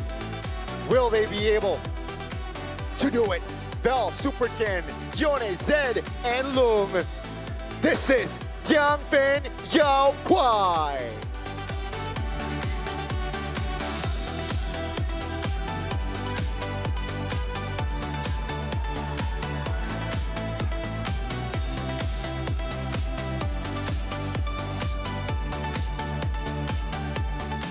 Now introducing the coaches who will arm their players with the best weapons possible before they meet each other inside the Land of Dawn. For DFYG, Coach Sasa and Lums. For the side of Team Falcons, Coach Howie Byrne and Kakashi. And now the fist bumps going in. Again, for Jiangfen Yaguai as well as Team Falcons, they are in a situation where both really want to get to the knockout stage because, again, the slots are super limited. Only 8 slots for you to get onto the knockout stage, and unfortunately, 8 teams will be eliminated. And I feel like for Jiangfen Yaguai, a lot of pressure is on their shoulders because Guangzhou Gaming was supposed to be the second team to represent China coming out from the wildcards, but they were just so close. But again, not enough. Jiangfen Yaguai, we've got Bell, Super Ken, and Yeon. Zed as well as Lung. And Lung, the last time we saw him, it's really about that hero pool. I wonder if it has expanded, especially because the gold laners today, at least for the marksmen, really have not been having a good time. Now we're looking at Team Falcon, Sanji, Boyet, Cuffin, Troll, as well as Sano. Yep. Big conversations with me and Sano, but overall, I'm hoping that the rest of the team is able to kind of work with Boyet, right? Because again, not Troll, what was it? Tarzan is supposed to be their main jungler, but this time around, they're getting Boyet to take them to new heights. And the question is whether the team can actually adapt to that sort of playstyle. We know Cuffin has shown some great plays, previous international experience, and with the help of Troll, but there was lack of direction. And that's what I'm hoping for this upcoming game, whether they've curbed that problem from last year. Definitely needs more direct approach, maybe more concise as well, and hopes in a best of one, you know, anything can happen, and all they need is just one perfect game to at least secure that 1-0 seed. And again, Sano, not a lot of records, maybe no records at all, playing fighter gold laners, unlike his opponent. So maybe that's something that also the FYG can exploit. Yeah, I mean, looking at the internal ranking for the junglers, so number 7 is Yazuke, TNZ falls at number 6, Super Ken is at number 5, right, is at number 4, and Sakai's is at number 3. I'm guessing Carl will be number 1, so Kyrie number 2? Ooh, that's a... If Sakai's is already number 3, I feel like that's where it's leading to. Unless it's Demon Guy. Demon Guy was number... He was number 5, but I think... Oh wait, sorry, that was Super Ken was number 5. Right, Demon Guy is number 4. Number 4. Our predictions for this game is going into DFYG with LaFell, the only one for Team Falcons, and I think that even for this one, there's a lot of big problems with both of these teams that I saw from not only MSC, but all the way back from last year's M6 that I am hoping that they have curbed. And I think for DFYG, their problem is a lot harder to solve in comparison to Team Falcons. Wow. Well, we'll see, because especially I want to see how Lungs will play around with this kind of patch, because we know he can use fighters, but you know he really wants to use those marksmen. And let's go back to that conversation. We really have not seen a good marksman game. In fact, the one gold laner that won was a mage, the Arif. Although we gotta give props to K, right? Oh yeah. Dealing with the Hellcrit is not easy, and towards the end, when he's full build, he actually looks pretty solid. He does, but it also takes up resources that don't naturally come from him, like the Winds of Nature, for an example, right? Our map reveal has shown us broken walls once again. Same problem as we saw in the previous matchup, but this time, let's see what approaches both teams take. Let's see here, right? It's going to be the FYG and Team Falcons. Who will take blue side here, at least in this game? I think, again, so far, the teams that are on blue have more... Bloodseal's been itching for a real more saves, right? There's dictation there. Oh, Team Falcons, they banned Esmeralda out early on, so that's very specific. But why? The question is why. There's always a good, but just for Yves? Is that the only thing that they've considered at this point? I was thinking maybe Uranus, but I was also thinking, like, if you are banning out Esmeralda, you're looking for the direct counters. And there is the possibility of anything that has a shield. Yes, Yves, also Angela, the list goes on. Among the planes exists the It's going to be the Yves here picked up, so it seems like they're not too concerned, right? They know that Jushin is man. There we go. That's going to be the natural response. The Yuzong and potentially an assassin here like the Suchin or even the Hayabusa who's still on the board. Oh, this one's really scary. Did you say Hayabusa? Hayabusa. Okay. Hayabusa sounds pretty, That's the next skin. That's the next skin line. We got the Hayabusa, man. Yeah, it's an entire skim line, except it's all in onesies. Think about it. Hayabusa? Whammas? I love pajamas. But yeah, now with the Yuzong lock, we saw Gathon in this situation before, but they go for the Cho. Wow. Which is early, but at the same time, technically flexible, because it could go into the goal lane. Not sure if Lung wants that, but hey, who knows? I feel like I don't know whether he's broken out of his traditional marksman archetype. I feel like he'll always lean in, similar to Sano in terms of just wanting to have something with range, or can scale up into the late game. I feel like maybe this could be, I'm reading into this a little bit too much, whether Zed's hero pool is actually smaller than we think, which is why they lead back into the Cho, which is generally a good Swiss Army knife. If not, I would have imagined that mid lane gets picked up. Wow. Matilda! Matilda This and feels Fred. like, what? 2 years ago? Yeah. That's a classic combo there. You think they're gonna go Ixia to like really double down? They double down on like, oh, if you get our Yves, you can't get our Ixia. If you get our Ixia, you can't get our Yves. I feel they want a Claude or a carry, because I feel like carry Matilda would be pretty strong. I'm down for that. That actually sounds like a really good idea. But overall, there's still a couple of answers that need to be, dealt with. First, number one, do we have a mid laner that can deal with this tank? And I mean, yes, there's obviously the Farsus and things like that. The Lunases, of course, but their jungler gets locked in first. So now this is where it gets interesting for the bans. Yeah, here's the thing. I feel like Yaguai, they kind of is Claude or Moskov. I feel like those are the two heroes that can deal with this Is kind Bruno of just out of the picture? I feel like it is quite difficult because you need some kind of shred, and Bruno is all about that crit and not really on that shred. So I really feel like it's either Claude or Moskov, because Lung has shown that he does like to use that Moskov. The carry is okay, but dealing against Eve, it's so hard. Yeah.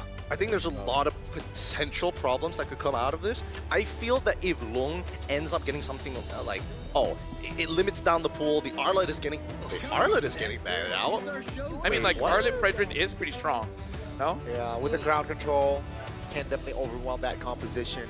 I think... Plus, I think it means that their mid lane or whatever it is kind of like mid-range. Mid-range. Yeah. It's a really good read into the situation. Funny enough, Falcons are the ones who ban out the Claude. Yeah. Again, like, Falcons want to make sure that Donghui Yaguai does not get it, because I feel like with this kind of draft, you can get away with any marksman, even the Beatrix. Yes. It's so annoying. The Uranus ban comes through. The FYG, they sniffed that one out. But I feel like Falcon, if they don't mind not having too much damage, they can go for something like an Alice and still pressure quite well against the three heroes of Donghui Yaguai. Yeah, Terizla as well, the good setters. There's multiple different options here. And I think that, especially when you're up against a Yuzong, if you can negate how much lane pressure Yuzong actually provides in that lane, things like playing like Esme, for an example, Uranus, and there's one more that was supposed to come into my mind. I was thinking maybe if they wanted a little bit more damage, they could go Benedetta, but again, same risks as our previous best of one. Not worth taking. Definitely not worth it. And Falcon will lock in that Valentina. So no two real word manipulation in this game, and potentially a big ultimate later on. Let's see, first pick in the second phase, DFYG. They have enough crowd control. Now they need burst though. I would feel safe-ish is Kadita, but dealing with the Matilda will be a bit annoying. So they still go for the Farsa, fight range with range. So the Lapu is still open. I feel like Lapu is pretty solid for Falcons. Yeah, super solid. And I think this is what they've been waiting for this entire time, right? because they've set this up really well. They've got like a strong mid trio that they've been working on, and then on the opposite side, you got the duel, and then your EXP laner, so that's one side of the map. Once the mid laner reveals itself, then it becomes very clear how they need to approach this. Mapu comes to mind, you're right, and my potential marksman, right, for without the Claude. I think they may even consider something like a higher carry. I feel like it's still good for Falcons at this point. Because again, I feel like any marksman they pick up will be good. Yeah, I like that Harris pick. Provide burst as well. They could also go for Ixia if they wanted to, and I think that's something that we have to keep in mind, considering that we've seen it pop out a couple of times. Ooh, Moskov, great way to kind of just deny the opponents. Go into carry, I dare you. Try me. Because again, only Moskov as well as Claude really deal with this kind of draft very well. So they go for the Ruby instead. So this is going to be a usage in hyper carry. I like this, actually. Yeah. Ooh, this becomes way harder to deal with now. With, again, a composition like this has a lot of turtle pressure, and I think that's going to be the big problem. I'm curious to see whether Sanji is going to get some actual value from this Lapu, because if he doesn't find that early first kill during that turtle fight, this game is going to spiral out of control. Realistically speaking, looking at this kind of draft, I feel like the one that will suffer the most is probably Boyet on this Redrin, because dealing with Cho, Ruby, Yuzong, there's a lot of ways to say that you got into the fight, you're not getting out. Yeah, even if he does find an opportunity to catch Super Ken. So it's a dangerous, fine line we will be seeing here as we head on into the Land of Dawn. Yep, ladies and gentlemen, this is the 4th game of today. Tianfeng Yaguai going up against Team Falcons. Can Team Falcons actually soar, or will the monsters from China bring them down? Let's find out. Once again, both junglers going to be starting on the same side, and the Hall, they're happy. Troll taking a little bit of damage in the earlier stages as expected, but I am liking this opening in the mid lane. They're not doubling up on each other, they're splitting the sides. They know that the matchup, they have more damage for now, unless Matilda gets 3 of those Soul Blooms on you. Definitely got to capitalize on that power.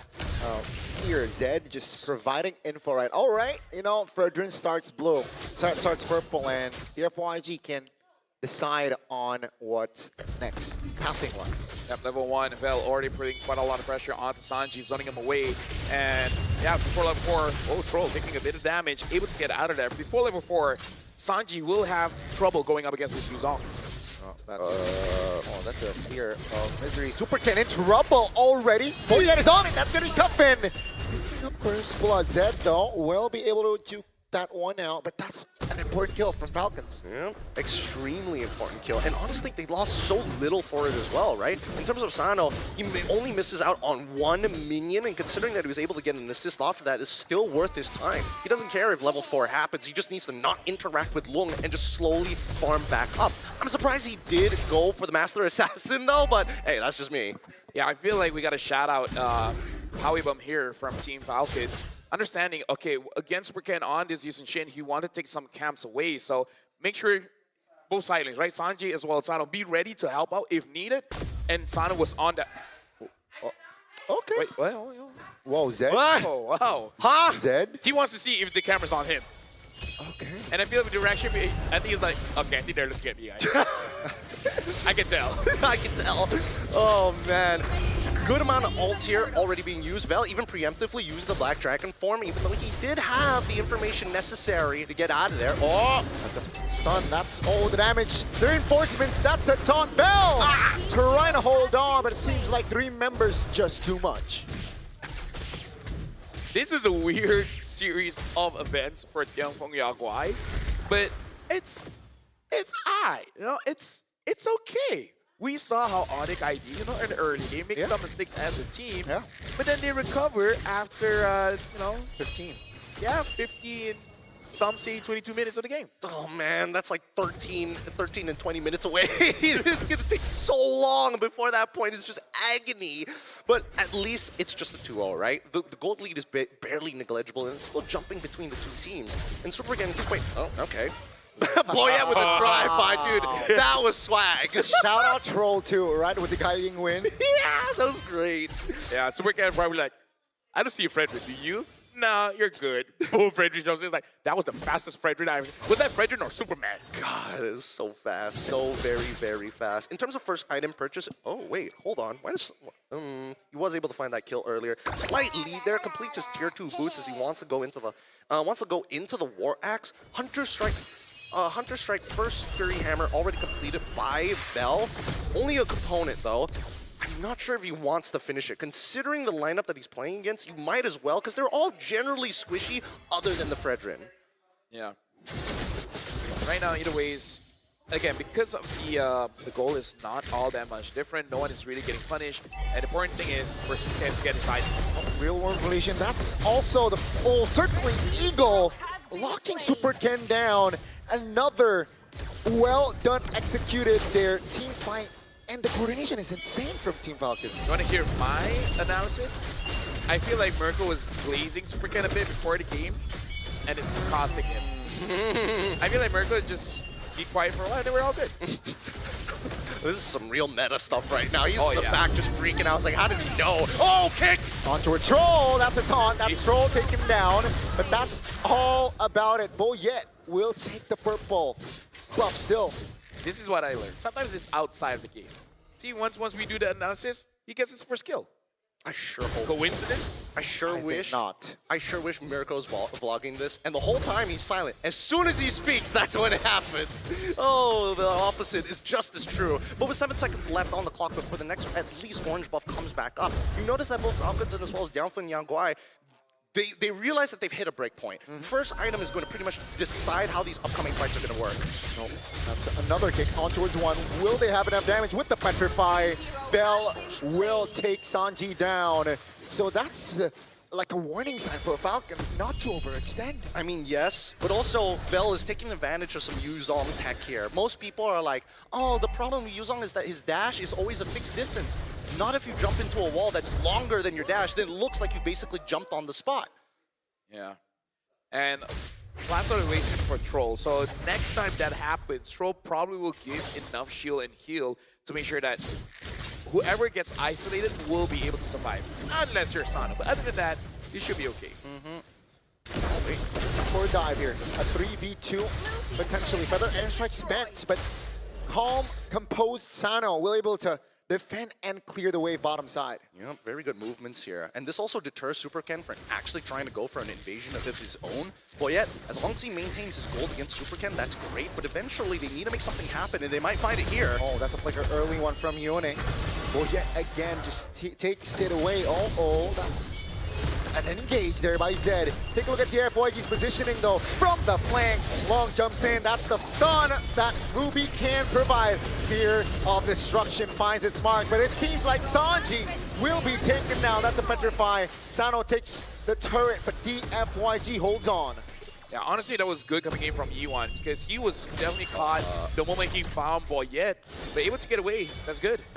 We talk about good, but actually backed away. I think Super Ken just leashed the turtle for him. Yeah, that's a 3-1 for Boyet. Do they have compensation though? They want to fight now. Boyet is the target. Remember, they have the Flask Oasis in hand. Zed with the kick. No clear target. That's going to be Boyet falling surely, but no! He holds on because of the Flask of the Oasis.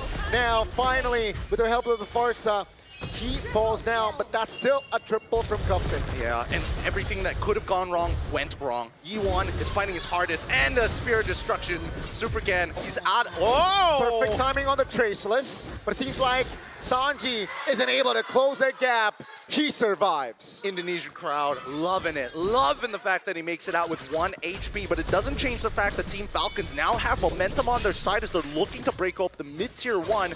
The FYG, again, so many moments. These fights are really, really messy. The initiation looks good, but as soon as the team fight goes longer than 3 seconds, everybody's got a different direction. Yeah, you got to start hunkering down and say, what's first step? And I think the first step is, Bell, your main target, is Cuffin, right?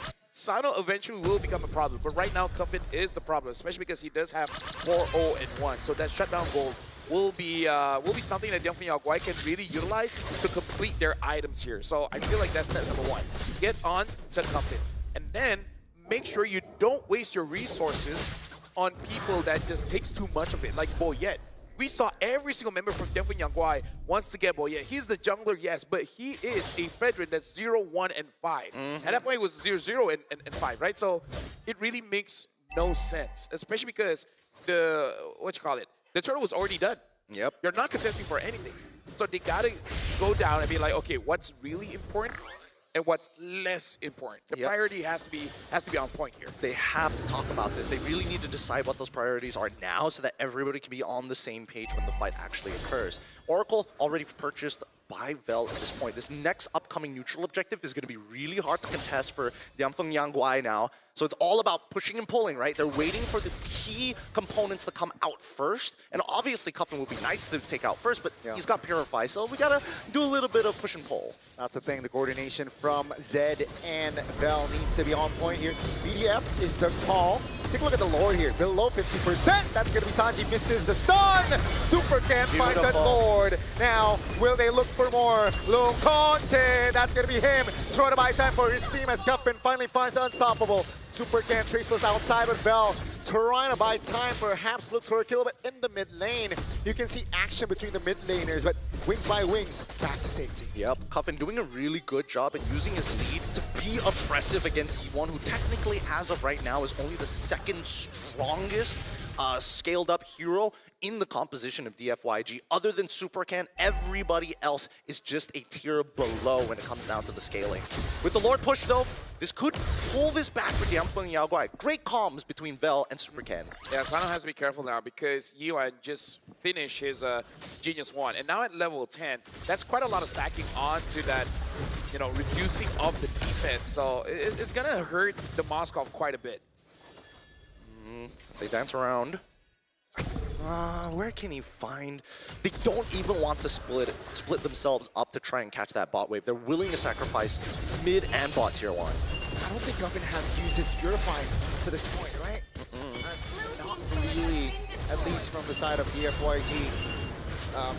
Creates a lot of threat just yet, but they will lose towers though because of the Lord push. Yeah, right now for Tianfeng Yangguai, we can definitely see that they're slowing down because even they understand in terms of scaling, they're actually not bad, especially Supercat. I feel like for the first few minutes is getting back into the groove of playing on stage, and now I think he's there. They're making some good calls here. As soon as they see the Dragon Bolt come out, revealing the entire map, they're already taking guesses where they could potentially be. And I think there's a really good response coming on from the side of Falcons. They've been drilling themselves to have good habits, and I like to see that. Now with Boyet, with the Brute Force Breastplate, that's when things are going to start speeding up. It's even for Supercan on the opposite end, getting a Blade of Despair. Luckily, he doesn't have the Malefic Roar just yet, but we'll see. The last couple of items, I'm not sure which situation is better. Yeah, right now Sano hasn't been influencing the fights all that much. We got to see whether this Moskov can really do much because, again, Marksman so far hasn't been doing all that great in day 1 here. Zed probably thinking that he wants to get a target, but I don't think there's any good targets for him to hit. See, you're waiting for someone to pull the trigger. Oh! On Shocker, that's certainly Eagle. Real world relation. Tutan! Oh, take a look at the damage. Now Sano jumps in. Sanji will finish him off. Now it's a 5v4. Take a look at Yuan trying to escape with the wings by wings. Finds it, but that's Vel taking a lot of damage. Team Falcons can they close this one out? Seems like not just yet. Now with a feather airstrike, Sanji will feel the heat. And it's a 1-for-1 at the end of the day. Dude, you could just see the combination of Genius Wand alongside with the Glowing Wand. My goodness, you can see cumulatively stack up higher and higher when it honestly shouldn't. But at this stage of the game, with a Lord at stake, Tianfeng Yangguai will take anything. And with Sanji down, Long, all he has to do is peel. I gotta say, both mid laners are playing so well here. Yeah. E1 as well as Cuffin, making sure that they can deal the damage while being alive. That's a kick. That's an important member. Down goes the gold laner from Team Falcons. Take a look at the Lord who finds the retribution. It will be Super Ken. Now, it's technically a 5v4, and Team Falcon says, let's disengage. Yeah, for Tianfeng Yangguai, they gotta be careful as well because Super Ken did take some damage in that previous Lord fight. So, gonna heal up first before they really, you know, commit. Especially because they did get the Lord, so you just gotta wait on that. By that time, Sano will revive, and he has to be careful of that because again, Sano has not had a game so far. He does have his Trinity, but looks like it's not enough. Yeah, and I think worse yet, the sieges are so much better for DFYG. Oh, wait, hold on. That's a taunt. That's a roamer, though. Let's see. I think Zed can die here. It's a 5v4, but it will relieve off pressure, definitely. No, look at all the ults already being used. Yeah. Right? 4 ults. For Zed. On towards a roamer. And now with the, oh my god. Uh-oh, let's see here. No resource. Not a lot of resource there for Team Falcons. BDF can feather airstrike span as well, though, from DFYG. So never mind. Y'all guys also use a lot of ults. So now we're break even. I've never seen two teams spend so much for a car in my life. It's secondhand. I swear it's like brand new. I don't know. 30 million, it sounds a little expensive. Yeah, I think they're like, oh no, we use a lot of ults. What are the chances we can make them do the same thing? And then it's like, okay guys, we're all good. We're even. A little trigger happy indeed. Circling Eagle. On towards one. Dude, Yuan from the flanks. That's a Farsa, by the way. Very ballsy move, but nothing comes out of it just yet. No, they just want to show us that it's so low cooldown that it's okay. Yeah. I agree, but at the same time, Troll, you gotta stop pressing that button so early. You gotta calm down for half a second. The last one made a lot of sense, but this one you had literally zero space to play. What was the play there? Okay, let's ask the question. Was it Troll or Boyette? What if Boy is like, hey, bro, bring me in. Bring me in. Let me put a 5-man taunt and let all 5 members feel my blade. Boyette physically getting in front of Troll and be like, send me in, sir. Oh, they got you one. Yeah, that's the wings by wings. Oh, perfect time as well. That's a shutdown, an important one. Finally, one mid laner goes down. It's working out. It's working out for them. And Yangfeng Yaowai, they need to know that, like, as much as you want to stick as 5 together, splitting up is a pretty decent idea, but vision will always be #1. If you don't have vision over your opponents, you better be careful, sir. Yep. If you don't know where you're going, are you really going anywhere? That's a great question right there. You've been listening to a lot of Jaden Smith, clearly. Oh. Your idol, your role model. I'm listening to Jake Paul. Come on, man. Okay. Oh, that's different. Oh, that one hurt. That one hurt. Yeah. Ooh, yikes. Yeah, still talking with a broken jaw. That's the best part.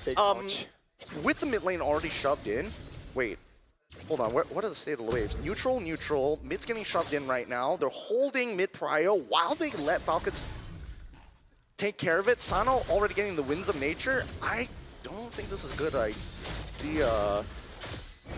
Well, right now look at the Lord here. Lung is also looking for an opportunity to use the Don't Run Wolf King, and Sanji's almost on 15. Now they got vision. Yeah, they're pulling the trigger right now. Yuan, no flicker. Oh, Yuan! Again, obliterated. That's gonna be the Super Ken finds it. Take a look at Bell in dragon form. He holds on, but the taunt, the damage will come through. He will be the sacrificial lamb as Guffin picks up the godlike.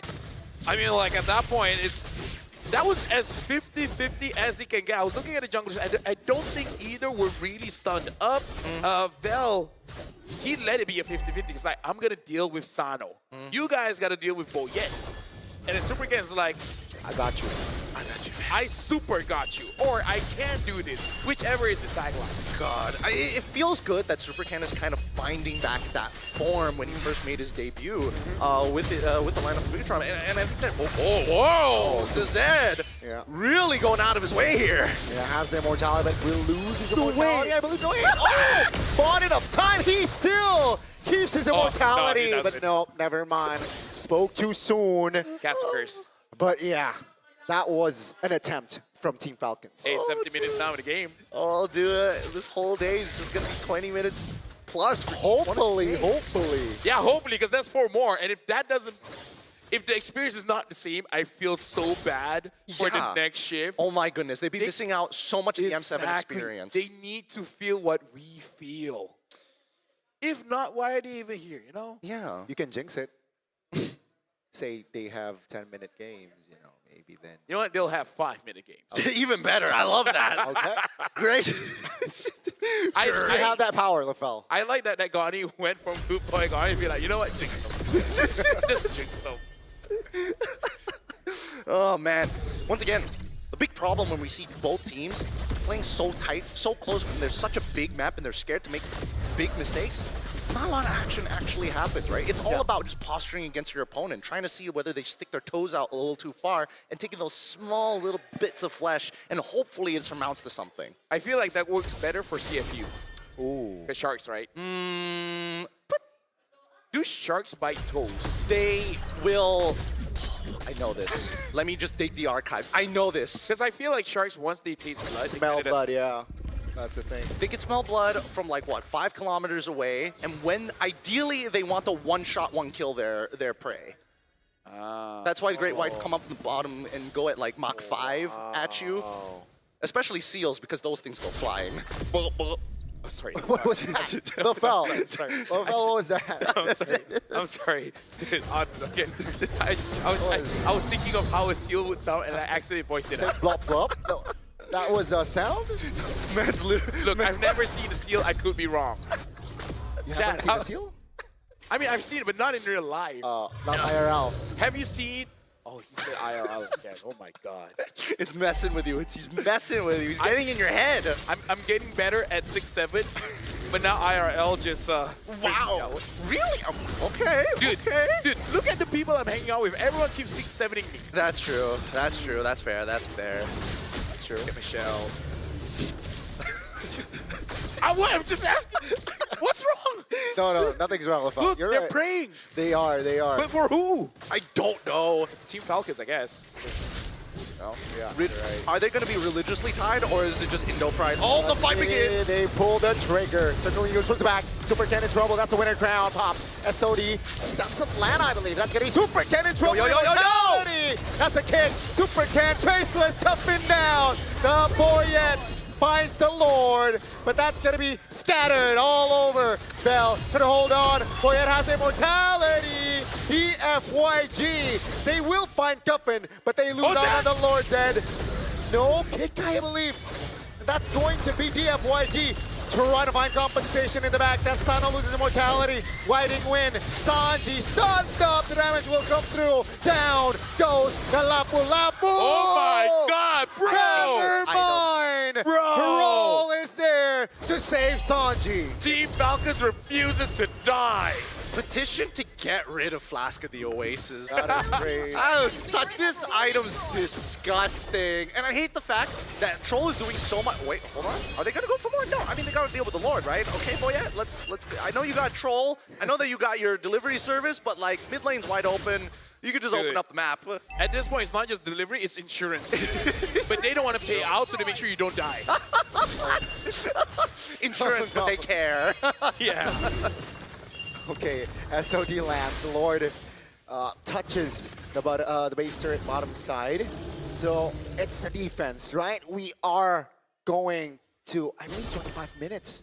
If they keep going like this, I can see even half an hour game here. Hey, we had a 29-minute game. Sure, why not break it? Exactly. You know what? Boys, we're the long boys. I like that.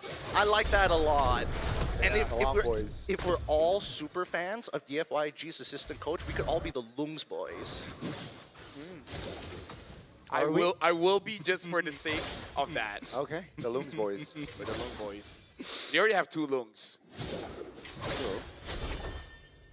Do we add 1-0 for every fan? Each fan has to sign each of the O's. Oh, look at that! Uh-oh, real world relation. Feather airstrike in response. Base turret will be defended. Sanji misses his stun, has the guiding win. Here comes the Dragon though. Trying to isolate members perhaps, but no, the damage is a little bit too intimidating, and they will clear top. You know what both teams are doing quite well? It's spacing, because they're really trying to get maximum range of whoever is the longest range, and they're just dodging just by a few, a few meters or a few pixels. What's the small of miles? Feet? Yeah, sure, because I want to address the any audience as well. Okay.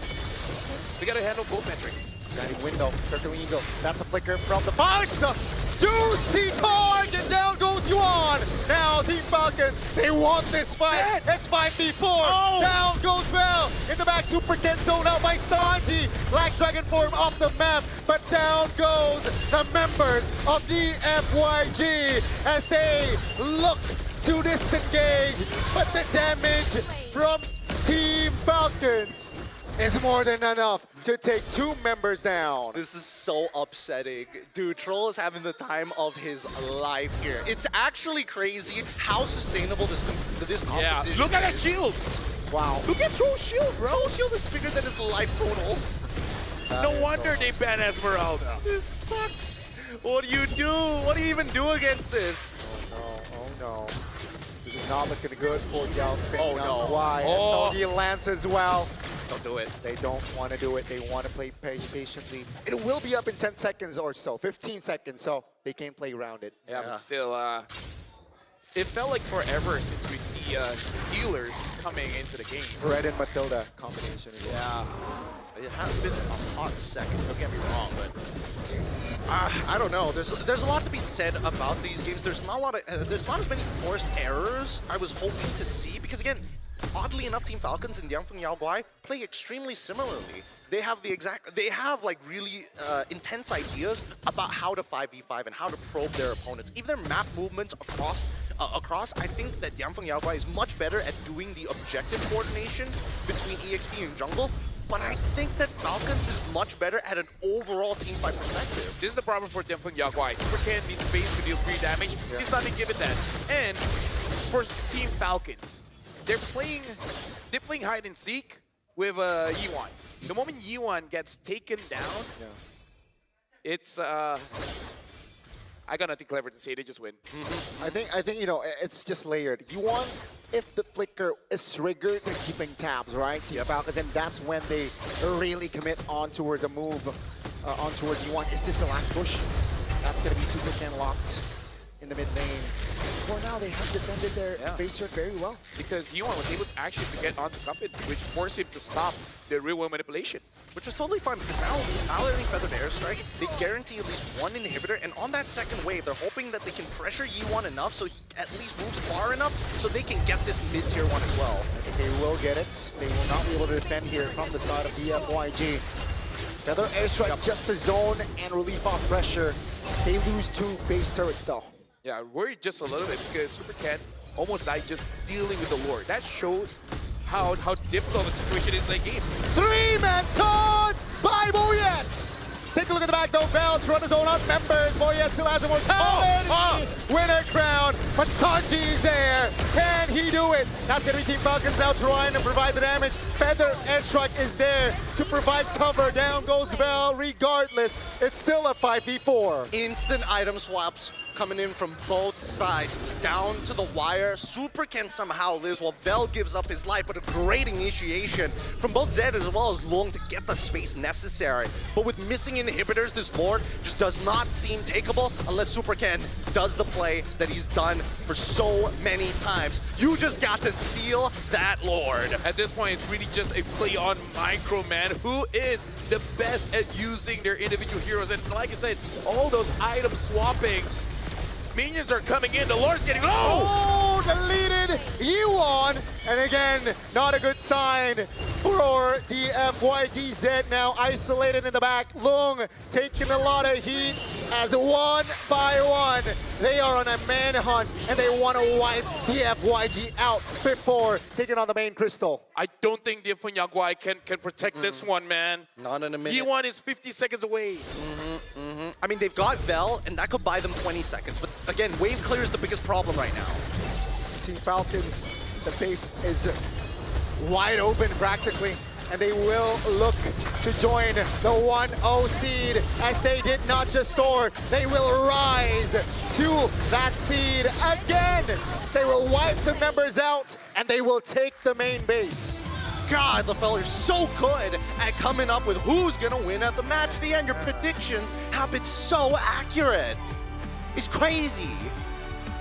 That's so crazy, my guy. It is really crazy. Yeah, I definitely meant for that to happen. Yeah. Bro, I'm so smart. 27-28. That is quite a long stretch of the game, but something about Falcons, man. Yeah. In a best of one, they're really like showing all the way from last few years, like something about best of ones. Meta really likes it. They really do. In-game decisions, I think, right? Just more. I personally think that Falcons have a lot more mental stamina. They are a lot more, I wouldn't say they're the most patient when it comes down to the play. But if you tell them, oh, 150 fights and then do your 151st fight, they'll still say yes. I think that DFYG at this point in time, as these fights get messier and messier, it starts to all blend together. There's a lack of clarity as to how do we actually deal with this fight when we are so close together.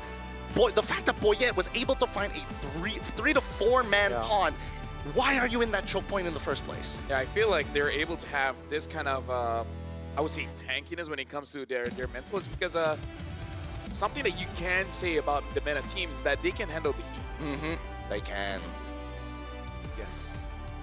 You like that, Connie? Yeah. He can. Nobody can see his face. He's loving it. He's loving that one. Yeah. But man, at least for Falcons, very happy that they found at least the win here.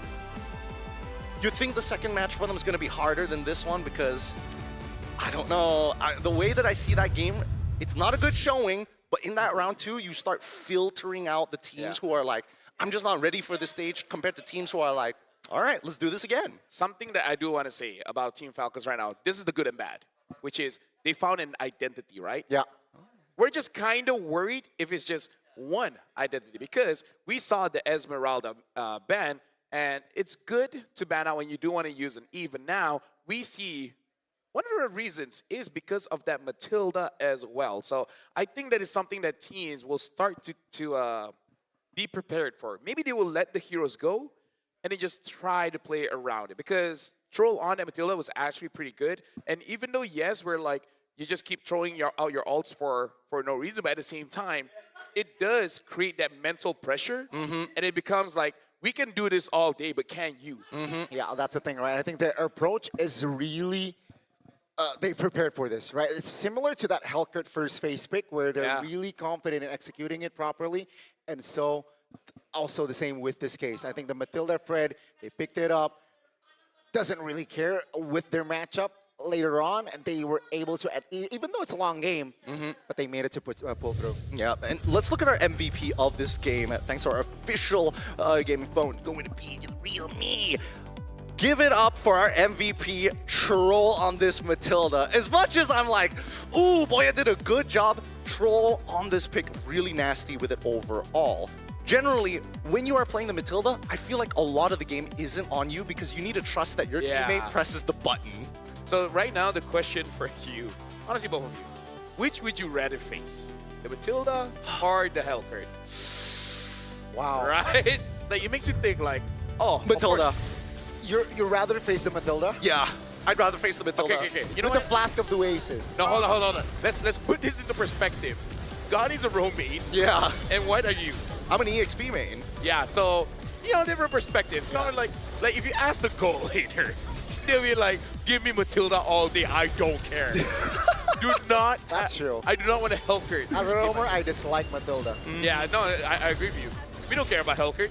He doesn't one-shot us. He doesn't one-shot you guys. But, like, just look at the way that these fights actually progress, right? These first couple are, like, a little messy. But then once they understood exactly what they needed to do, the fact that Sano is hitting from, like, halfway across the map with these Spears of Destruction, and even for DFYG, they've already thought ahead. If E1 goes down, we just need to stop the damage dealers from actually getting on top of Supercan, and we can all walk away.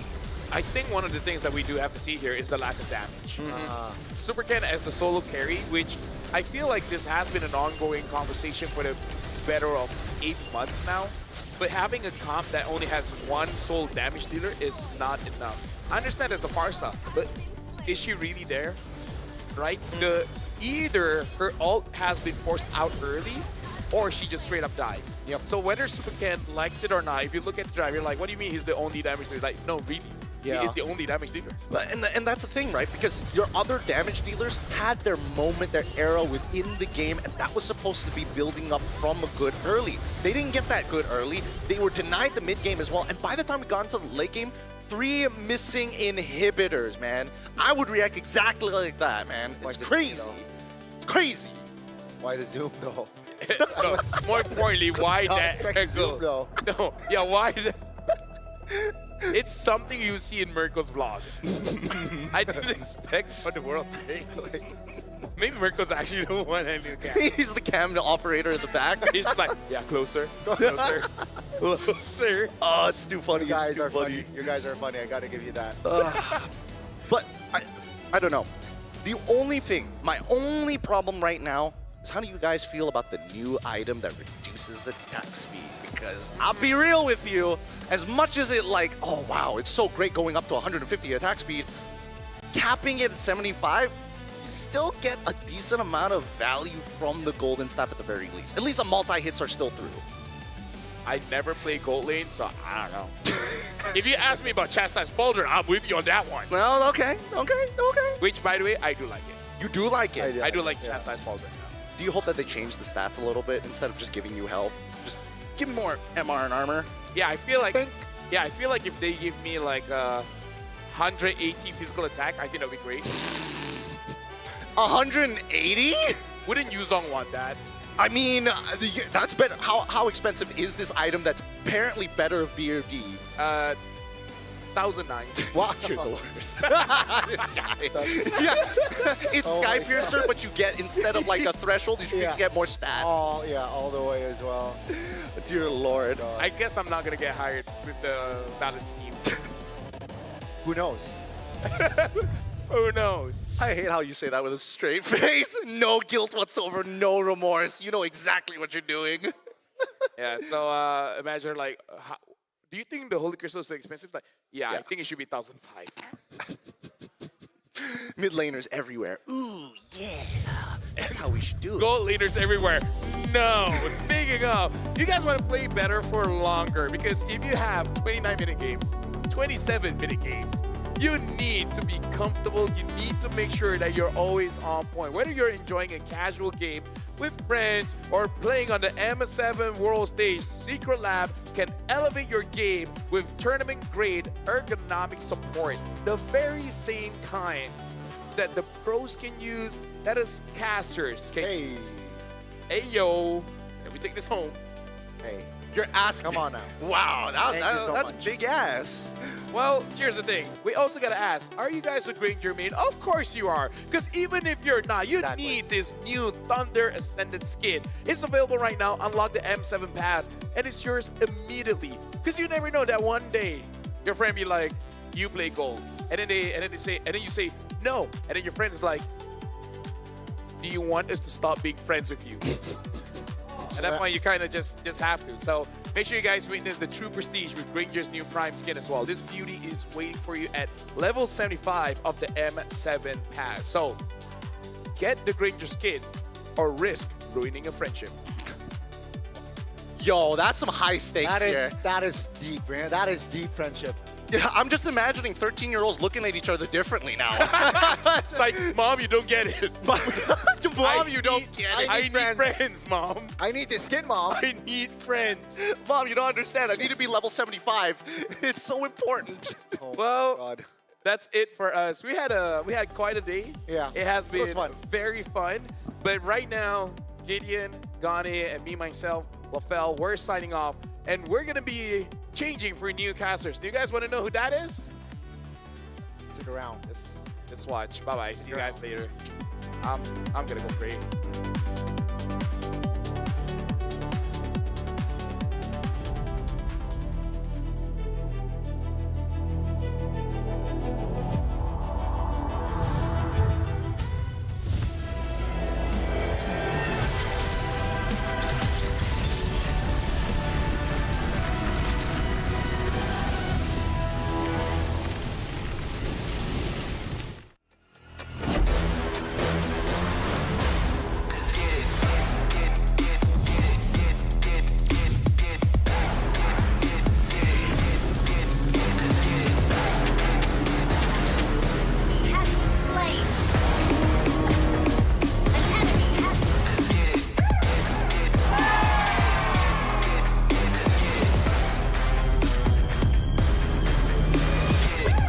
Realme 15 Pro M7 official gaming foam.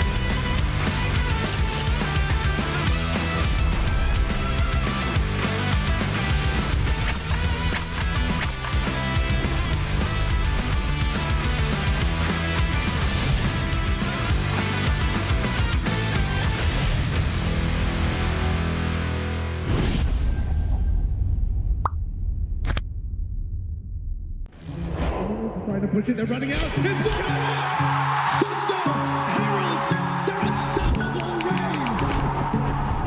Unscathed, unrivaled. A trophy, a symbol, a legacy, a champion. We begin our story with the pioneers, forged in gold. Fairy's champion ring and medal, relics to be worn with pride. Among champions, one legend outshines all. You play, we carry. Realme M7 official gaming phone. Forged for those who create miracles, the ultimate artifact of mastery. Every cheer from an army of believers shapes the determination of a champion.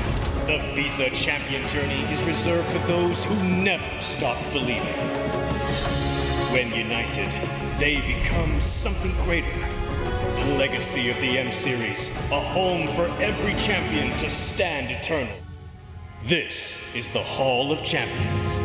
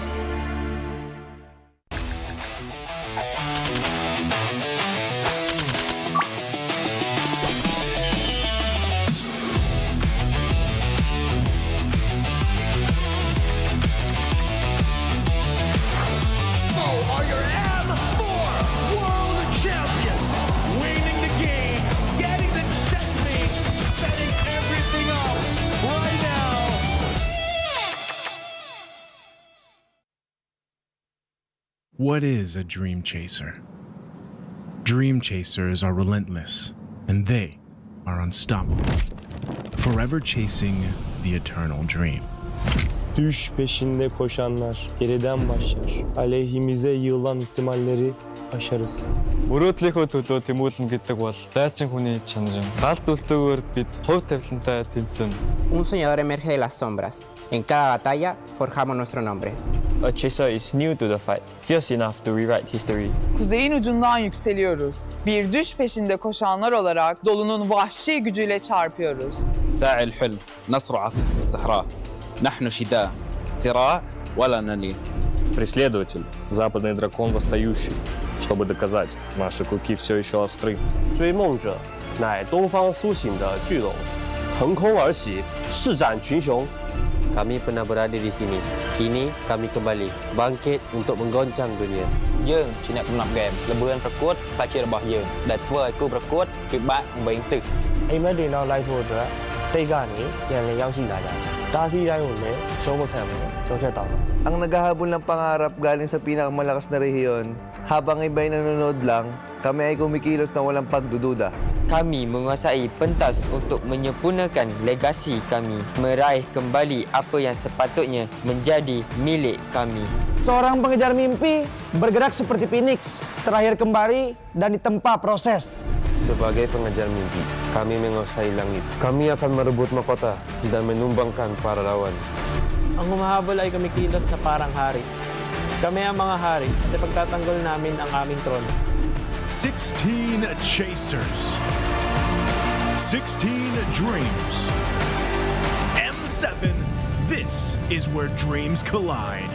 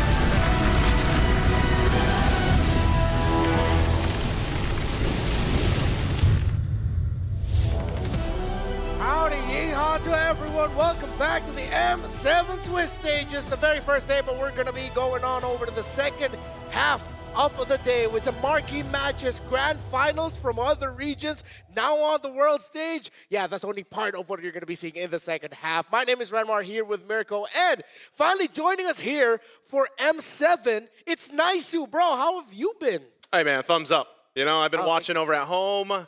I've had a great time watching you guys, of course, here at Lead the Desk, but also just the matches, man. I think that was the best wild card we've had ever so far. Yeah. It's a really good wild card. We also started off today with a banger. No one expected Onic and Boostgate to go that hard. But then, of course, we also just came from the DFIG versus Falcons game that I gotta say, Falcons, I was not familiar with their game. I did not expect them to play the Matilda and Fredman like that. Yeah, I really didn't expect the draft as well, but the outcome I kind of expected with my own predictions, right? Because DFIG and Aguay, they're amazing, but Falcons, even in GOTF, were able to really bring the games to a very, very tough position against Onic even. Yeah, what I like about this matchup that we saw earlier was that those were two teams that we saw from GOTF. So there are references to how they look like recently. Team Spirit was also in that tournament, but we haven't seen Evil in a while. The last time we had a Swiss that had a Singaporean team that delivered a surprising result, that was NIP Flash when they took down Aurora in the Swiss stages back in M6. So maybe, let's see if we're going to be seeing surprises with the match today. Again, it's going to be Evil versus Team Spirit. Don't see the predictions yet, but I think going into this, the community has pretty similar sentiments about how this might go. It's interesting, right? Because you have, again, it's a Singaporean team, and I think for a lot of people, they when you watch Singapore play, they're always kind of this wild card in their own right. Like no matter if they're in the main stage or the wild cards. And they have a very unique kind of play style and energy and like kind of chaos that they bring to tournaments. And that's what I like to see because Team Spirit over the course of the years have really established themselves to a certain play style. And I think with it being Evil and maybe for some new to see them for the first time playing from Singapore, obviously now here on the international stage, this is a good shakeup. Today already in wildcard, or not wildcards, but first day of Swiss has been a shakeup already. I mean, the first game alone, I think you and I were in the shuttle on the way here. We were like, whoa, what's going on? So I think this is it's still going to be a test to see if Evil can match up to what we've seen from Team Spirit. Personally, for me, I'm just really glad that we get to see a new version of a Singaporean team make it to the world stage because, again, for the longest time, it's Flash, and then we saw RSG, SG as well before, and it's just been those teams dominating, usually just a Diablo, right? Yeah. Anywhere Diablo goes, he wins. This time, it's very different, and Evil actually brought in an Indonesian import in Aether. His brother just played, and he lost, unfortunately, but Aether was considered by many as a pretty bad jungler when he was playing in MPLID. So the fact that he got a second chance and then he became a champion in that region shows me at least that there's always room for growth, even for a player who's gotten so many chances in ID. Yeah, it's a huge homecoming for him. And hell, what a better way than to make a name for yourself in the world stage or the global MLBB stage than to actually be part of the team that finally ended the streak of Team Flash. Team Flash dominated MPL SG for the longest time. No one expected Evo would be the one to come here to this stage, but here they are. Now let's look at Team Spirit. And it's similar to previous tournaments. Always have to be wary of Team Spirit. I'm pretty sure everyone remembers the heartbreak result that they suffered in MSC and still achieving 4th place in M6. But they have always been incredibly vocal about always just wanting to be the champion. They accept nothing less. They want that championship. So will we get Hiko Mania Part 2? Will it be the start of One-Shot Mania? Will Sawo and Sunset Lover continue their streak of impressive performances? There's a lot of questions for Team Spirit. So let's look at the keys to victory for Evil. Aether and Ven here must step up and sharpen their early game farming. Yeah, actually, up against a team like Spirit, Sawo, we know how he likes to play. You have to make sure that you have a presence early on. Yeah, I think and for most of the teams here, it's really got to be a focus on that early game as we get the salute here, of course, from Evil here. But that's the main thing. I think that early rotation, being able to set things up, the sustain heavy compositions that we are seeing. I mean, you guys, we always talk about this when we go through the wild cards, right? There's a meta forming within the tournament itself for the M series. We saw that for the wild cards. We start to see a little bit of shades changing even here in Swiss Day 1 already, and I think that's going to be the case. I know Gideon even mentioned this in the Shift 1 casters where they said, you know, by the time we get to the playoffs too, you'll start to see some more specific hero picks pop up. Some teams in best of ones just play better. than they do in like best of threes or best of fives have you. So that's why I think if we really look at this, we know a whole lot about Team Spirit, what they're capable of doing. But even for a team like Team Evil, they could be just like what we saw from Team Flash in the past, where they shine in best of ones. Could be, maybe a lot of those surprising picks coming through, but it's the same as also talking about some teams being really bad at playing the best of ones. And I think a few teams have shown that they, in a best of one, actually do crumble on it a bit there. But CFU, oh man, we've gotten a few upsets actually already. Just with CFU dropping down. Yeah, and again, I think the first matchup really started off the day with Onic and Boostgate, where Onic had to show off as to why they're the champions of MPL ID, why they're touted as one of the best teams right now heading into this tournament. So for Team Spirit and Team Evil, hopefully it's more surprises. I do not want to see a one-sided game here. It's best of ones. The day started off with a banger. Hopefully this one. I don't think we're going to get as crazy as the things Flash used to pull off, like Mortis mid, all of that. Badang XP damage. Yeah, Badang XP damage. We can hope. Hopefully, yeah, we can hope. I don't know. Do people hope for that? I mean, like, I feel like I am. Like when I'm watching, I'm always like, yeah, let's bend the rules of the meta a little bit. And I feel like Singapore has been one of the regions that do that really well. Yeah, if you were the coach of Evil, what would you pick? Tell them to pick Niso, like your spicy pick. Do you have one? Hey, that's the answer hasn't changed, man. I'm always rooting for Gord. By the way, I know the other Gord mains out there. They noticed that there is a sound bite within the intro of M7 that's actually the second skill of Gord. I'm just saying. A little fun fact. Wow. Yeah, they caught that. Yep, I caught that. So. Oh. The Gord heads. Yeah, that's true. Well, it was picked up at M5, right? Sans played it a few times as well. Yeah, Grand finals too. So maybe it was from there. Maybe it was those clips from there. Yeah. Of course, we have to talk about someone very important on the side of Team Spirit, a man who changed the game over in EECA. Kid Bomba, still, of course, here with Team Spirit, and still eyeing out an even more impressive result in the M Series, looking to get that trophy. And he really changed the game. He put EECA on the map alongside Sawan Sunset Lover back in M5. Yeah, it really feels like for Spirit, the one guy who's always just good, even in like very high pressure situations, is Bomba. Yeah, so let's welcome Team Spirit in. Ladies and gentlemen, the bastion of EECA, the dragon that reshaped the competitive MLBB landscape. In the XP, we got Kid Bomba. In the jungle, we got One Shot, Sunset Lover in the mid lane, Sawo in Rome. And in the gold lane, the man who stole the show at M6, Hiko Mania. Welcome, the Dragons of EECA, Team Spirit.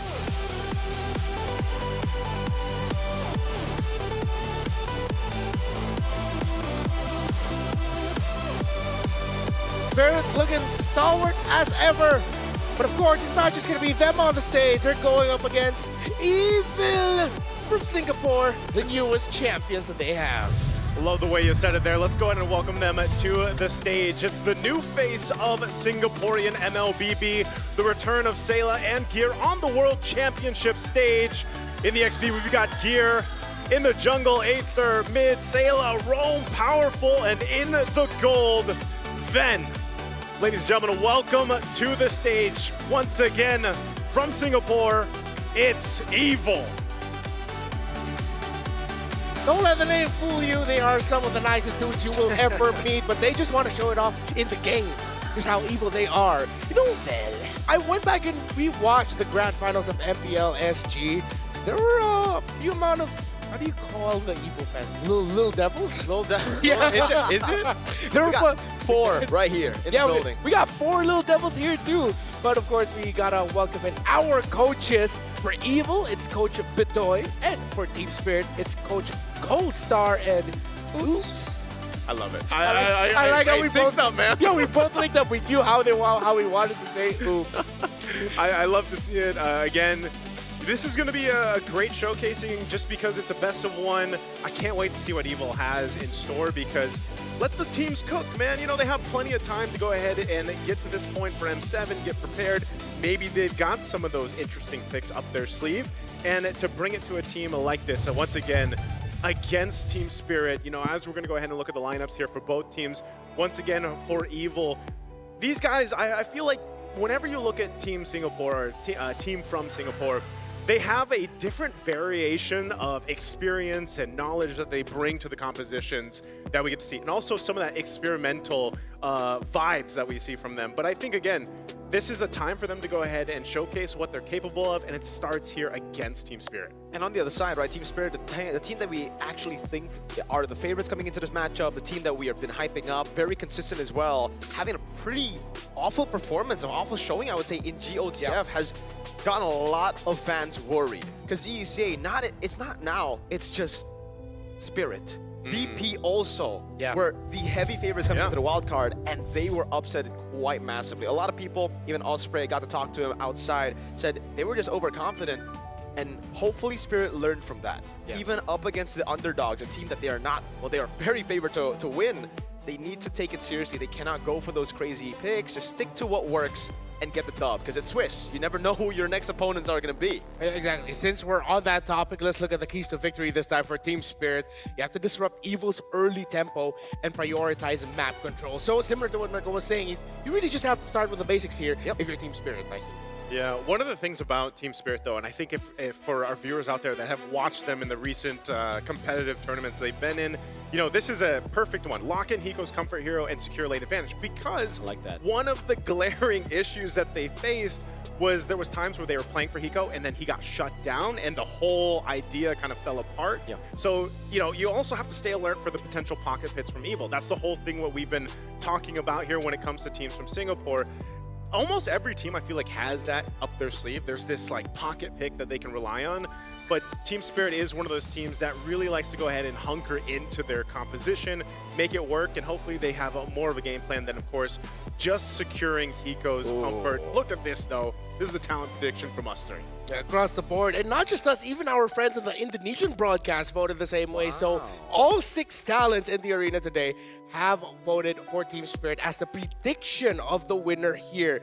But again, that's always the biggest question when it comes to MPL SG teams. What if, right? What if they come up with something crazy, or what if they're actually significantly better than the credit we give them for? But based on the recent performances that we've seen, even though that they've dipped a bit, and the name that they carry, Team Spirit look like to be the favorites. As we head into the draft, revisiting the drafts from the MPL SG finals, the last tournament that we got to see Evil play in, actually they didn't play anything crazy. They played it close to the cuff, and that's how they beat Flash. Yeah, they're not a Flash, you know, they're not a team that actually wants to go for crazy picks. They want to stick to what works. They want to stick to core fundamentals, and I think that's the reason why most of us then went for Spirit. They are just the better team when it comes to playing on paper fundamentals, but we'll see.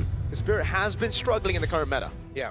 So as we enter the draft, I think when it comes to the picks, you'd want to start off with looking at the XP lane picks for Kid Bamba. He likes explosive heroes. The disruptive ones, TC, Lapu, are the ones that come to mind. He plays a pretty mean Arlott as well. The last time we saw Arlott was actually at the hands of Sawo back in MSC. And of course, I think that's the performance that sticks with a lot of people, because it was the one that was definitely a coin flip every time. Yeah, and speaking of coin flip, man, part of this is also just the gold lane in general. You know, ever since this meta has kind of shifted to allow those gold laners to go for not just the traditional marksman that we're used to seeing, but also these fighter gold laners that they can pick up. That's one of the things that we're going to see in test here, actually, even for someone like Hiko to go ahead and adapt to that. We saw shades of that before, but you know, the priorities, I feel like, for each team, we've still seen a lot of the Kalea priorities get picked up. That's banned here. But then you start to shift focus to even in the jungle. You know, there was a time where, yeah, you would see a lot more of the utilities picked up. Baksha's still mainly there. Fredrin, like we saw from the last series, pop up.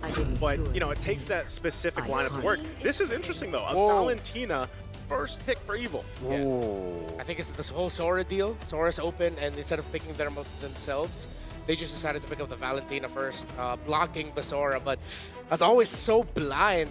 It feels like Evil strongly believes that no matter who they go up against, Valentina will have a high-value ultimate to steal, which, based on the top priority heroes, that usually is the case. It makes sense, honestly, right? Because you go for Valentina here, you expect the Sora to come through, but even if it doesn't come through, you get Valentina plus the Sora. It is still one-dimensional, though, however, because with the Sora and the Valentina, you're going to be looking for a lot of fights. So TS instantly try to play their own tempo, forcing in a pick-off-centric composition with a carry and a Cho. Mind you, this isn't really a pick you would think of when you think Sawo? You think of the Gatkachas, the Hyloses, the simple yet effective heroes. The Cho has not been part of his repertoire pool. Like, like it's not Sawo. It doesn't scream Sawo. Yeah, it's in the pool, but it's on the other side of the pool, away from everyone else. He's just vibing, doing his own thing, but clearly everyone else is having a bit more fun. Yeah, I think part of it could just be, again, you know, we've seen some of this now. The compositions opt for those pick-off-centric lineups in the early game. We've had quite long games today, you know. I feel like before we even opened Swiss day one, like the average game time was still around, what, the 16 to 18 minute mark.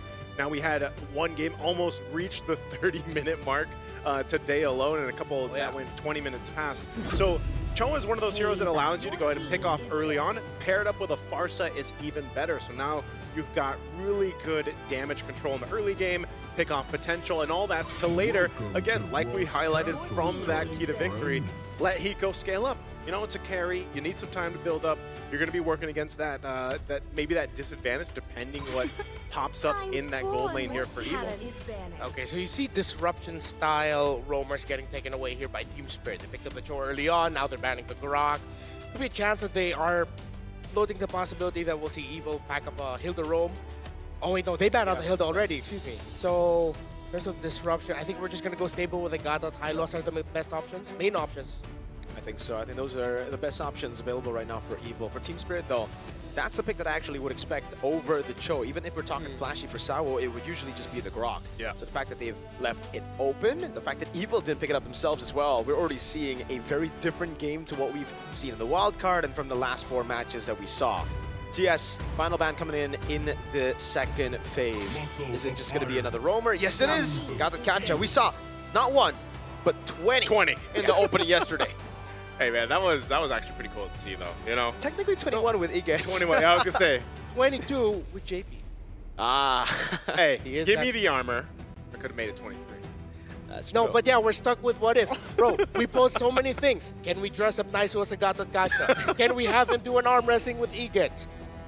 We missed out, bro. No, the guy was massive, by the way. I mean, yeah, he was. Dude, like I stood next to him and I was like, dude, I mean, I was out angled and everything. Yeah, at least you're taller. Yeah. That's true. No, but that was the first time in my life I saw Naisu as small. Yeah, that's true. Next to Igets. But yeah, okay, so we're not gonna see Gata here. We're not gonna see Baksha either. Could be a easy. I mean, they're not gonna swerve the Cho anywhere else, right? There's no place to put it in the XP. That's clearly just the roam pick.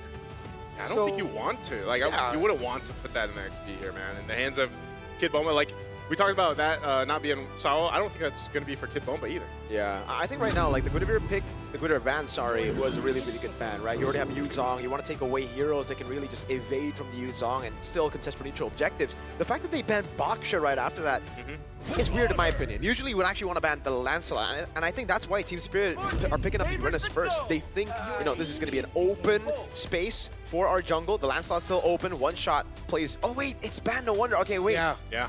So, okay, that makes a whole lot of sense. Now it's tough for one shot. Ooh, what's he going to play? It's Tigreal and Claude, and it's really, really good against the Farsa, too. Yeah, I completely missed the Lancelot there, so...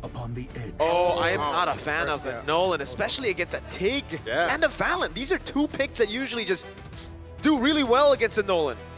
Yeah, I think One Shot decided to play hard mode here, Naisu. Oh, wow. Yeah, this is one of those situations where you're just not like...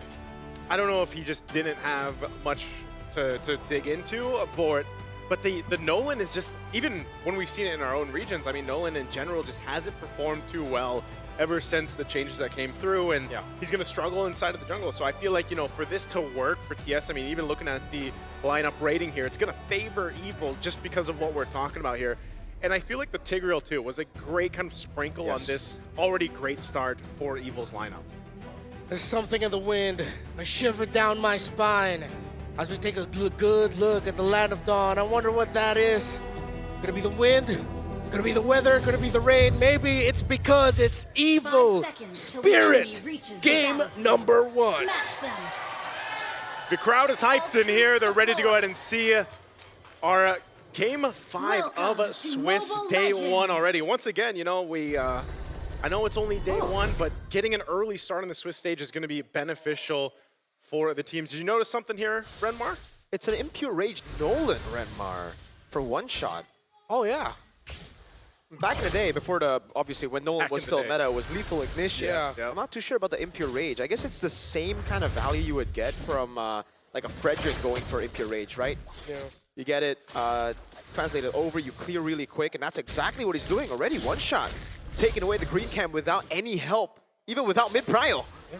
Actually, I think that is something that we saw in MPLPH when we saw the Nolan 1 or 2 times. It was also just Impure Rage already. Then no one was packing the Lethal Ignition for the burst. So really just going for the utility instead.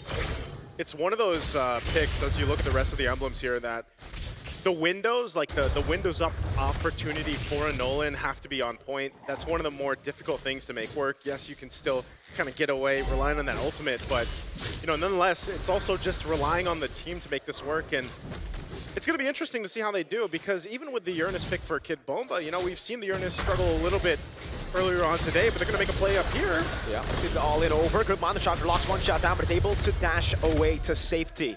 Just a bit of a skirmish down below. Ven going to be taken very low. Hiko doesn't have Flicker, and Ven will save his. Okay. Early action. They're still going to stay up on this side, too. One shot is ready. I mean, multiple members from Team Spirit up. They still want to go for this kill if they can. Here. Oh, instant all-in first blood for Bomba. All right, easy pick off there by Team Spirit. That was a long back and forth up top. I think it's because you also just see the strength of the evil lineup. A lot of crowd control. Strong ones at that too. Sayla forced to use the flicker in mid. One shot gets the turtle. That's just a lot of value across the board for Team Spirit. That's a lot of little wins across the map already in this first, couple minutes of the game. And you can see what they're going to do. They're going to continue to put pressure on this side of the jungle, providing information. I think they're just going to disengage after that. Aether, using that Mountain Charger, is not going to be able to find a stun there. So Sawo, even himself, is actually doing a really good job at providing that information here. And once he hits that level 4, which he's very close to, he'll be able to set things up. I can definitely see that for Evil. It just gets really tough because they're not used to seeing Nolan, right? So they have completely forgotten about the tempo that he can play with. We had the Dragon Flicker into the airstrike and the fracture. He's ticking down, but he got away with Flicker. He's powerful. Maybe if that was a Lethal Ignition, Maybe, maybe. Probably it would have definitely been a kill there, but that's still a good move by Team Spirit. Sawo setting the tempo now after they got the ball rolling after that first turtle. And yeah, I gotta agree with you. I think that's the tricky thing about Nolan when he hasn't shown up in a while. Is like he's good at just showing up, dealing a bunch of bursts, making it look like the team is backed off, and the next thing you know, he's back. Yeah, it's one of the highlights that he played into, when Nolan was picked up so much before. They're going to, I thought they were going to actually go for a kick here, but not able to get the angle they were looking for. You can see Sayla was holding on to that feathered airstrike. They're still a bit of ways from this turtle to come up here, though. So powerful. Once he's landing on that level 4 on this Tigreal, we'll see if they can then make a counter punch themselves. Right now, they're just kind of scrambling around. You can really see the difference, though, in itemization as well, because Sawo, he went for a red roam item first before the conceal. This is usually what you go for, so you get gold, XP, quick. Powerful, went for conceal all the way from the start. That's why he's just been really falling behind in level. He only now just got level 4. Sawo's going to be looking for the play again. Knows he doesn't have the flicker, but won't be able to find the kick in time. The Shun Fu was not used to cancel out the hammer knockup. Was he just wait? Did he wait a little bit? It seemed like he waited a little bit too long. It's like, he almost kind of faked himself out on that one, trying to set it up, but they're going to push Aether back. Yeah, Bomba's just doing so much right now. Pops in the Consecration. Ven even getting chunked there by the Uranus. Sawo is going to have to wait for the cooldown of Wade the Dragon to be back up with Sunset Lover on the Feather Airstrike. Trying to find an opening here. Here, Aether powerful all together. Here's Sawo.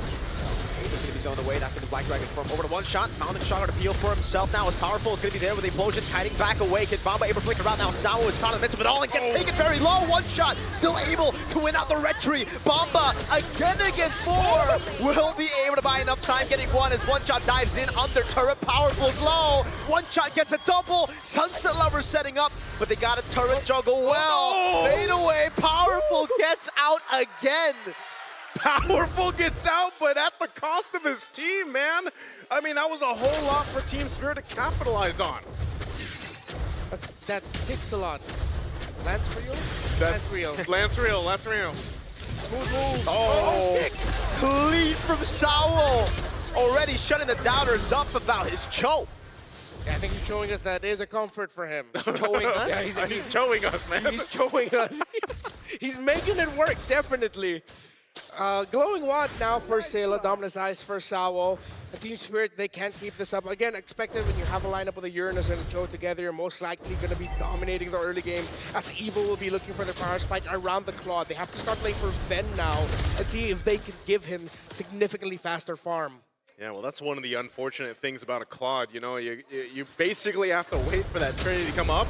Oh, no. Whoa. Oh, no. Yeah, the kill goes over to powerful Sao's going to be caught undeterred by the amount of shotgun, but they are able to get a trade off of it, and it's Sayla.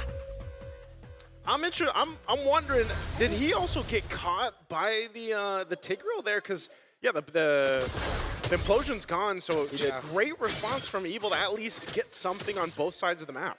Yeah, I think Kidbama did not expect the full commit there. Yeah. I mean, I'm sure he's happy, thinking that, like, oh, you had to use your ultimate on me. But at the end of the day, a win is a win for Evil, especially with the team trying to catch up. 12 seconds before the next turtle spawns, Ven is still trying to catch up on the item, still only has one full item, and that's the Corrosion Scythe. Yeah, that's what I was saying. You need plenty of time to build up there, man, and that's one of the unfortunate things about Claude. But once it's there, you know, this combination, this team comp, that Evil does have. Look at it can't work. Yeah, well, look at. I mean, he's been here the entire game, man. This is maybe what Nolan does best. You know, the traps.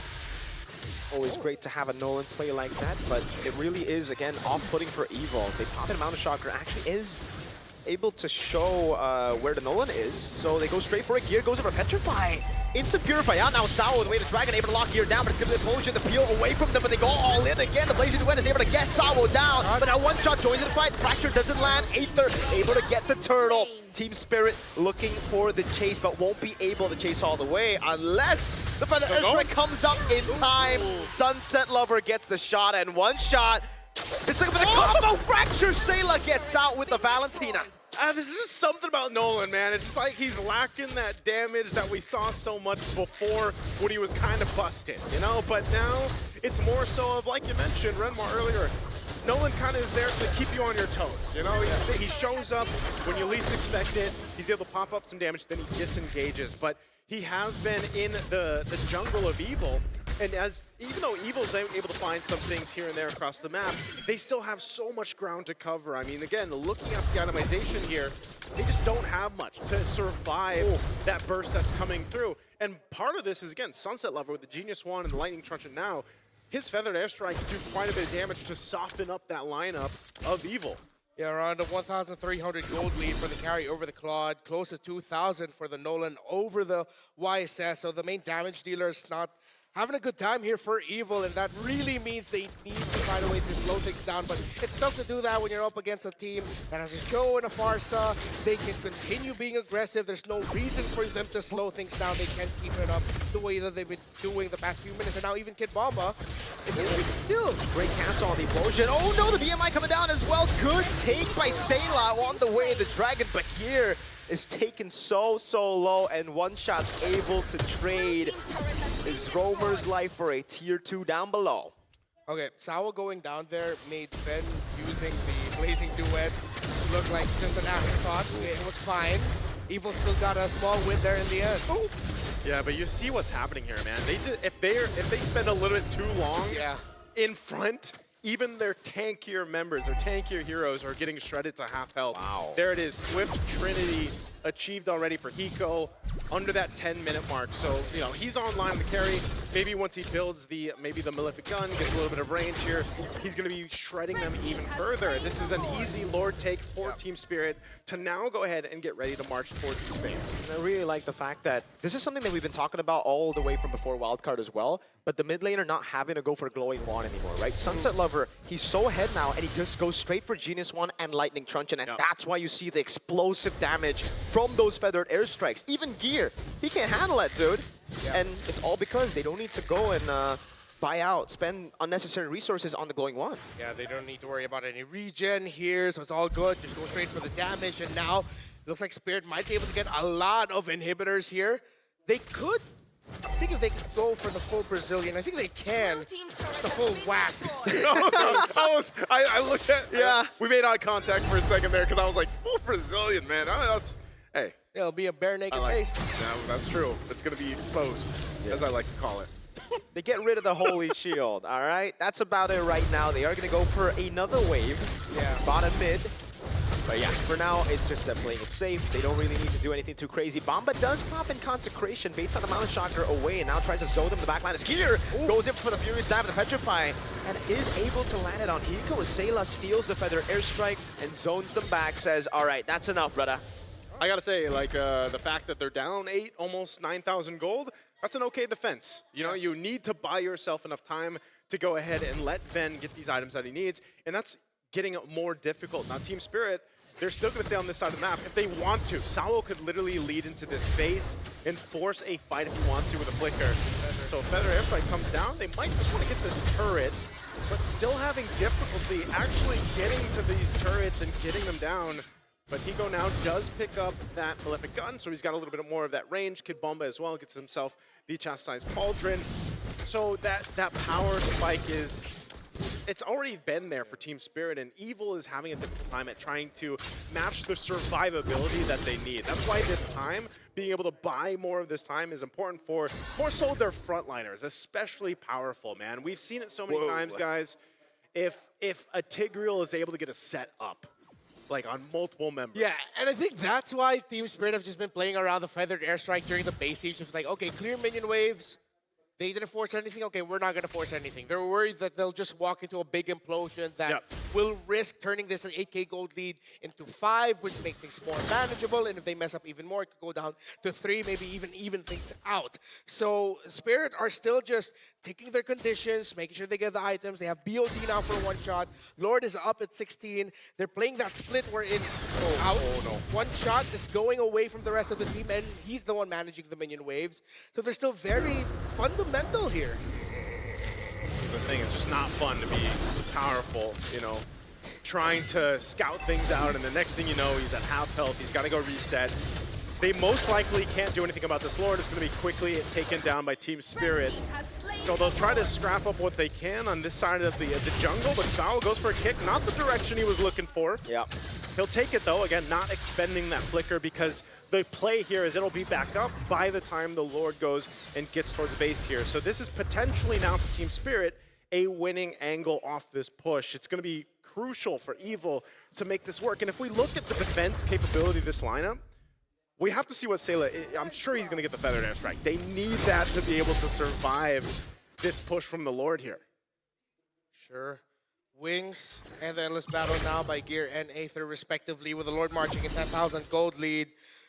This should be endable, but knowing Team Spirit and seeing how they've been playing the past few minutes, they still might also just go for, okay, we got a tower, we still don't have a kill, let's wait for the next minion wave, because they're really just very wary about Gear and Powerful chaining crowd controls together and punishing Team Spirit. Yeah, they got a Melted Gun on Hiko. Oh my goodness, the Lightning Truncheon doing so much. A bait on the implosion by one shot with the fracture. Sao gets the immortality, will be going for a crazy play. We had the Dragon and Flicker, but it actually sends him off here. So they're popping the Black Dragon form now with Sunset Lover, and Hiko is able to just run through Gear. The Lord is going on the base. Powerful is going to be shredded down as well as Hiko goes straight for the base, and they'll end it at 14 minutes and 4 seconds. Team Spirit coming out with a dominant win. You can see how happy Kid Bomba's about that, and the rest of the squad here. Smiles across their face, man, because, again, this was a clean game, about as clean as it can be for Team Spirit in this best of 1 against Evil. Yeah, they managed things very well. Sao proving us wrong and saying, hey, it's a comfort for me. I was about to say something, but I realized it would sound kind of sus. I'm going to save that for later.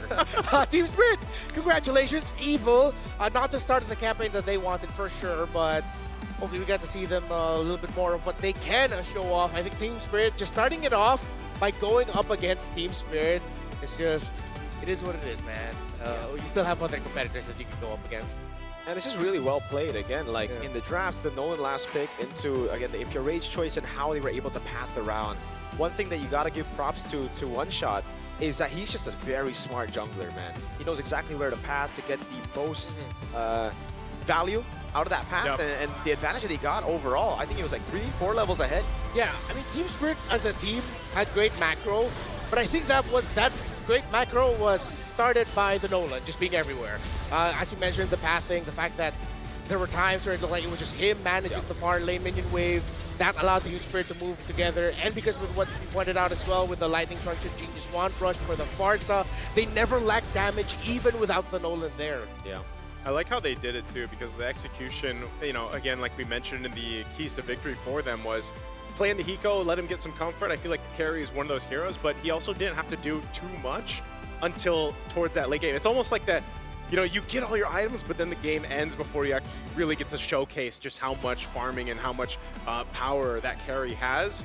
But that's what worked wonders for them. As we see Team Spirit here, again, it was started from the early portion of the game, and it just worked great, man. You know, I think, again, Nolan could still kind of work, and this is the showcase of how just much it can work if it's played correctly in the early game. I think that's the big component there, because, again, Nolan doesn't have that big burst, crazy damage that we're used to seeing. It's more, like, he still got burst, but it's not the same as before. Oh, yeah.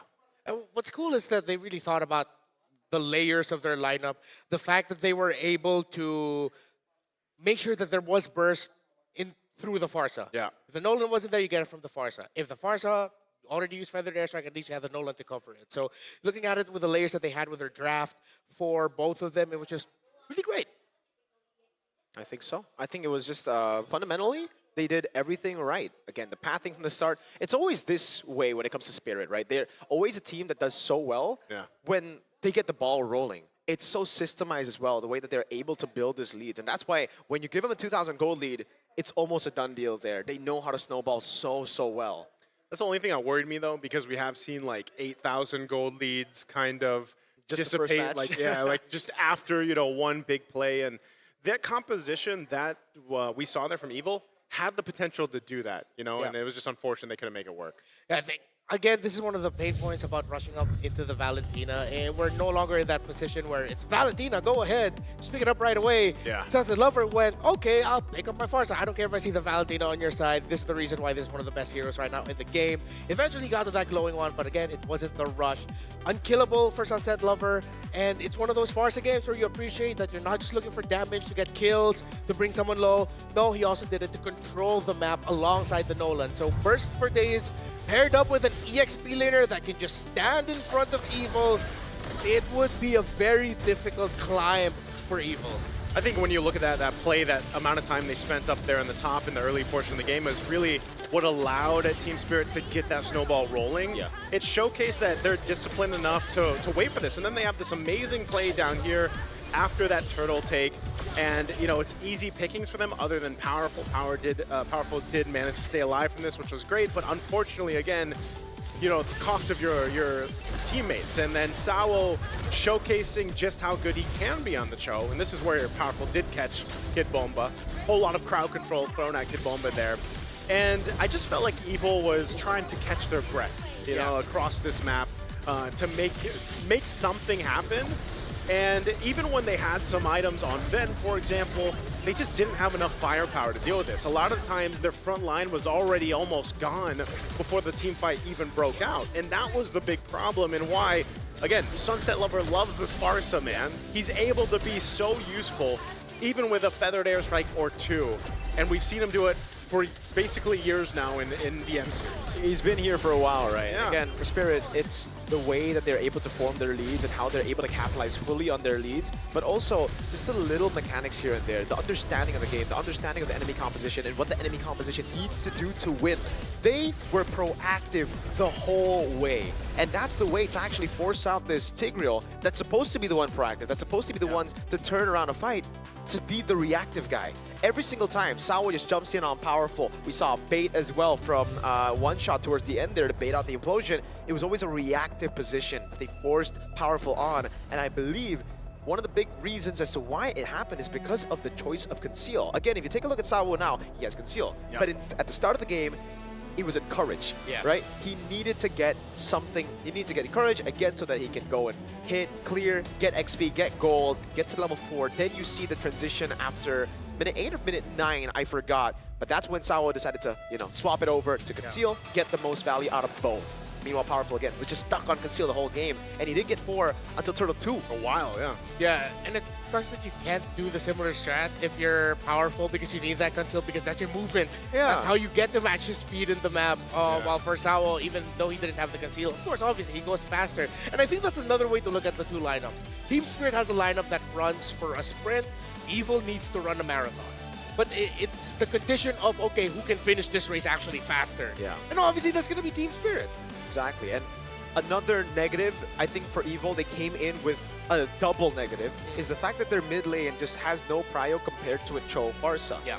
Cho Farsa just clears wave instantly. One skill 2 or skill 1 to 3, doesn't matter what Sunset Lover goes for, Sawa just clears it up, right? Yep. Meanwhile, for the Tigreal, he's just stuck there. Then in the lane, he can't make any proactive moves, and so is the Valentina. Yep. So the fact that they're stuck there gave everything away. The lethal take was free. Yep. The invade, not even set up with the rest of the team. It was one shot who just walked in the jungle. Yeah, which makes it even more questionable. Why would you go for a roam mid duo that doesn't have prio when you're playing a Claude? In this meta. Yeah, in this meta. That Claude, of course, I think for Ven here, he had the shortest end of the stick out of everything. He's supposed to be the weak side, but he was forced to play strong. Yeah. Exactly. And now Ven's just like, all right, thanks for the pressure. Look at my opposing carry. He has a significantly better game than I do.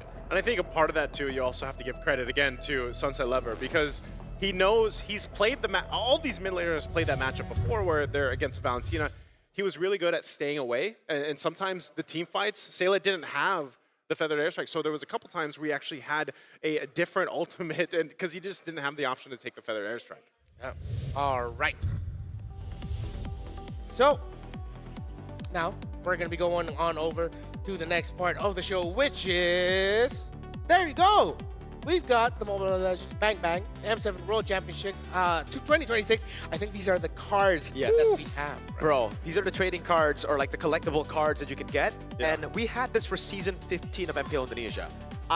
Me and Gani actually, both of us went to the store. We bought a whole box full of this. I forgot how many we got, but we unboxed everything. We were looking for a signature. Okay. I got a signature Aran. Very, very rare. I wanted the signature Iman, but hey, I'll take Aran any day. At that time, he was also defending champion. So yeah, I think it's a dub. This time, I can't get Iman. So I'm pretty sad. So these are all the M7, like all the M7 players? All the M7 players. Oh. Hey, we never got, wait, you guys did get cards eventually in the MPL Philippines. But it's not these cards. But it's not these cards. I mean, you guys, you're part of them. But I wasn't there. Oh, wait, no, yeah, for yeah, I wasn't there yet. Yeah. Wait, no, the talent. Oh, no, only some talents got the card. That's right. I was not popular enough then. Hey. I'm not also. We want cards. Yeah. And now we also want you to play Magic Chess. Because now we have a World Championship for Magic Chess Go Go. It's the very first one that we have on January 10th and 11th.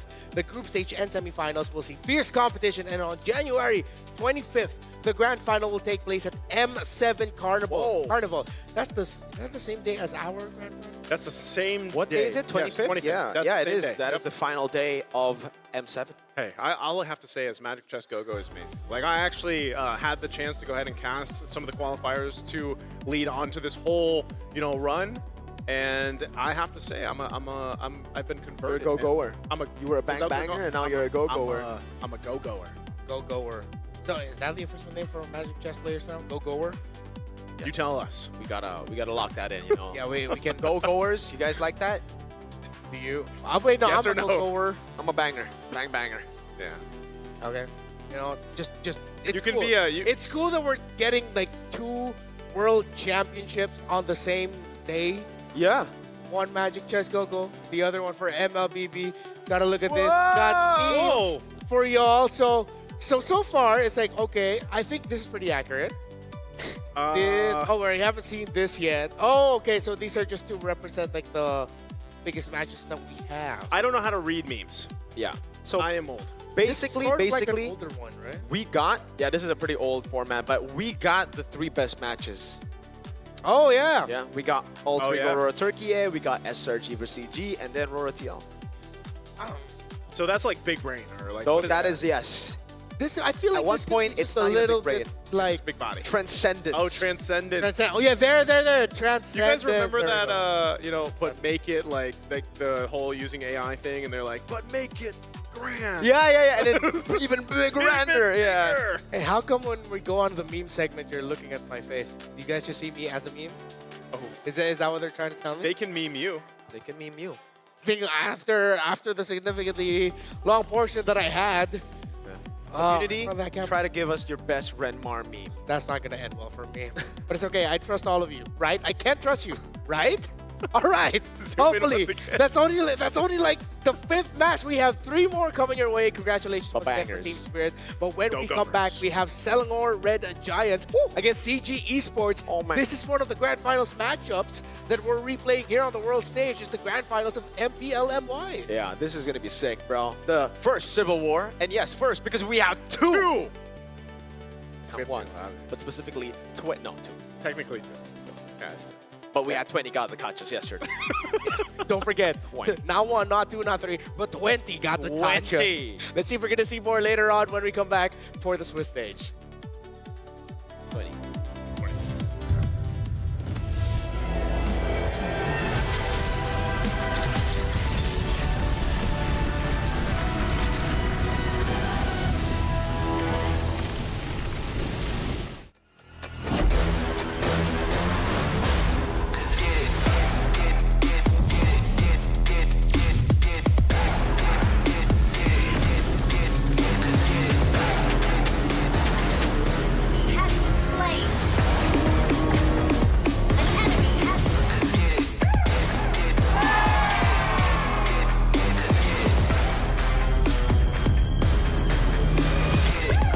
Realme 15 Pro M7 official gaming foam.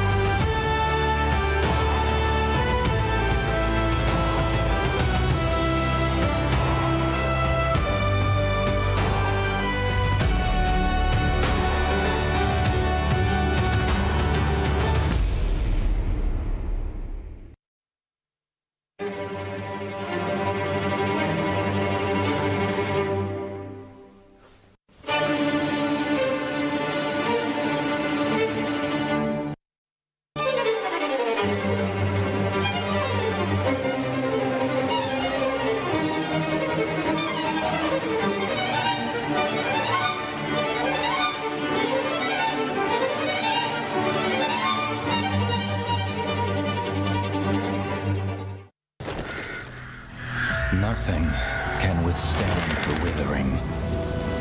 Against the endless erosion, my strength grew weaker by the day.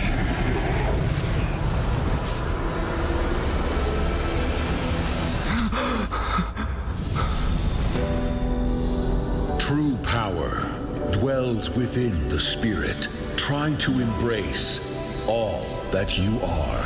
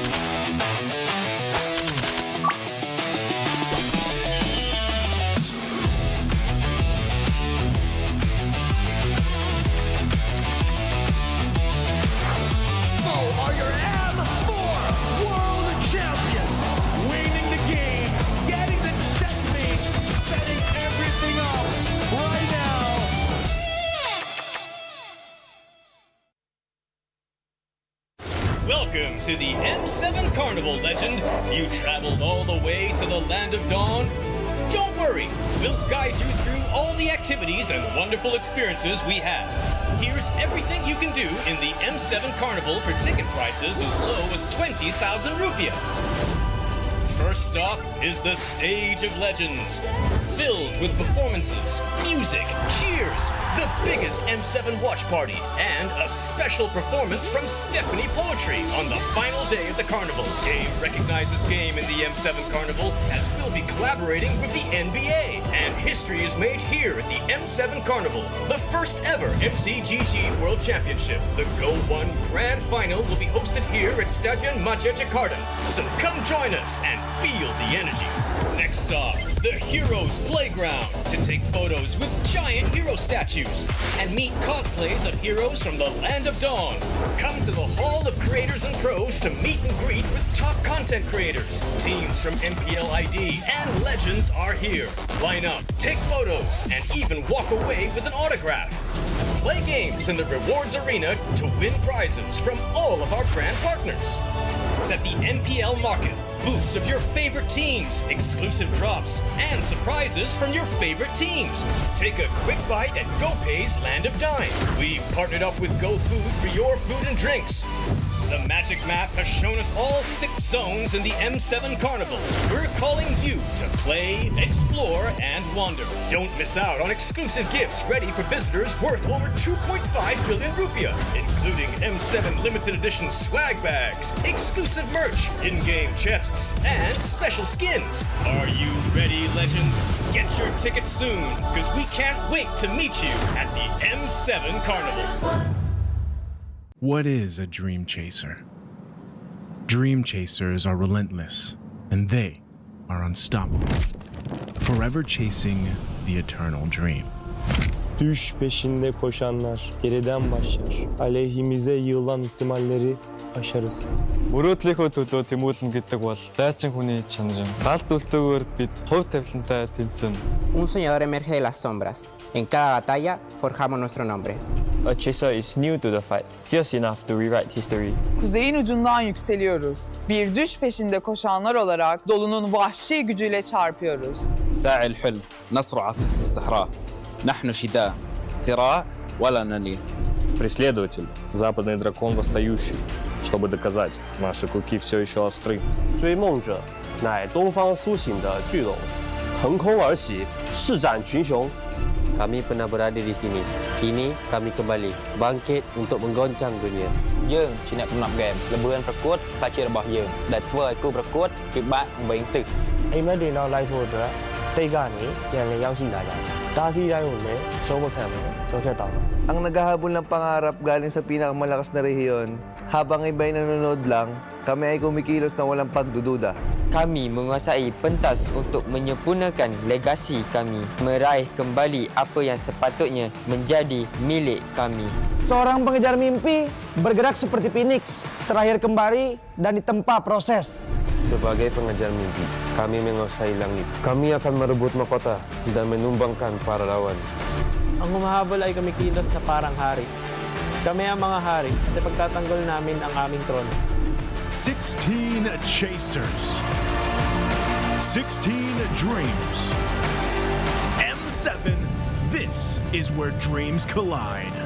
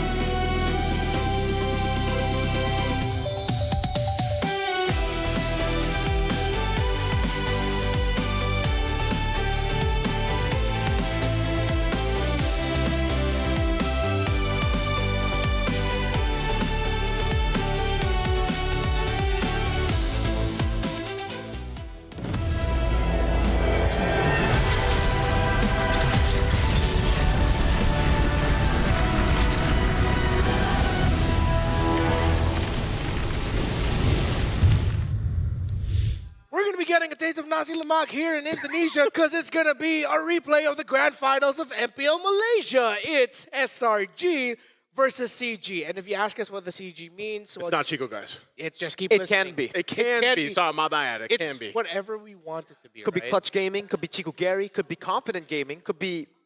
Does it always have to be gaming? Chico and Gary? Chico Gary. Could be Confident Gary. So please type down in your comment section, what is your version of what CG means for you? Keep Cool, it guys. nice, folks. Like, don't get banned from the comment section while watching the Swiss stages. We still have a lot more tournament. Again, it's myself, Miracle, and Naisu here. And similar to the previous one, the community feels a certain way. However, it's different because if you look back at M6, SRG struggled with the Swiss format in the best of one version. Yeah. So what if CG, with them having Chico guys in the spirit of what what he does in the World Championships, what if this actually is better for them, Naisu? I don't know, man. Well, first off, I want to say no one will forget that SRG moment. You know, the Mozkov innocent moment from M6 that we had here, because I think that's a good way to put it. You know, the day Malaysia splits into two, this is one of the things. You've got to think. This is difficult, man. Best of one, a history that SRG not performing too well in the last time. Maybe it's changed this time, but even for CG, I'm glad, by the way, that we have another team from Malaysia here competing. It's just unfortunate that they have to play against each other in day one of the Swiss, but I still think this is a time for CG to really step up. A lot of people already know like how SRG plays, you know what I mean? Yep. So just like we did mention with Evil in the previous series against Team Spirit, this is the time for CG to step up against SRG. Hey, I have a question. How come Indonesians or Malaysians have never called a four-peat an M-peat? Because the word for four is empat, right? I don't know. I think it just sounds kind of bad. Okay. Upbeat.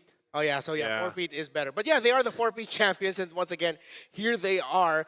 But compared to their previous appearance in M6, I feel like there's not a lot of hype on SRG for some reason. They're a little bit more low-key this year, I guess. Yeah. I think, again, because it was their golden road year last year, right? Oh, They were yeah. coming on with a lot of hype. It was hometown as well. They just won MSC 2024. It was their first international trophy, Malaysia's first international trophy as well. So coming in with a lot of hype. This time, the hype simmered down. But it's still similar success. Again, MPL domestically, they've won everything. It's just they didn't win MSC, but they got so close to doing it. Grand finals. Yeah. Literally, that, and then add to that fact, they are undefeated in MPLMY heading into M7. Literally, no one got to take them down. So here's another version of what we could talk about for CG, maybe.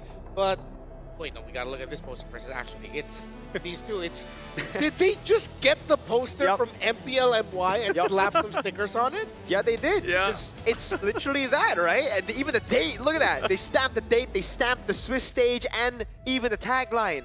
Let the world see us. WR, man. Great graphics. Easy day on the graphics department. There we go. Let's go. I mean, I'm pretty sure there was some effort for doing this, but they even that's stamped the cool. trophy over. I was gonna say, yeah, it's big enough, man. You might as well just put it there. Of course, it's not just about SRG. You have CG as well, of course.